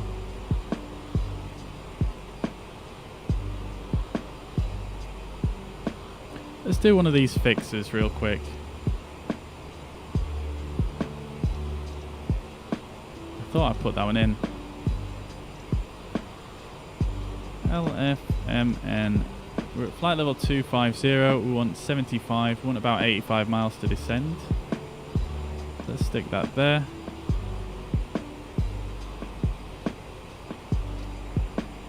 Why has that not appeared?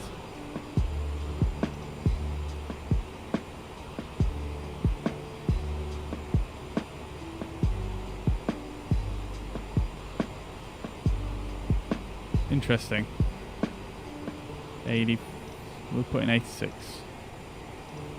It's not appeared. Why is that?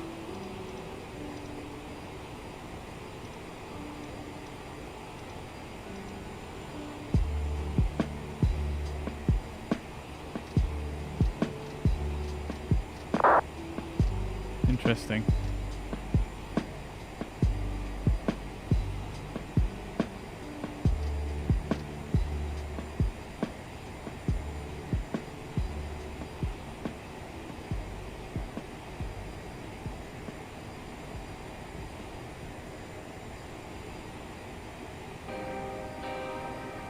Amos, welcome to the chat. Hope you're doing well, dude. Welcome, welcome, welcome. I'm just trying to focus on the old, on the impending descent, so you'll have to bear with me. So this top of descent marker that's showing here on the MFD is wrong.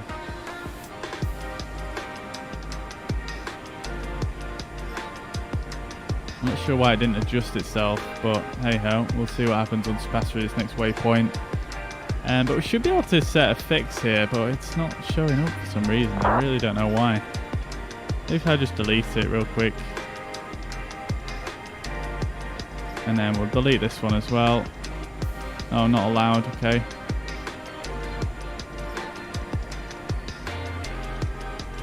Why have we got two blank ones?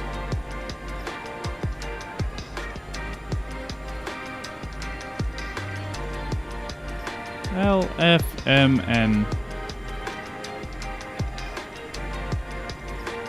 No, it's not working.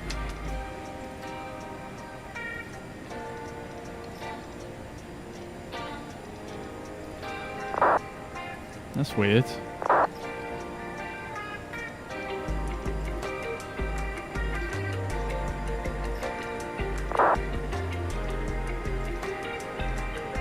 How many bugs are we going to run into with this aircraft today? It's a bit ridiculous. Look, this still has some data down here. I'm not sure what that is for. So I feel like it's bugged out on me.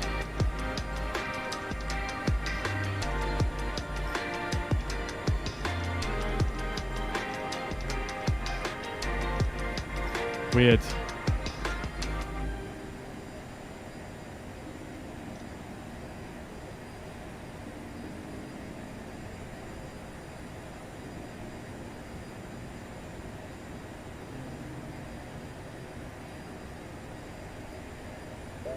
Very strange.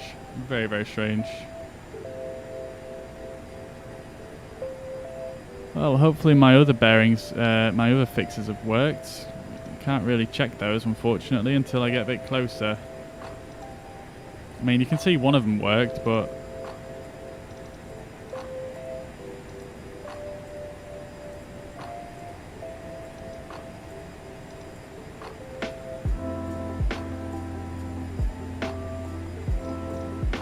let's just try and put something else in there.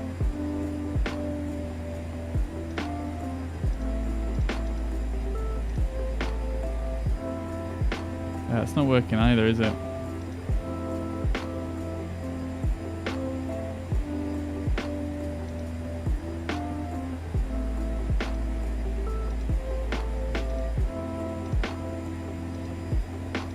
Oh, that might have got it to work though. Hang on.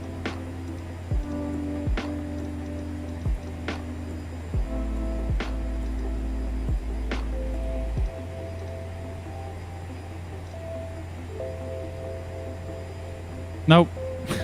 What was it doing?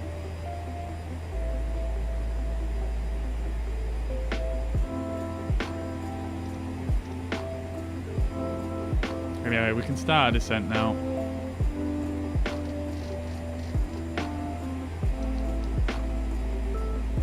(2,100 feet per minute to begin with.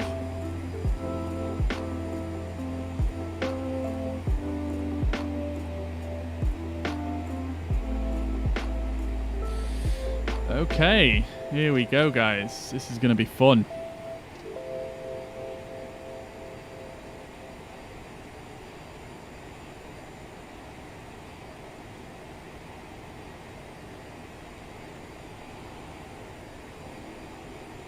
Hopefully at some point soon we should start to see these VORs come alive. This is we're worryingly close, and I'm not getting any data from the VORs yet.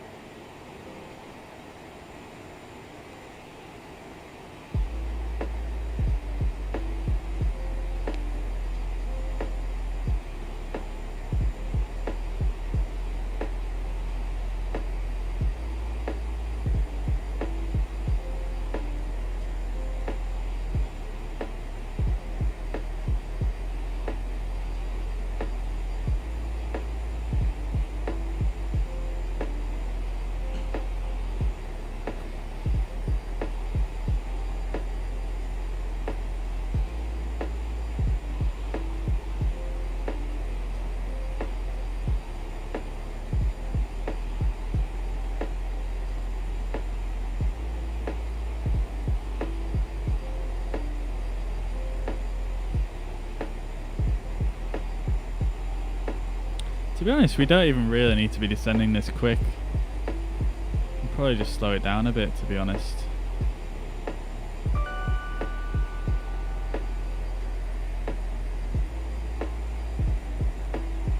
We'll see what happens. The 2 POCs we needed to be between 320 and 200, which we have done. That's beautiful. Next waypoint, AMFAL, we need to be below 160.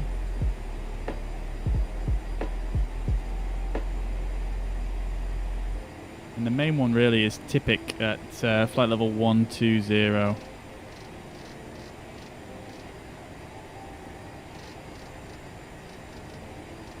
I'm going to move self-loading cargo off the screen now because it's getting in the way for the arrival. Ashok, thank you very much for the follow, as well as Jinson, thank you very much. I hope you're all doing well. Having a fantastic week. Welcome to the stream.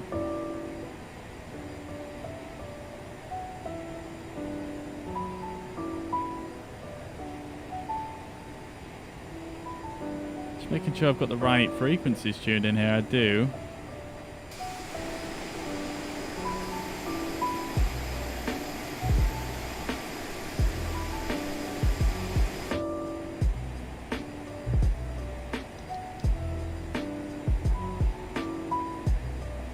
would have thought this VORs, at least the VOR would have been picked up by now, but it doesn't appear to have been.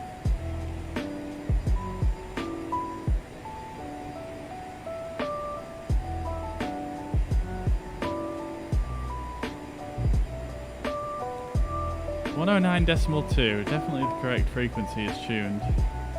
109.2 in the DME hold, and then 109.2 on nav2. Definitely not picked up on that side yet.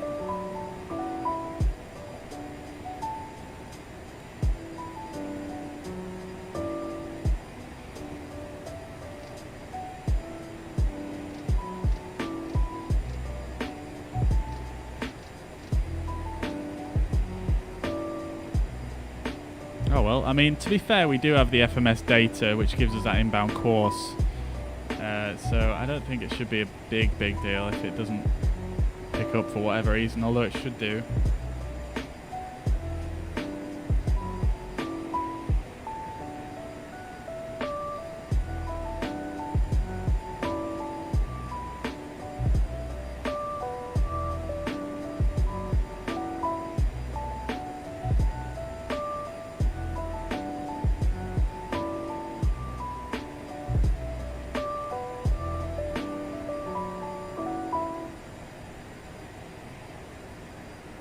Alright, I'm just going to put a few little reminders in here for me as well. Oh no, it's already in there, 190 at 3000. Alright, great stuff. Looks like we're set up as well as we can be, I suppose.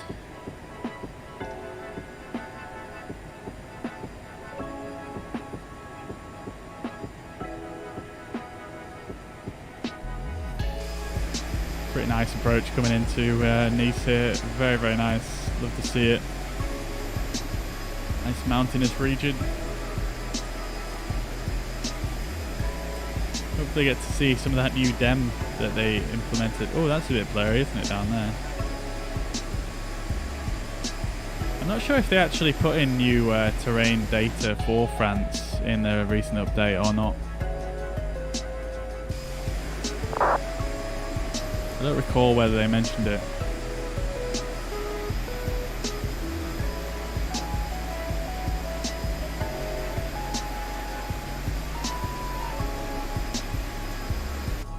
Glorious evening though here in south of France. I'm very concerned these VORs are not showing up. Let me just do this real quick.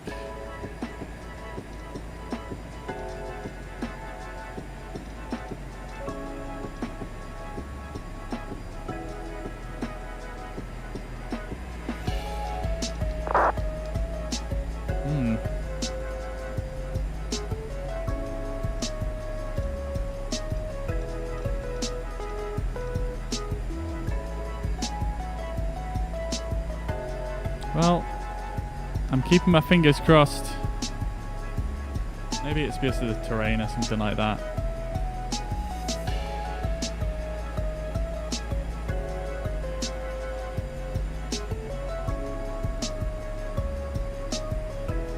Alright, so at AMFO we want to be below flight level 160, which we've just passed through, so we're looking good.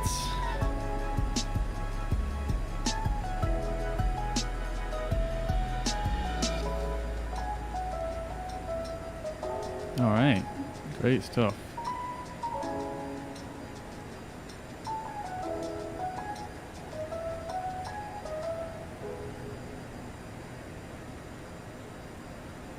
Great stuff.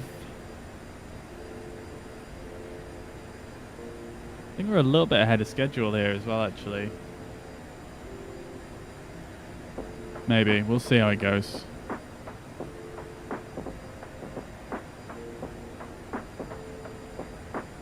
Alright, so at Tipic we need to be at a required altitude of flight level 120.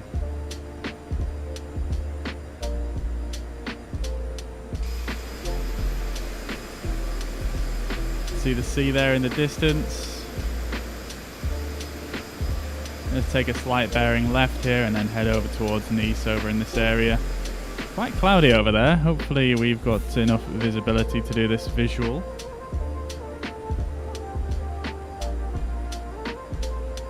Yeah, I mean we've got visibility of 10k and the lowest cloud layer is at 4,300 feet, so we should be good. We should be good. Let's set our minimums as well to 2,000.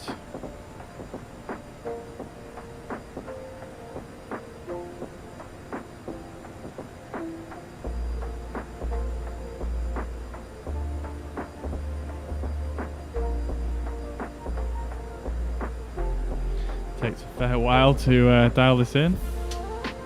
I wish there was a bit more acceleration on this knob. There we go, 2,000 feet. And we'll also put our misapproach on there as well.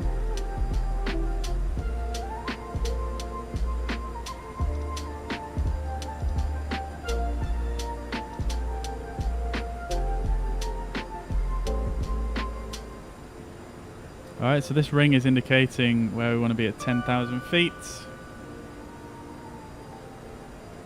Khaled, thank you very much for the follow, dude. I hope you're well and having a fantastic week. Welcome to the stream. Alright, so passing through Tippik, we need to be at 12,000, as we said. Flight level 120, which looks like is going to be perfect. These VORs still very worryingly haven't done anything. I thought VORs had like 200 nautical mile range or something like that. Alright, I'm going to pull the levers back to idle now so that we can start slowing down. We need to be at 250 knots at this point.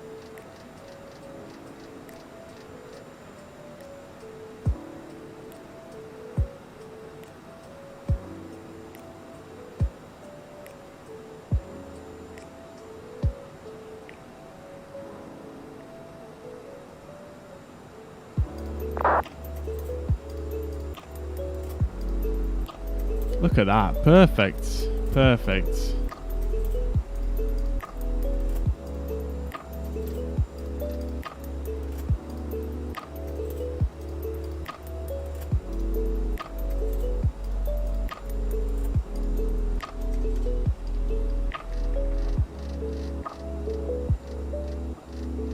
Alright, so we'll carry on with our descent down to 3,000 feet.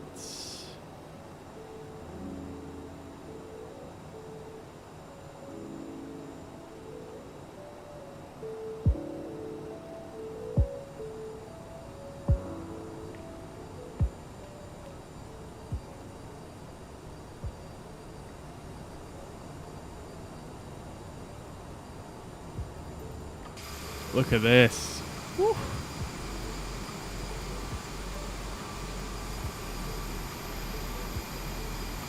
Brilliant. Brilliant.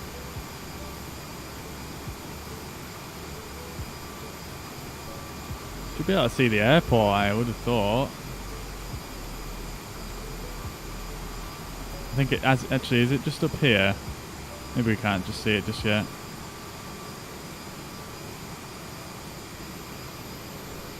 Look at this though. Love it. Very nice.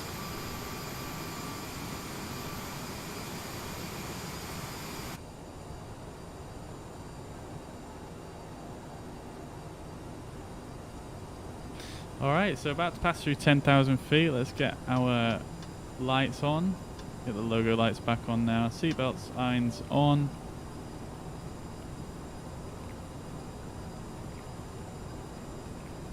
Have we set our landing elevation yet though? That's the question. I don't think we did we? No, that's still set to the origin airport. There we go. That'll do. Let's do our descent checklist. Landing elevation is set. Fuel is checked. TCAS is not set actually. There we go. That is now set. Radar is on. CAS is checked. Landing data is set. Approach briefing is complete.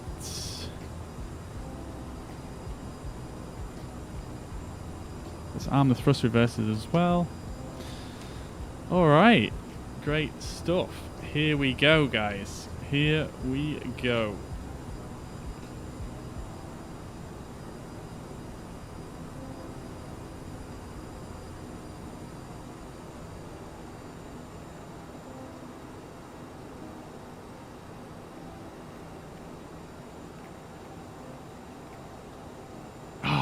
Those VORs still haven't done anything. I don't understand it.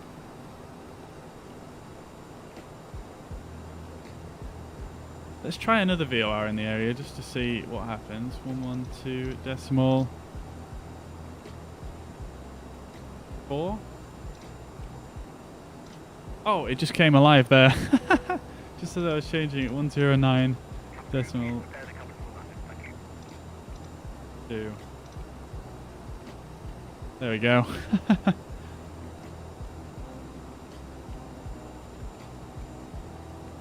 Great stuff. And then the course needs to be set to 354. It's already set. Okay, great stuff. Let's start slowing down. We need to be at 190 knots at this next waypoint.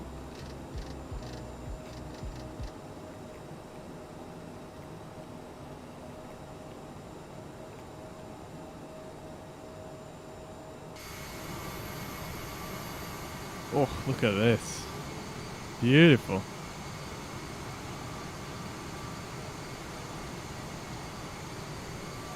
Very nice.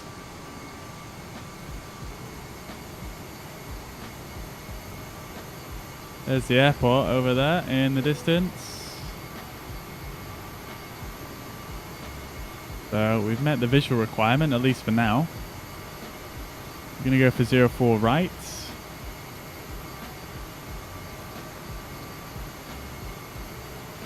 So we're just heading out towards Bispo, and then we're going to head back in towards the airport using the VOR.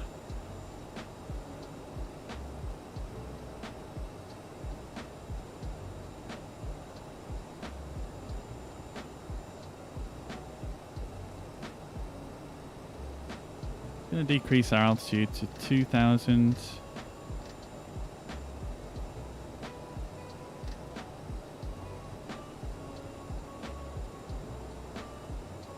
Decrease our rate of descent just slightly so we can start slowing down a bit quicker. In east traffic, fly Duo 228, runway 4 right on approach, VOR Alpha.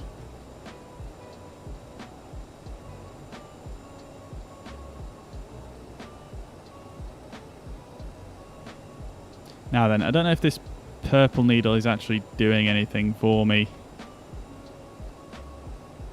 I'm going to turn it off. Well, I know it isn't.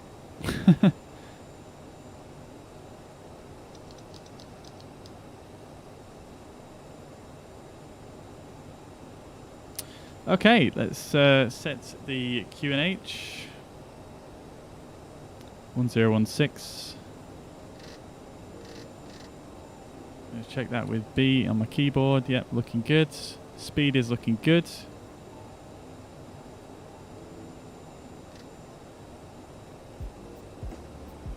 We've got someone, a player there.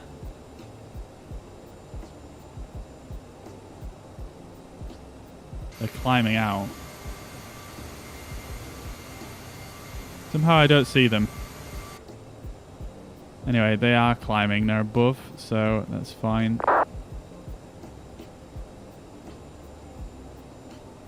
Actually, no, wait. That arrow, does that arrow mean we're above them? I don't see him regardless.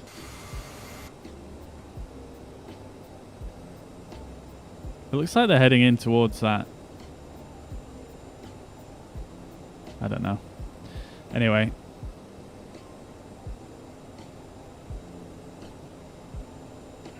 I need to focus up here, so forget that guy. he looks like he's descending, so we're good.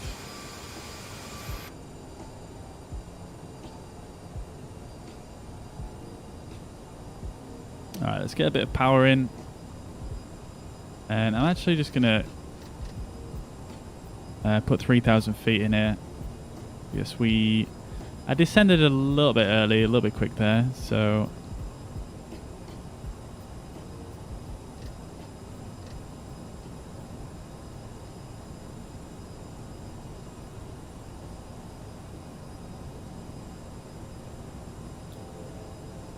Okay.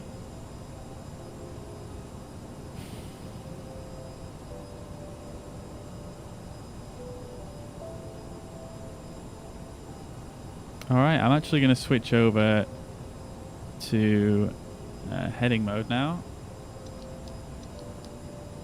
And then we're going to switch to VOR2. Remove that bearing.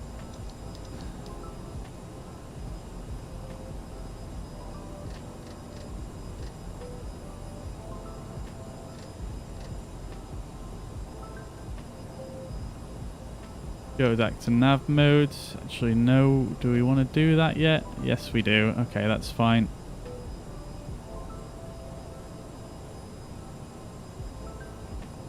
Yeah, so I think what it's going to do is once it gets to a point where it can intercept the course that we set, it will activate nav mode there, which is nice. Alright, here we go, guys. Here we go. Okay, there we go. VOR2 is captured. Let's keep that descent coming down to 2,000 feet.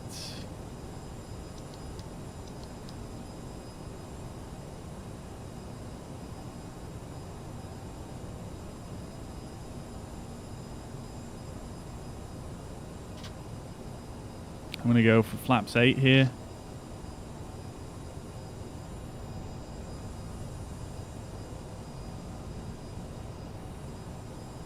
Good timing, Leon. Yes, welcome, brother. There's the airport. We are visual, so we are looking good for this approach.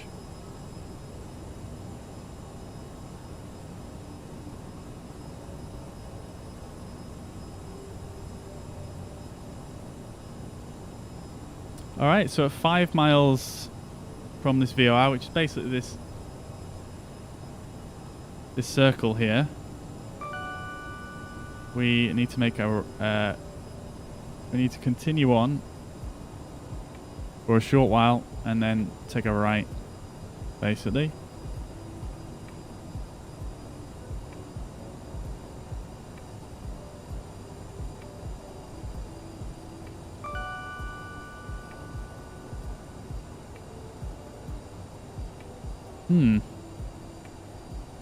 What is this VOR2 mode doing? I mean, we're flying on the right track, but I'm not sure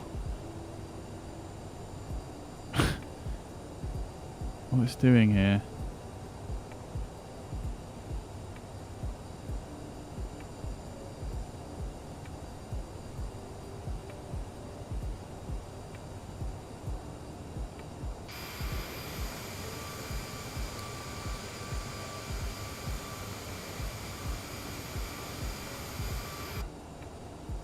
I don't know why it's not flying directly. I don't know. Anyway, here we go.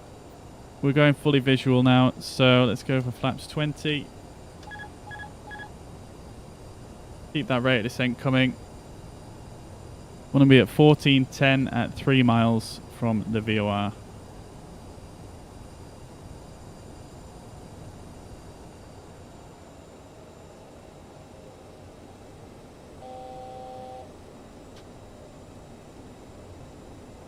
Turn the flight directors off. Going to very quickly set the VREF.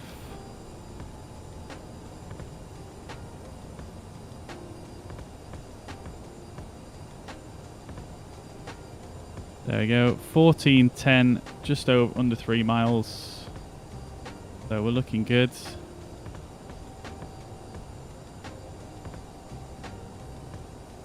Oh, we definitely overshot that runway a fair bit there, didn't we? Oops.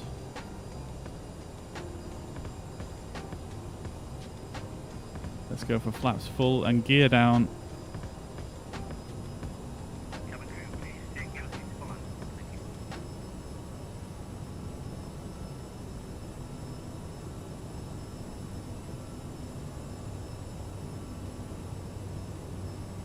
1,000. Yeah, I overshot that by a fair whack there, but we should be able to get back on fairly easily here.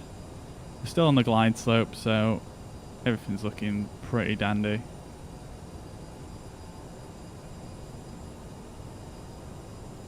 Got a bit of a wind from the left, light crosswind. It's only very light though, 3 knots. 500. Get that nose up. Correcting for being a bit low. There we go. 400.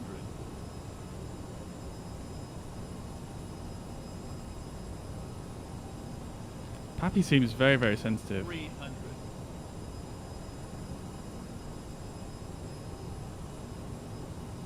200. Sync rate. 100. Sync rate. 50. 40. 30. 20. 10.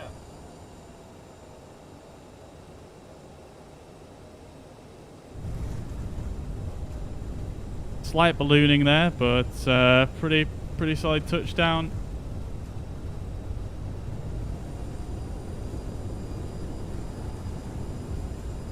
Woo!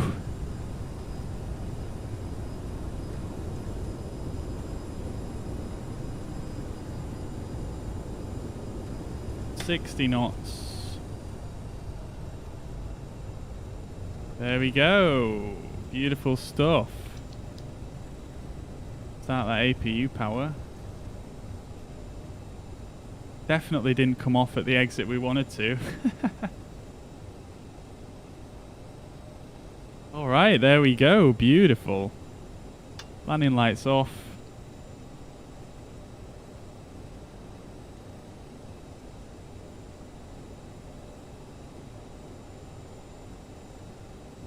Strobe lights off. That was not too bad. Not too bad. I did overshoot the runway a bit there, but I was getting a bit distracted by what the frig was going on with my VOR needle. It was just not doing what I was expecting it to do. So that was distracting. That's my excuse. Let's get those flaps up. Alright, we're looking good. Welcome to Nice. Okie dokie. Taxi lights are on, strobe lights are off. APU is starting. Let's turn the probe heat off as well.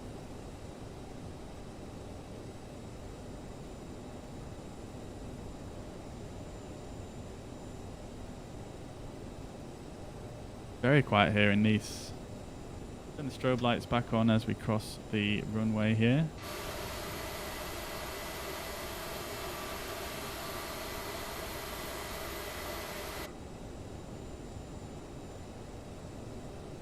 Okay. See if what else we can clean up. Let's turn the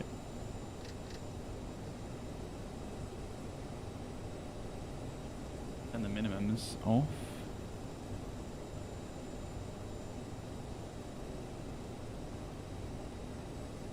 And we can turn the radar off as well. And the transponder. This area is so nice. Definitely feels like you're on holiday here, doesn't it? Bailey, good afternoon, brother. Hope you're doing well. Good to see you. Thank you very much for the host as well, dude. We've literally just landed, but appreciate that, man. Thank you very much.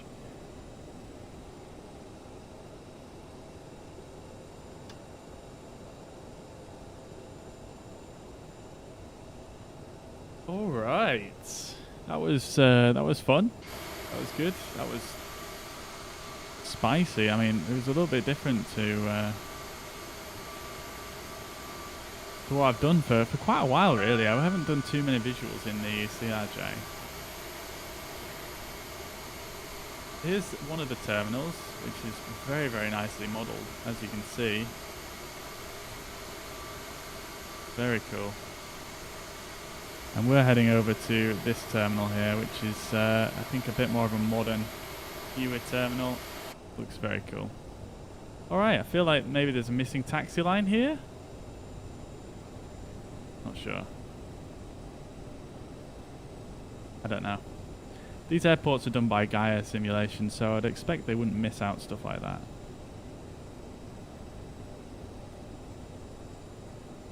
I love these tyre marks they've got though on the corners and stuff.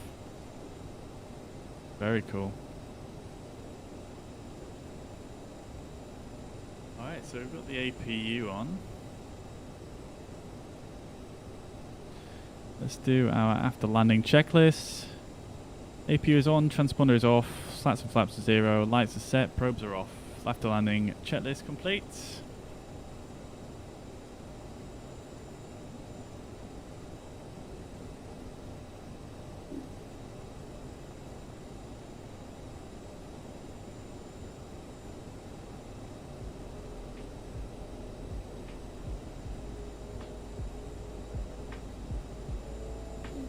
Oh, and they've got this really cool fire station here that's modelled.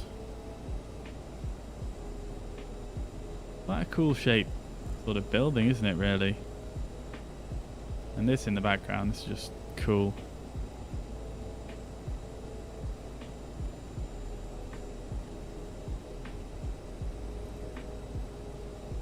Alright, let's see what the passengers saw. 73 feet per minute, 1G, not firm enough apparently. Dear oh dear. Never happy, never happy. Oh, there's another player here. Good comms, good comms. To be fair, I didn't say anything either, but okay.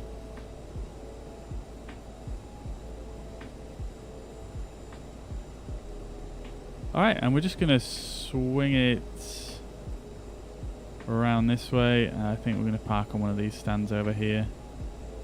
Lease traffic, Air Hop 4 Tango, taxiing holding point Alpha 3 via Charlie 1, Charlie 2 ground.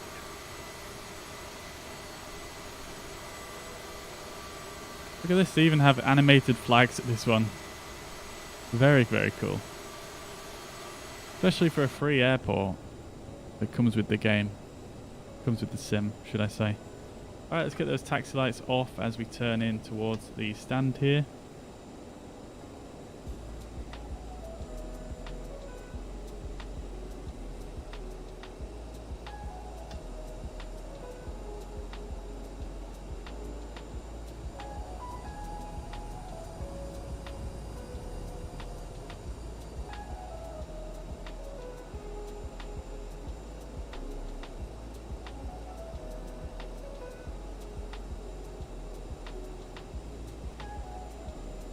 Oh yeah. How's that for a lineup, eh? What are we saying on that? Oh yeah. Grand.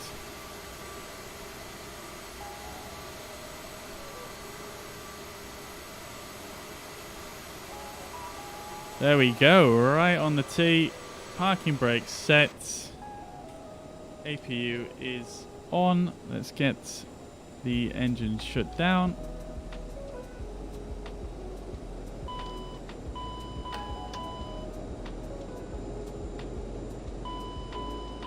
Alright, let's get a jetway on the way. Let's get these passengers off.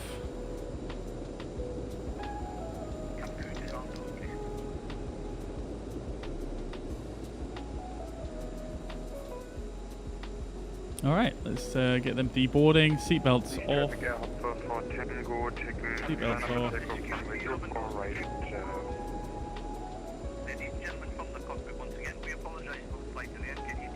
Oh, we are slightly delayed, aren't we?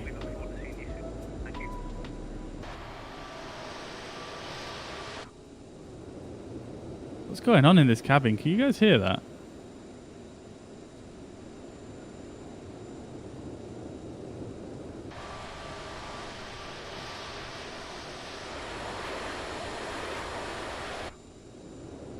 It's like this wind whooshing sound. It's kind of like the engine's shutting down over and over and over again. Very weird.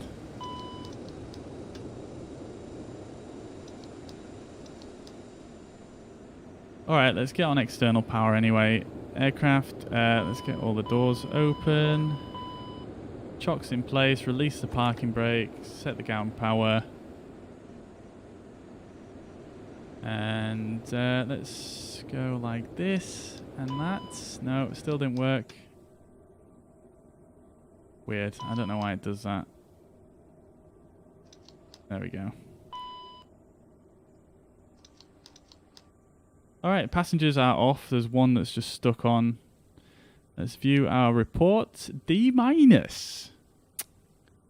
Yeah, I think there's still a little bit of strange interaction between this aircraft and